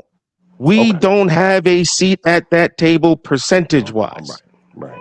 That's why you look at any resource starved area, they don't have certain things based on pretty much the professionals can't even scratch the surface of what other communities can do. We don't have representation in these spaces, and they impact everyday life. So how do we get in them? The situation we're in All has right, nothing to do with Pause. STEM. All right, Oh my God, Joe! Why do you do that? I Can we get Joe can't in go there? back and live in I understand Joe, slavery happened, but Joe, I'm not a Joe. slave. I can No, read a book we're not now. talking about And now that slavery, I man. can Stop read a being book, so well, simple. then you're Stop bringing being up so. Holocaust, bro. You're You're bringing up sounding Holocaust. simple. That's You're sounding unrealistic, simple. bro. You can say that it We're happened, dealing with a and you can situation say in which we're that it working happened, with power. and you We're can working say with that it power. has an All impact right, on go the ahead. black community. Yes, I get that part, but I'm not going to sit here and stay stuck because you want to keep talking about the Holocaust. No, That is no, not the no. plan. That It's is not the not the motion, Holocaust. bro. It's not the All right, let's Holocaust, bring and it that's back, people. disingenuous. Let's Listen, bring it You back. what we're brought it talking up. about, we're talking about a system of power, right? We're talking about a system that doesn't care what you know. All Who right. said that? It ha- Wait. Who said history that? has said that. History Who has said said that? that. History has said that to us so many times. Wait a minute. So you're saying because history said you shouldn't know shit, so I'm not even going to take your word for any validity. No. So you're telling me that You okay, go should ahead. I'll know listen to what you're saying. you should know everything that it is to know. Yeah, of course you should, but we're dealing with a system that works off of superior force and superior force only. That's what it works off of. Now, if we're learning STEM, are we learning STEM in order to overcome superior force? Define that. Well, That's too general. here we go. Superior force is the fact that Black people are the most incarcerated on the planet. Superior force is the fact that Black folks are the most impoverished on the planet. Superior force is the fact that we have the lowest life expectancy of any group of people on the planet. Now, do you think that is by nature or that is by design, sir? I don't think black people are just by nature that Okay, cool. what you picture it as good. incarcerated and but again we're talking percentages here. So you say that they're the most incarcerated. I'm We saying are they're the the most least in STEM. incarcerated. I'm saying they're the least in STEM. So STEM will stop the incarceration rates. Last I checked, I didn't see many drive-bys at universities because somebody wanted to read a physics book, bro. Okay. I'm And so sorry. I'm STEM saying will increase the life expectancy of us. I didn't say that. I was STEM speaking will more of the increase the violence. wealth. I was speaking more of the wealth. violence because you brought it up. Those are the facts. Those are the facts. All right, guys, do me a favor for a minute. Hang on. And black people only having 2% of the STEM pocket. Hold on. Let's break it up for just a minute over there. Can I get in Joe here? got something to say, and then we got to kind of bring it back home a little bit after that. I got you. Hey Joe. man, look, let me drop off because I understand that cats are emotional and they're not thinking rationally, man. This is not Really, dude. thinking. This is not Really? scientific thinking, right? All right, This is why he can never be a scientist, bro. This is why he will never be a Of course scientist. I'm a scientist. Of course I'm a scientist. Of course I'm a scientist. A citizen scientist. Let me know when they hire those. Yeah. Let me know when they actually going to uplift the peoples. Citizen scientists. Well, who's going to hire them? Who's going to hire the citizen? You tell me. I've never hired them. I'm blocking your sounds for a minute, so just hang on for a minute. I want Joe to get off, some words over here. So just do me a favor. Hang on for a minute, guys. You got it. You got it. Yeah, I didn't drop off. But anyways, what I would like to say is that, fellas, you guys are talking about two different conversations, and I'm like, my brain power is I shut off. Alan, you're talking about real world, environmental, what's going on in the world, and whatever. And identity is talking about a specifically, like, what we can be in this society within our own community. And you're talking about what we are like in a black space, this is what we already are. We've but already been citizens. Countries, We've already been scientists. But in countries where education is very, very strong, you have young people that are engineers and things like that, right? They are engineers in other Black countries. people are the smartest people on the face of the earth. We are a global society. And Black so folks now that have always been the smartest. Let me finish. Now that we are a global society, right? And in other countries and other spaces, right? In other countries like in South America and stuff, I just saw in an African country in South Africa that they were building, they didn't build plants over there. And the people look like them. He's talking about here, because now that we are a global society, that if we don't grow within our own communities first, you're talking about, this whole black thing. Like, we went all the way back to the other day. The other time we were on here, we we're talking about what black people, where we will be and all this nonsense. What I'm saying is this. It's good to encourage, especially the fact that I'm living with someone who actually is a scientist. Okay. It is good for him to hear stuff that Identity is saying, because that's what he does. His job is he went into those communities to try to bring us to where we need to be scientifically. You know what I'm saying? To bring out more engineers, to bring out more biologists and things like that. We need that in our community. We don't have those things in our community. So that's what Of course we do. Of course we do. No, we do not have those in those communities. Because if we had those in those communities, then we wouldn't be struggling educationally, and we wouldn't have governments taking over schools and stuff like that. And we wouldn't have to rely on the Department of Education for what we need. So what he was trying to say is that beyond school and beyond what we've been giving, this system that's evens out the playing field, because they don't have to rely on that. Just like when we were younger, our parents got us encyclopedias. They didn't just totally rely on what we learned in school. Some of us got encyclopedias. Some of us parents went out and got books and taught us about who we were, who we are. And they introduced, anytime if a parent heard that their kid was into being a doctor, we would go out. Yeah, I had Britannica, Joe. Go ahead. Right. So in this day and age, in the age of the internet and social media and things like that, What we're saying is now it's not just a encyclopedia.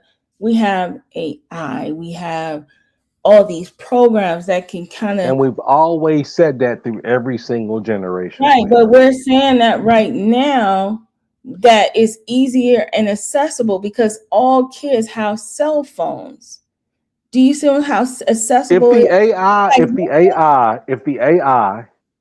If everything that we're learning, the so-called scientific stuff that we're learning, right, is not used for superior force, we're done. Because as far as I can remember, there's been nothing but black genius around this joint. There's been nothing but black genius. Well, ever since I can remember. Ever since I can remember. Hold on, Joe. Ever since I can remember, there's been nothing but black genius. What has been? What has stopped it? What has stopped it? What stopped it is superior force. If we're not going to direct the AI, if we're not going to direct what we learn in any specific aspect, we're done. Alan, let me finish. You're thinking about coulda, woulda, shoulda. We're talking about right now is a game changer right at this moment. We got problems right now. At this moment, listen, Alan, I'm not going to do this. I already said what I'm going to say. I'm going to say it to, I'm not saying it to you. Careful, Joe. Don't get emotional, Joe. Don't get emotional.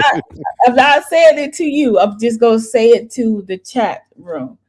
This is a game changer because if you have children, grandchildren like I do, and some of us do, it's a game changer. If my grandson can sit there and play a Nintendo Switch, he can learn how to code. If my grandson can understand how to build something, then he can learn how to code, he can learn science, and he can be he has an opportunity. He doesn't have to rely on the school, just like he doesn't rely on his school for his blackness, because his grandma makes sure that he understands and sends him books and education to educate him on that. I can also take the initiative to introduce him to this world so he can grow and expand his education. He might be a scientist. And so can I say something? And I was one of those. No, you cannot say nothing because I'm about to put a period on it. All right, I understand what you're saying. I'm just saying what I want to say. I'm glad that we can learn everything. I want us to learn everything. I do want us to learn everything. That I'm talking about the direction. If our kids can sit on TikTok and do all those different things, and the educational system is failing our children, then we have the ability to use this technology to our advantage. And all identity is saying is that he is one of those people. He is one of those people who got boots on the ground. He's not talking in theory. He's actually doing the work. So, Alan, all I'm saying is this conversation wasn't going anywhere. I'm tired as shit. I worked all day and been up since 5. So I don't want to go back. Well, thank God you're the only person that works, Joe. Nobody wants to hear your old day, but you're right. We need to. I mean, the chat is. The only thing I got of that was she's a grandmother. That was crazy. That was terrible. That was terrible because it just Joe. I don't understand. When you used to come on my show. I never diminished. We can't go back. It's all. I never did. Oh, okay. We're not going to go back in time. Listen, Joe. Back at the show. You know what? I like to hear what people are saying, but the fact is, Joe, it sounds your conversation is pointed, and what I'm saying is you're not hearing the plethora of what I'm trying to get over, and what I'm saying is.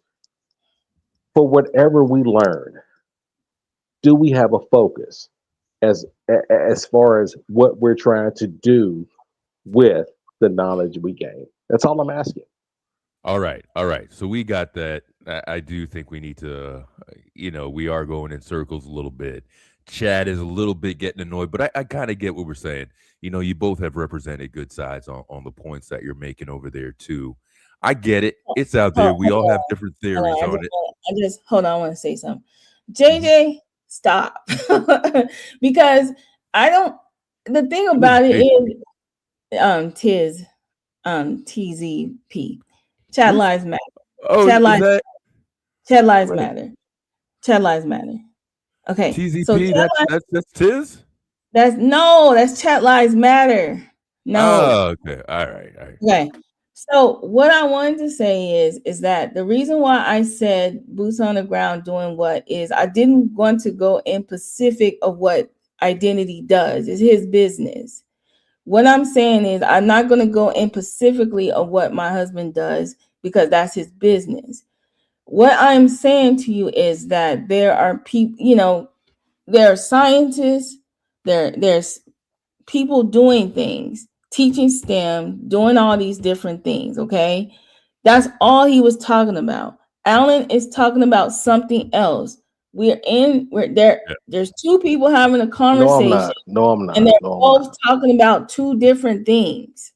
One is talking about overall systemic racism, blackness, of how all this intertwine.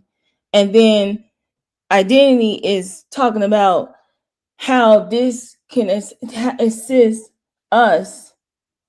Oh, okay. You're asking Identity. Assist us as a community when it comes to building scientists, engineers, and educators, things like that. It's two different conversations. One is really like broader versus one just being down to the point. That's all it is. Okay. That's what I'm saying it is. So Alan, you guys are arguing about two different things. Alan's Identity hasn't changed his position. You haven't changed your position because y'all are talking about two different things. So I'm frustrated. And I would say But it I'm comes down not to arguing the the language point. again. I'm not arguing with Identity. I don't want to have an argument. I'm just seeking answers, and that's what a scientist does. All right. Anything.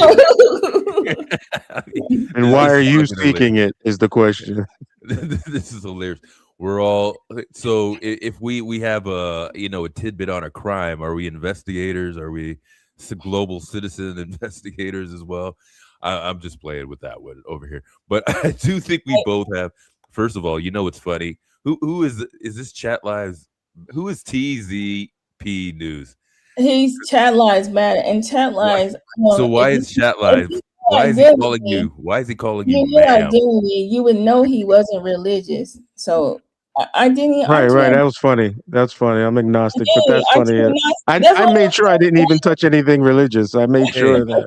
Hey, Identity. Don't we have to talk about Even I know he's agnostic. Don't we have to talk about the flat Earth identity? We can go there too if you want. No, I don't. No, I don't, man. Hey, speaking of which, I've actually had conversations with people who want to tell me about free energy, and come to find out they're writing like ChatGPT books, but they want to talk to me about free energy and energy propagation in the system. And I'm like, wait a minute, did you even finish high school? That was I didn't. Remember I sent you that video? Yes. Yes. That video that showed that actually showed you, But if you don't fly around the world, like if you never been in an airplane, it's hard for people to know. So what I am saying is, all I'm saying is that Chat Lives, you could always hit the panel as Identity yourself. Alan, thank you for coming up. Shut up. I'm good. Well, Joe, can I always hit the panel or what? What's happening? As long as you are not argumentative and point, and you did good. Look, earlier. I'm gone. You did good earlier. Alan. You know what? I understand. This is not about getting to anything. Did good. This is not about getting to anything. I get it. I get it. That's now. fine. Alan, Alan, have a good one, y'all. You're just gonna run off over there? Yeah. No, go ahead. Go ahead. Last call. No, we definitely, I think last week was a little bit difficult, but I did want to say a couple things. But you stepping on here, I do appreciate, you did exactly what you said you were going to do. in the comment log there, how you assessed the show differently, and you were going to come on and whatnot. I just have a couple things with you because I didn't really want to proceed, but we came on go here. ahead. Go ahead. We did our thing Please. as well. So last week when you came on here, you were accusing me of something, and I just feel like I can't have comfortable conversations with you, knowing the things that you said last time, if you believe them to be true, and you want some sort of retaliation. Last call from them. I don't want any retaliation. That's not why I'm here. Listen, last call. Let me ask you. But okay, so before you ask me a question, answer my question. Yeah. Number one, do you still believe that I'm this person that you're accusing me of being?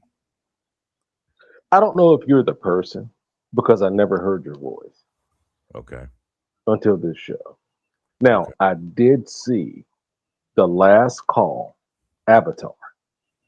Now I got to stop you right there. Was it just the crosshair, or was it was it something similar, or did you actually see my name last call inside the whatever the hell you call it, inside the crosshair there? You don't sound like you're even sure that it's my icon, and that's one of the things that worry me. If you're going to say I'm the sure. things that you say, Sure. I'm absolutely positive. Okay. You're saying you saw it. Yeah. So there's two things in there. So number one, it might worry me even more to know that somebody would go the extra length to take an avatar or something like that. I personally think that you may be mistaken, right? With it. That's what I believe. No, sir, I'm not. No. I never say things without proof. Okay. So, part of that has to be whatever you have to do on your end to clear that up. Or you could just ask me man to man and believe me when I tell you that. I'm asking you. So go ahead and ask the question, or whatever the hell you need to ask to get the truth from me. Yeah, was it you? I don't even know what you're talking about. It's not my style to do anything. Then it's over. Then it's over. Okay. And I will say, what the hell did you say last call? Nothing. I don't even know the thing. Again, Alan thinks that last call. Joe, I don't need you to speak for me. Well, he was accusing. What do you think? He was accusing last call of being in G Gates chat, and last call doesn't know who G Gates is. Never been to his channel, doesn't know anything about a G Gates. He doesn't know about everybody in the sector or in this space. And so last call can say that for himself. Right, but he just I have said that. Hey, you didn't believe me. What up, Keeps? Look, that's not an issue for me. The man said he wasn't there. So hey, it is what it is. But Joe, you know me. Have you known me to be a liar? Well, I know last call, and I'm trying to tell you he wasn't there. He doesn't know G Gates. Joe, do you know me? Well, I don't know who avatar you saw, because that avatar isn't. Last call was not there. Joe, do you know me to be a liar? All I'm saying is that I don't know if you saw his avatar. I think you're mistaken. It's a yes. It's a yes or no. It's a yes or no. Joe. I didn't say, Alan. I don't know what you saw, but I'm telling you that I know for a fact, like 100%. Now, if I come back on the show, the next time you guys do it, and I throw the screenshots up. Throw the screenshots up, Alan. And go into the account while you're there. You could go into this one to see who's who. If you're letting that person go and you're not doing. Well, I don't know the. I mean, I didn't even check the account. I saw the crosshairs. I saw last call, and I saw a person saying, "Hey, G Gates, I'm going to dox your information. This, that, and the third." Why are you laughing? What's so funny? That never happened. You gotta understand. You gotta understand on my side how crazy and ridiculous that sounds. Like I think it's happening again. We're having two conversations. Right. Well, he's saying anyway, it's not him. Look, it's a non-starter. Wait, hold on. It sounds like I'm just outsider looking in. It sounds like you're asking for validity of telling the truth when last call said it wasn't him. So it should be look, done. We should be done with it, right? He said it's not him. Look, did I say it was done? Did I already say it was done? Well, Did you you're hear saying that Joe is assuming you're a liar. That had nothing to do with it. That's the second conversation. I'm asking Joe if she knows me, and I just said that was pretty much it. What I'm saying to you is that I know last call, and I'm telling you that wasn't him. Okay. Whoever you called, it wasn't Hey, look, him. great, So it's great. not. If it wasn't him, it wasn't It's him. not a No favorite, problem. but it's For the not third time. But I've been telling you that it wasn't him for a while now. So and you keep telling me it is, and I keep telling you it wasn't. Now you're speaking to the man, and he told you it wasn't him. Right. And what did I say? And then you said that you have proof of it, and I'm telling you, go. I said if he said it wasn't him, Okay. right? Last call. Tell me if you remember this. If you say it's not you, I'm okay with that. I'm good with that. Okay. I think cool. the chat wants proof. Okay. Okay. Forget the proof. Just okay. So you're saying Hey, that put a you say one you if you believe- think last call actually said it. You jackass. So you're saying that for sure. You're believing because last week it came with a lot of promises that if it were me about what was going to happen. So I'm just, Shit. You came on here. We had a good conversation. Oh man, Identity loves this. Identity loves this. Hey, look, man. Oh, listen. I love laughing on the chat, bro. I laughing on the panel. It's funny to Black me, people, man. black people love laughing more than anybody on the planet. Actually, Yeah, I have more understand. of a scientific laugh, but you might mean I'm just. I understand. You're a scientist. You're a scientist. Oh, I am. Hey, look, actually. man. Yeah. The thing is, look, if you say it's not you, it's not you. I mean, there's nothing else to do, is it?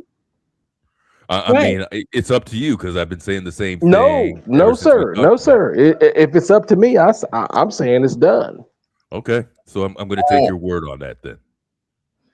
Okay. Yeah. I'm getting me a last call avatar now, man. I got to troll these YouTube streets. That's what I'm doing. Listen, last Here we call, go with the trolls, man. I love the trolls. I love the trolls. I have your avatar, so I might have to put, my Oh, little image in. You know what I'm saying? Do whatever the hell you. It didn't stop the last time. So, right. It didn't stop me getting out of trouble last time. So fuck it. How many people want to go out there? But I just on display here. I want to exhibit the best thing to do is instead of being for the whole sector, this bullshit about being behind the back or accusing whatever, when we have the ability to check each other to the face. Now, I understand some people are going to lie. Maybe that's the sort of clientele in a certain section of the sector. But I mean, you just got to think that not everybody's on the same boat of that shit, or maybe thinks the same way and does the whole thing. I don't think everybody's on the same boat. I really don't. I think we got a lot of liars. I think we got a lot of pretenders. I think we got a lot of folks who just want to be seen. Now, I'm not one of those people. As a matter of fact, I'm not in the sector, as Joe would tell you. I've never been in the sector. The sector was in my business. That's the only thing that ever happened. So, Alan, let me ask you a question. That's a good Go point, ahead. YM. Let me ask you a question, Alan. Is last call in the sector? No. Okay. So why did you come over here with sector shit? I'll tell you. Look, I'm gonna tell you why. I'm gonna tell you why. I'm gonna tell you. Trolling, maybe. Now watch this. Now watch this. Okay. Well, I'm not a troll. I'm not a troll. I cam up and all that good stuff. Trolls But cam up. my name is not identity withheld. Here's the thing. Correct. What happened? And you never will be, bro. I hit the live button. I hit the live button, right? Because I walk around and I try to go to the fishing shows and things like that. So when I hit the live button to see what was live, you guys happened to be fucking live. And I came over here. I recognized Joe's avatar and everything else. Yeah, boom. Shot right in. Thought it would be no problem. But I understand that people are posturing and positioning to do whatever they're trying to do. So hey, it is what it is. But see, Alan, like we've been doing shows how long we been doing shows last call since like last year. It's So been a while now. If yeah, you it's think been a about it, while. if this is show 73, I've been doing it every week nonstop, so it's 73 straight weeks of show. Yeah. Okay. All right. Well, great. You know, like I said, hey, I was lucky enough or unfortunate enough to find y'all's show. But anyway, you know, I wanted to come back tonight because for some reason, I guess, I guess you thought I was clout chasing or something like that, man. No, sir. No, sir. Nothing of the sort. I just Nobody came to was have a even saying that. conversation. No, Huh? nobody was saying anything about clout chasing and all that. Yeah, but it was kind of the undertone, to be honest with you. It was It what? really was. It was the undertone and everything else. But hey, look, No. Wait, I thought I was adding something to it, but hey, maybe I Alan, do wasn't. you Alan, do Okay, you wait. like Alan, do you like Wait. Let me, because I don't want you to jump off of that. You're making it sound way more simple than it was. You're not taking the accountability with you. What's I the don't want to go back accountability, and sir? forth and everything with it, but you're coming across like it was way more simple. You came in aggressively, right? You So came in how so? aggressively. How so, sir? How so? So you said things. You immediately started putting down the show. You assumed that we were clout chasing. No, that didn't come till later. And that you were doing the show a favor, and that there wasn't actually any content in it. Well, actually, I did do the show a favor. I'm still doing it a favor right now. Jesus. All right, you gotta. Well, Alan, what are you doing a favor? Do you understand how comfortable? Well, I understand. I understand y'all want two people. I understand y'all want two people in the chat. I get it. I get No, it. we want two people in the No, chat. he's No, bullshit. He's Alan, bullshit. He's Alan, let me tell you something. I've been over here chilling, having laughing. We had little, goofy ass goofy stuff, and then we It's talk goofy. It's goofy as fuck. Now, for sure. about real shit too. Like we have. See, now you want to be condescending. Yeah. So see, that's what I'm saying. But then you came over here with your ego and your cockiness, and what you thought was. What do you mean? What do you mean by ego and cockiness? What's egotistical and cocky about me? You came over here and you thought that last call was a weak man. That's what you thought. I did not think that. Of course I did. I don't know. I don't know last call. Thinking he was, and then All I know is what I saw in G Gates's comment section. Godson. He's still on it. Alan, Yeah. you're gonna be full of shit over here, man. Yeah, exactly. Be cool. I like what we Hey, did look, today. look. Were we not cool tonight? Were we not cool? Did we not have a good time? We were cool for a little while, man. But if you have the same old mentality, Until you start going back and forth, Alan. I went back and forth, so I started up the problems and all Alan. that. Because Joe wants to constantly tell me that I'm starting up some problems. well, Alan. you were.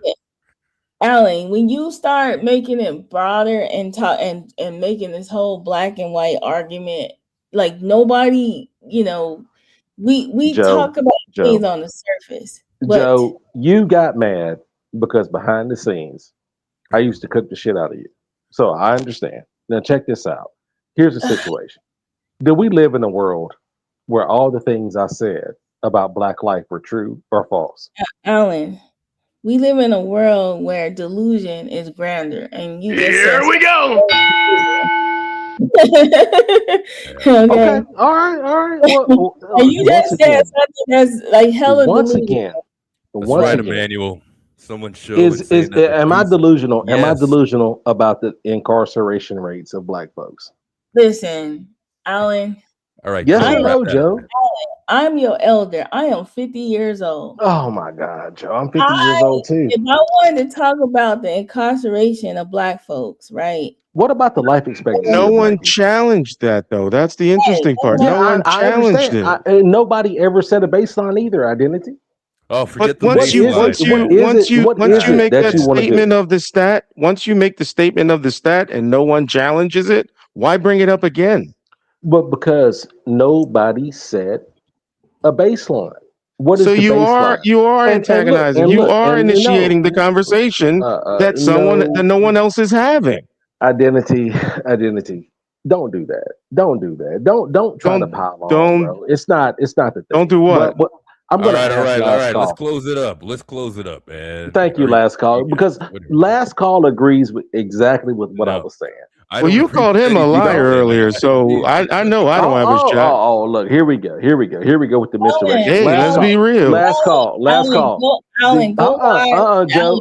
Joe. I'm getting ready to go to the source. I'm going to the source. I'm going to the source. Alan, are you last dropping call. down? Alan, Last what? call. I got to drop you down. Yes. Do you agree that we need a baseline as far as what any type of technology is going to do for us? No, we're over that. That was like an hour ago, man.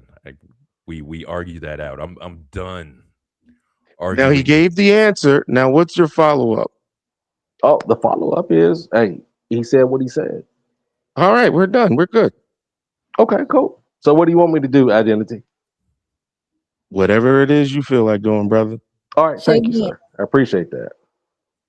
Yeah, I don't want to control that. I'm okay. Don't you don't want to do Alan, that. I can't leave, Alan, I can't leave the show before you because I'm part of the show. Oh, so Joe, do I need to leave the show? So we could close up. Like we're ending the show, like literally. So I can't be here when you end the show. No. Nobody. All right. On that note, y'all, I appreciate the time up on the panel. I appreciate the dialogue. Alan. Whether productive or not, it doesn't matter as long as the conversation's being had. I'm treacherous. That's treacherous. Appreciate you, ID. Thank you for coming. Yeah, and I will be back. And if I see that last call in the chat, I might just use that, bro. I'm gonna hit these YouTube streets with that avatar, bro. I got leave my shit. I'm gonna see what happens. You got cooked. Identity, you got cooked tonight. Have a good one. Let me tell you, there's gonna be a whole lot of icons. Is that supposed to poke the bear? Really? What bear? What bear? Unfortunately, I had to retire my avatar. My actual avatar I usually use. I had to retire it, so I'm coming up with something like a version 2 of it now. Identity. Carry on with your fallacies, man, and have a good time. All right. Are you really still trying to poke the bear, bro? Like, really? Where is the bear at? This is Cloud Chase, bro. Have a good night, bro. Oh, Cloud. There it is. There it is. Hey.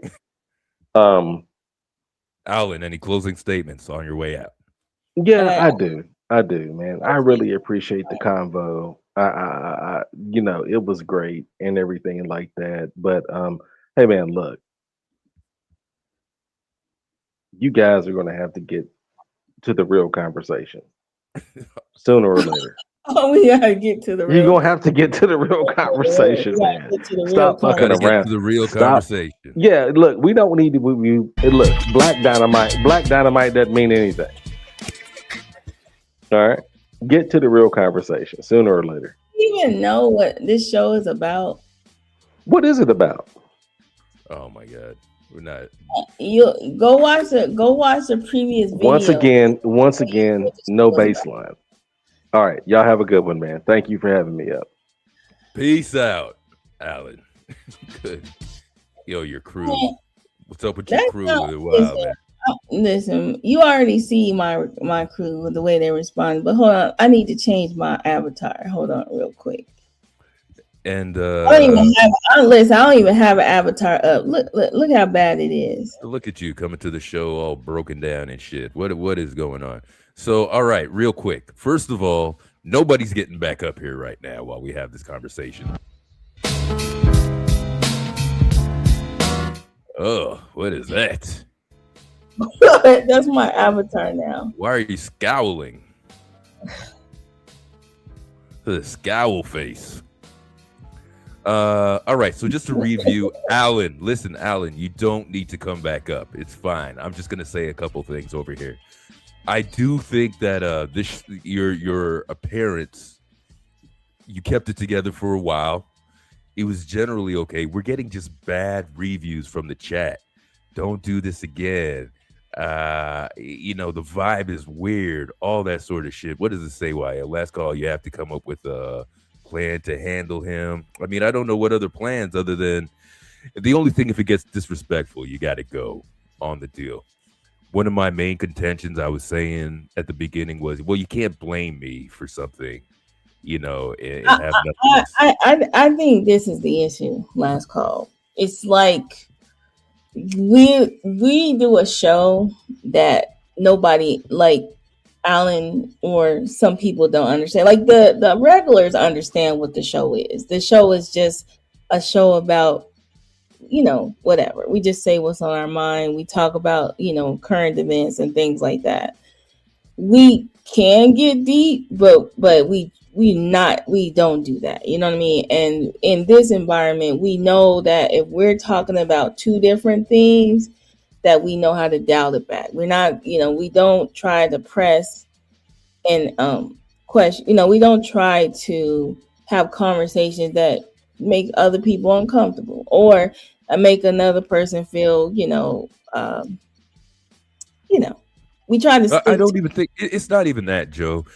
We do have some conversations. We have some conversations that are deep. We have some conversations that are emotional and stuff like that. But I think the thing that's missing and be able to distinguish between the two is that we actually have a point.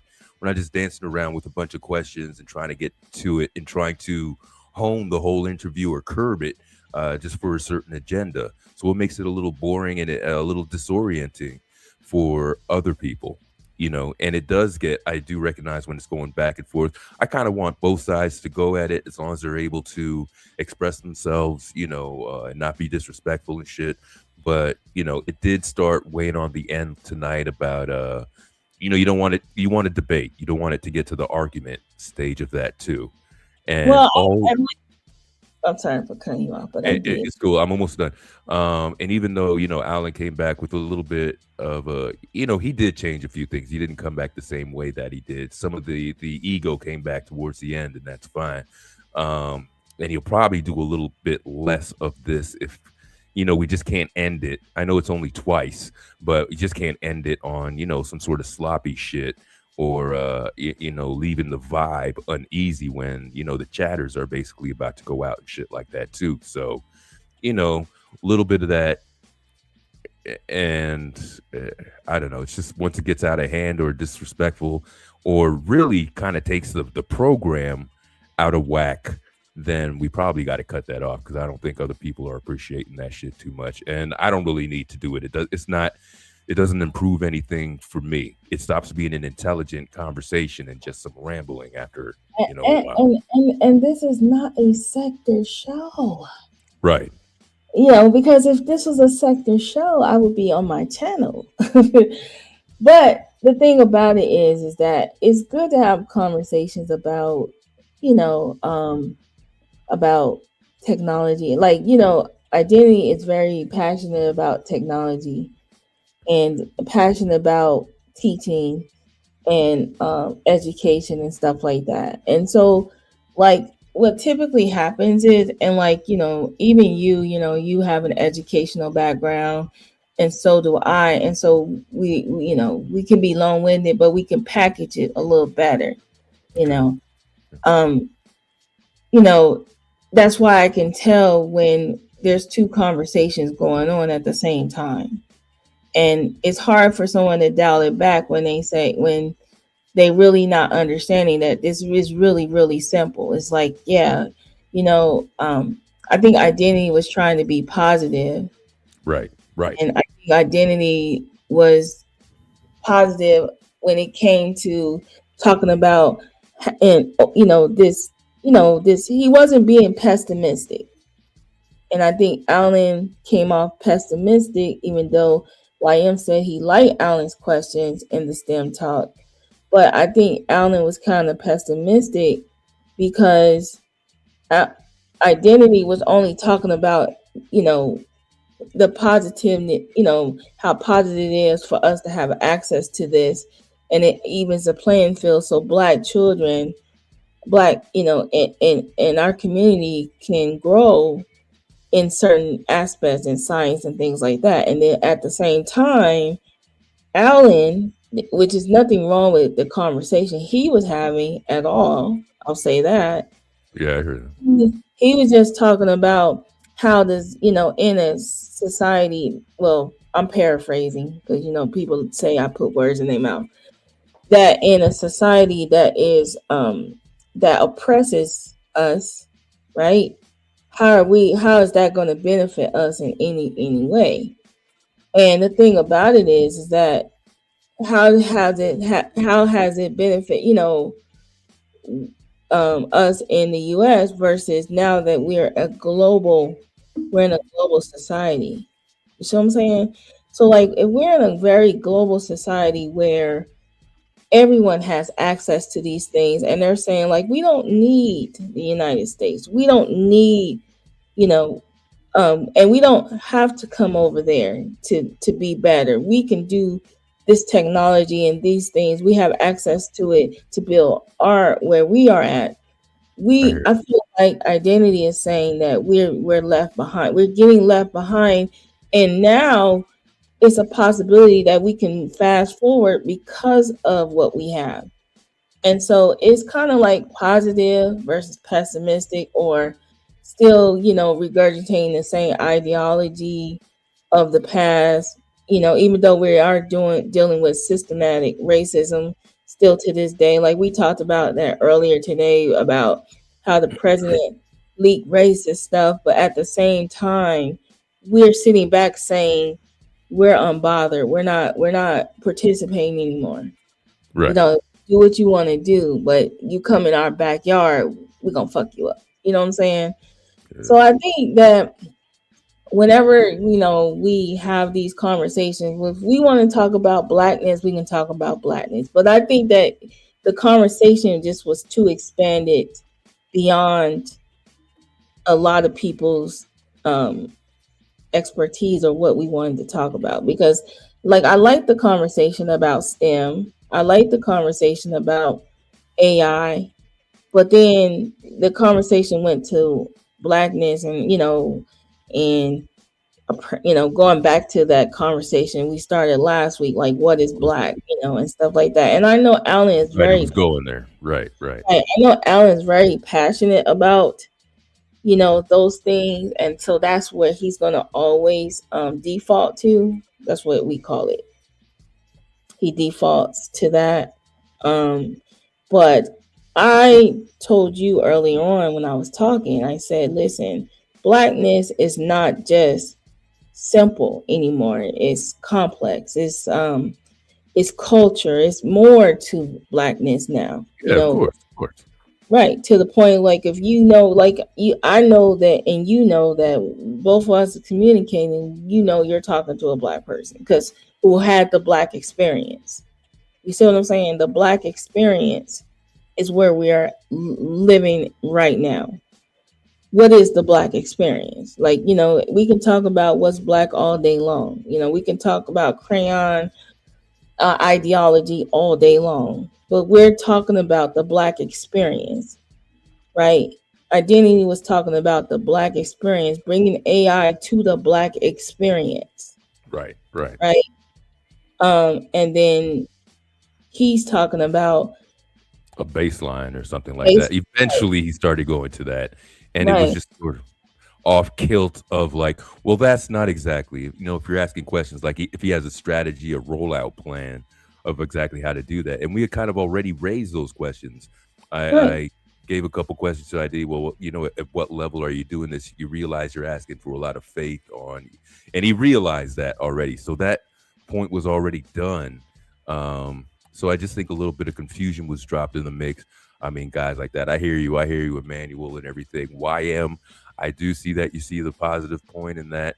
And it's just a matter of controlling that or bailing out before it gets too deep. Hang on for 1 minute. Hang on for what? Because what we could agree that for a while the conversation was going okay, and he was respectful of the room, right? Until he was right when we were talking about black exploitation movies and shows and shit and stuff like that, right? And that's what this show is about. Like we like to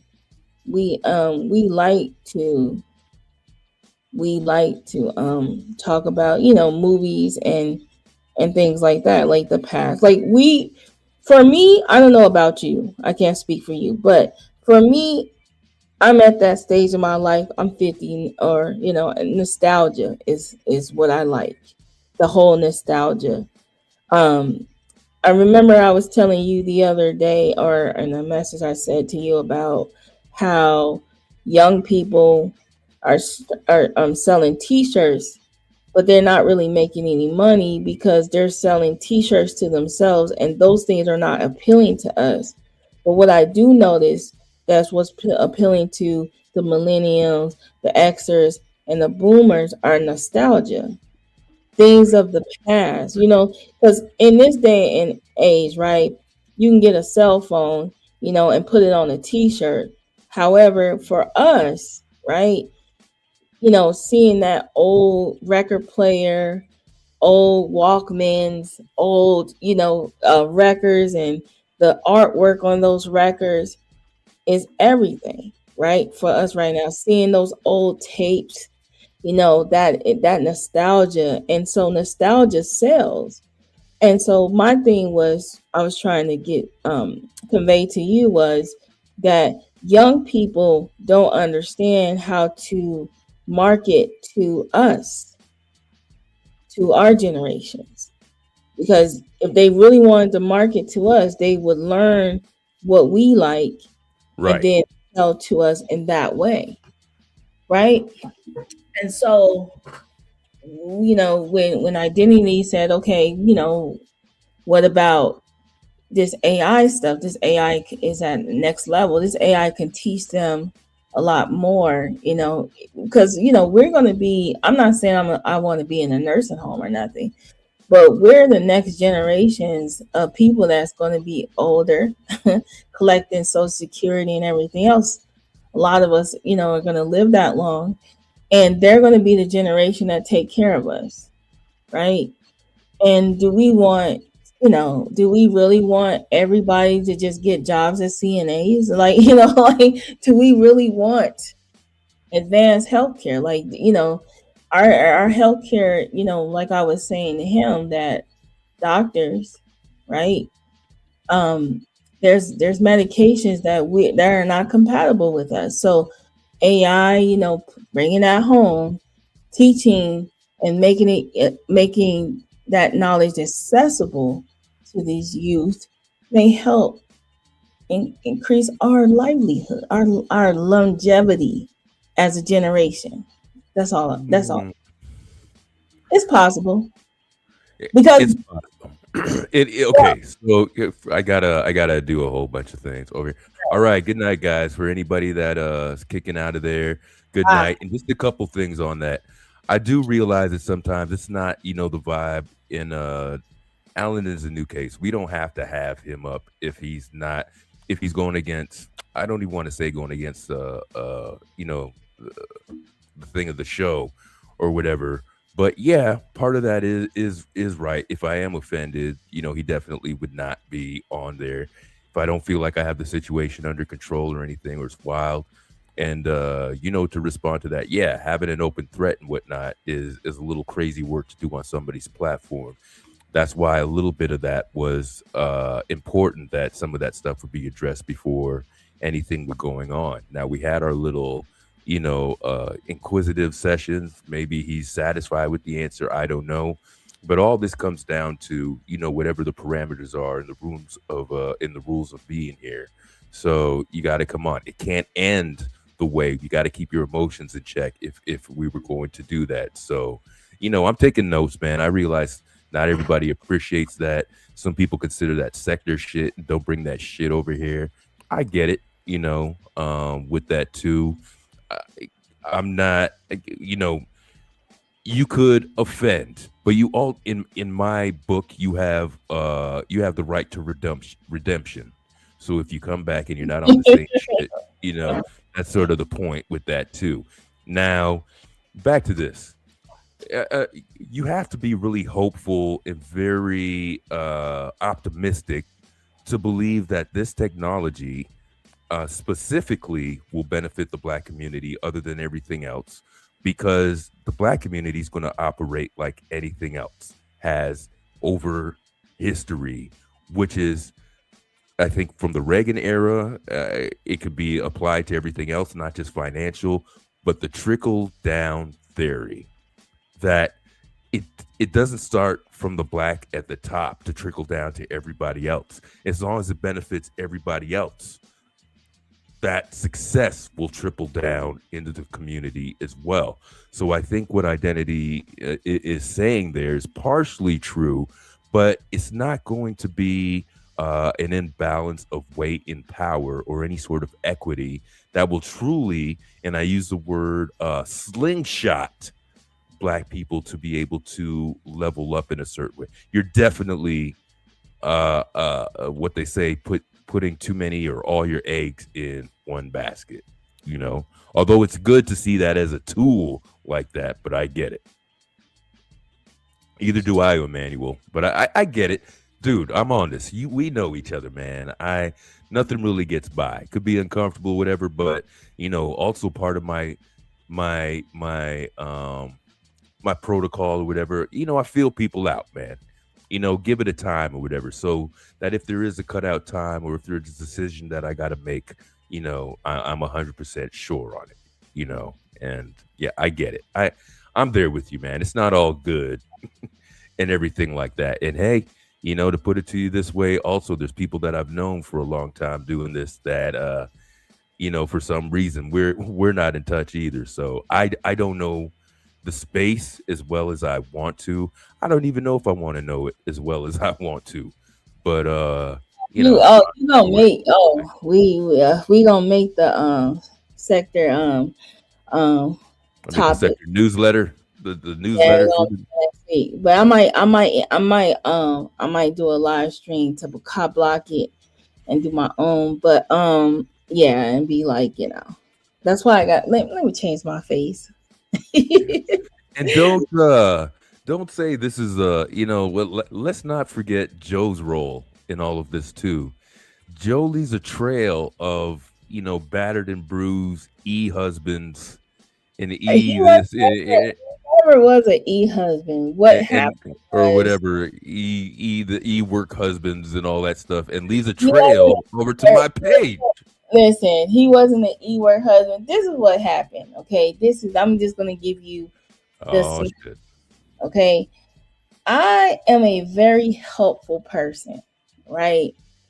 And so at some point, he came into the sector, and I felt that he deserved the same opportunities as everyone else.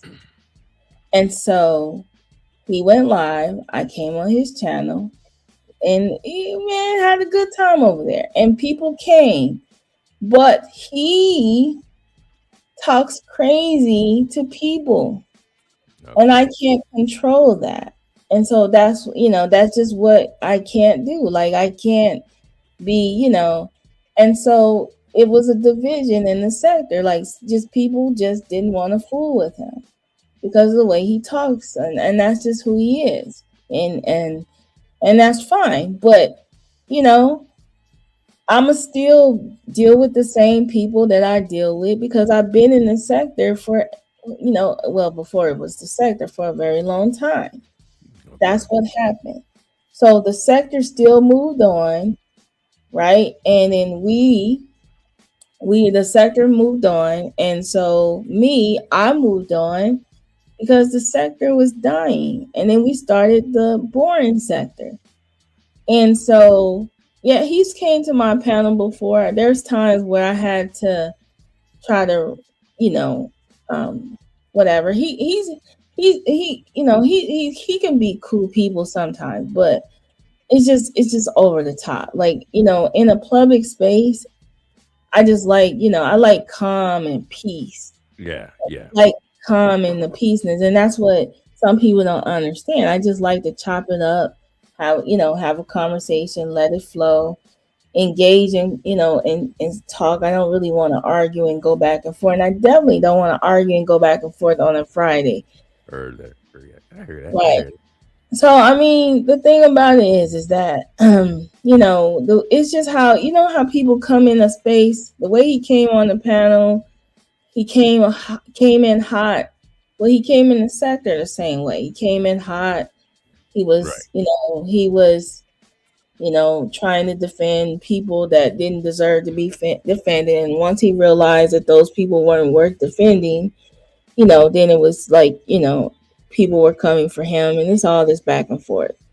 But everybody, that's why I have another channel. Everybody doesn't want it to be a sector show. Like, I don't want all that, nonsense. I don't want to be arguing about black. Like, we can have an opinion about it, because that's all it is. Opinions are like assholes. Everyone has one, right? Right, everyone has one. But at the end of the day, it's not worth arguing over. Like, I'm not arguing over blackness. And plus, we're 50 years old and older. We are stubborn. We don't care. We're not going to change our mind. We're going to say, okay, all right. And that's how I some of the stuff he says, I mean, like, yeah, okay. It's, I'm not going to argue with you over that. But I still have a separate opinion from yours. You know what I mean? I may not agree with you. So it's like, it's okay for him to disagree. But I just don't, I don't necessarily agree with everything that a person said. And no, he doesn't roast me behind the scenes. If anything, I've roasted him. But no, I only have one husband in the sector. And my boo left. That's it. Now I'm remembering. It's not even the same shit for you. You got different levels and different titles and all that shit. I hear you, YM. That's probably a good idea, just to give it a break or whatever, over there.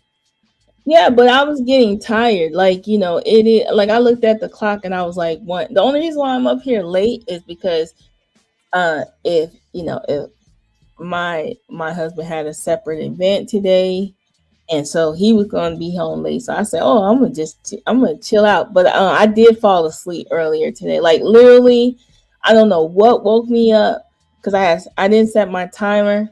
And I said, oh, shit, I'm supposed to be on last call today. But I wasn't expecting Alan to hit the panel. And, and when he did hit the panel, I was a little surprised that he was being kind of himself, like, his normal self. Yeah. But then when Identity came, it was going to be like this back and forth. I didn't like that. Yeah. And I know Identity too. You know what I'm saying? Hi, Lorna. Yeah, and Identity is cool people. So. Yeah. I'm seeing all that. I know Identity. Well, know him, but we've crossed paths several times, and we'd be cool. Yeah, Identity's been. I've been. But I think it's just the dynamics. It's like, with certain people, it's the dynamics. It's like, I don't think he understands. I don't think Alan like watched any of the other shows and realized that I'm actually a staple. And then I'm a little bit disturbed by the whole, you're this other person that you never was. Like, he's not willing to accept that, your word and my word. Like, bruh, you're not in the sector. Like, that's why I'm here. Like, there's a lot of other people that are content creators in the sector now who have separate channels now, who are trying to move away from all this drama and all this, stuff. And I think that, when they see people from the sector in the chat, like, everybody knows how to act accordingly. Like, some of these people are in the sector and they chilling, they're just listening, coming in and out, listening or whatever. But all right, hang on for a sec. Let me ask. Hopefully Lorna didn't go yet. So guys in the chat and stuff, I don't know if this is going to be a couple questions before you go. D7 too. So is the consensus, do you want me to take more control to bring the show back to what it was? Because you know we have different types of shows and stuff like that. Is that what you guys are trying to say? Like, just be a little tougher on that. Don't be so relaxed. Like, what do you guys think of it? Because obviously your input is important too. If they had their choice, he wouldn't be up here. That's real talk. Say that again. If you had your choice, he wouldn't be up here. No, if they had their choice, okay. yeah. Okay. the show should just be about, people can come in and chime. People should be able to chime in on what we're talking about, but Right. not take it to something else. Like if we didn't go there, then we're not gonna go there. Like if we both are not on the same page. Like there was times like when you talk about horror, I just get quiet and I just listen. Right. I'm not about to change the subject. You know what I mean? But Right. but you get what I'm saying. So like when we were talking about black exploitation and movies, and then we moved on to TV shows and nostalgia, things like that. I really enjoy talking about that. The thing about it is I don't like when we're talking about something and then they're adding other things to it. Because we were definitely just talking about AI. Like there was no blackness in this conversation. Right. So we need to just make sure that that it follows what we're talking about, and then we bring it back. Like this is not what we're talking about. Then what are you talking about? Then maybe you should just sit back and listen. Right. Maybe he's just somebody says that. Right. If somebody says, well, what are you talking about? You're not having no serious topics over here. Yeah. And it's like, well. And even if we do, we debate them out, and we don't have an ego about it is the other thing. We could virtually get into whatever situation, present your point. It's not so combative, I think is the thing that I'm saying. So yeah, definitely get that. And hold on, and understand too, Emmanuel, it's kind of tough to be in the conversation and manage, this, that, who's, you could say overt disrespectful, and the threatening and that stuff. But that was last week when I was kind of trying to get to know, and then I was trying to give him a chance. And because I don't know him, I'm giving more of a chance. Plus, you thought it was Al Lanier, and you didn't know that it was Al Lynn. Because Al Lanier cannot. Al Lanier could. Right. Because Al Lanier is another one that can't hit this panel ever in life. So he wouldn't even think about coming over here. There's people that you ain't got to even worry about even hitting your panel. It's just that there's this one person that nobody likes in this space. God damn. Who used to be part of those you know what I'm talking about. That group of people that dox people. Okay. Yeah. He's a doxer, so I just don't want to talk to anybody that dox people and antagonizes other people. So like that was the only person that he's automatically blocked for life. So if he really came over here, he's definitely stalking, because I've had him blocked from the beginning of time. So, and all this does to reassure anybody, I feel out the situation, everything. We had two. His approach was bad the first time. It got worse the second half of it. It didn't end so great. And in my books, it's kind of like I got the 1, 2, 3 rule. Like tried you out a couple times. I know. So if there is a blockage situation, I'm okay with that. If it just doesn't mend, and of course, if people of the chat aren't, loving it either. So I get it. I got all the notes down, man. And I don't want to be in the middle. Like I'm the only female up here. Like I don't want to be in the middle of no two men. Like yeah, I got it. Ain't no timer. Cause I started playing wrap up music. There is a timer can't work with a timer cannot work with somebody that is condescending. Like when you start getting really condescending, a timer doesn't work. A bell doesn't work. Either he plays or he doesn't. Like if he participates, that's fine. Like I don't have a problem with that. But at the same time, like I said, this is not a sector related show. This is not a KI show. This is not a show that's designed to go back and forth. Like, people do get heated about their opinions. And then, the chat, they can say whatever they want in the chat. But it's kind of like we discuss something, give your piece, and then we move on with it. Yeah.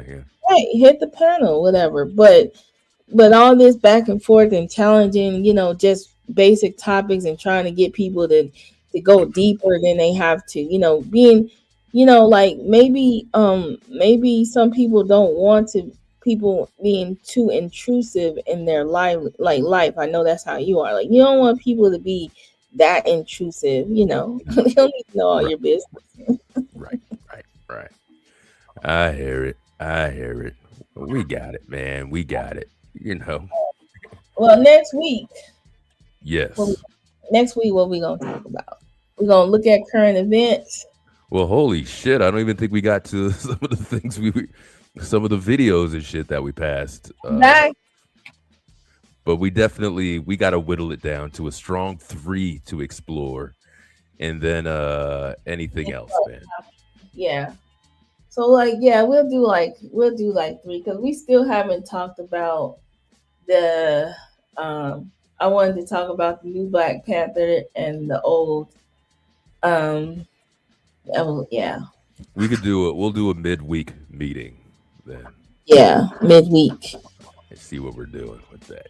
Yeah, I hear you. But it's been real. It's been fun. This is the longest I've been here. I probably will sleep in tomorrow. I found out I didn't have to go to the dentist tomorrow. I actually have to go the next week. Nice. But everything's good. My mouth is good. It's just well, all right. You hear that, people? I want people to think I like missing a tooth or something. You know what I'm saying? All right. Oh, that's what you were writing. I thought you were okay. So your sick wasn't sick. Now I see where your typing was off earlier in the week. If you go back and read that, you'll know what I mean. All right. I got it. Yeah. All right. Cool. I'm gonna wind it down then. I'd say don't even hang out, man. I'm going to. All right. Play some music, sir. Just a couple tracks, and then I'm out of here, man. I'm gonna eat and do that too. But yes, do you have anything else before you take flight? Thank you all for coming today and putting up with us. And I promise you guys, next week, I swear we're gonna stay on topic. It's gonna be a vibe. Trust me. I think Last Call knows now. Okay. Yeah. Please like the video. Show up next week. I will be here. And good night. All right. And as always, thank you, Josephine. Yeah, man, this is one of the longer ones, man. God damn, this is part 2 and 3 in the middle of this one. And so I guess we are bailing out, folks. Very special. Thank you for the OGs, for everybody. I definitely, especially what YM said. Yes, Emmanuel, I know you're one of the OGs in here. So I do respect everybody's opinion, their input for the show, what they like to see happen, what they enjoy about it. And we definitely want to keep those vibes. Listen, I know I'm explaining stuff that I don't even have to explain and shit, but there's no clout chasing or anything over here or trying to bump up the numbers and all that bullshit here, man. It's just about a solid show, a solid hangout. So 100%, man. Appreciate you guys for coming out. Continue to do so.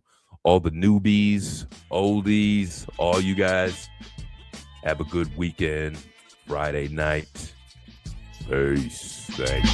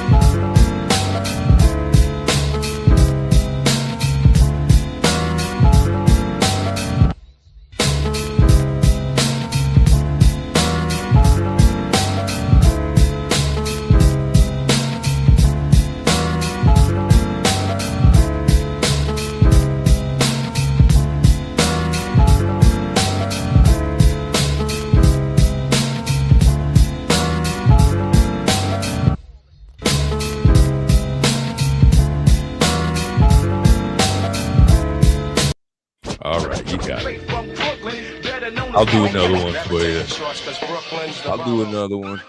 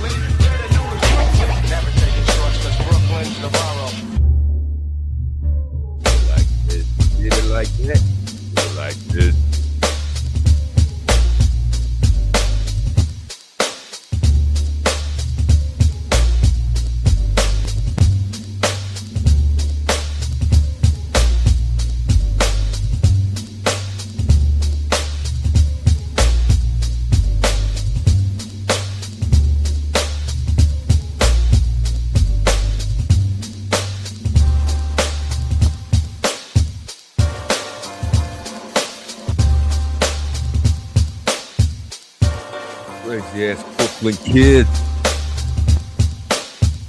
getting the rock wallow without a collar. Give me $1 for the trouble. Get blown up like a bubble.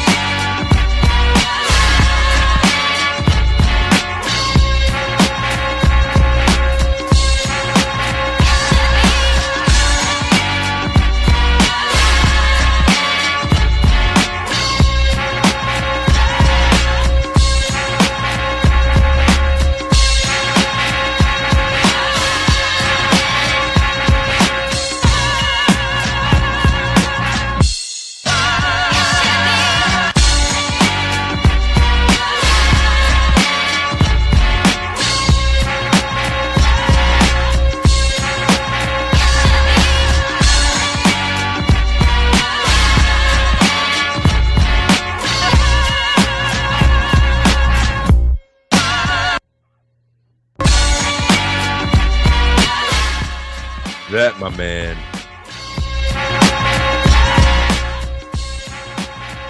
This, my man, is Mos Def and DJ Honda. You got a couple tracks on there. Yeah, it's called Magnetic. Something magnetic.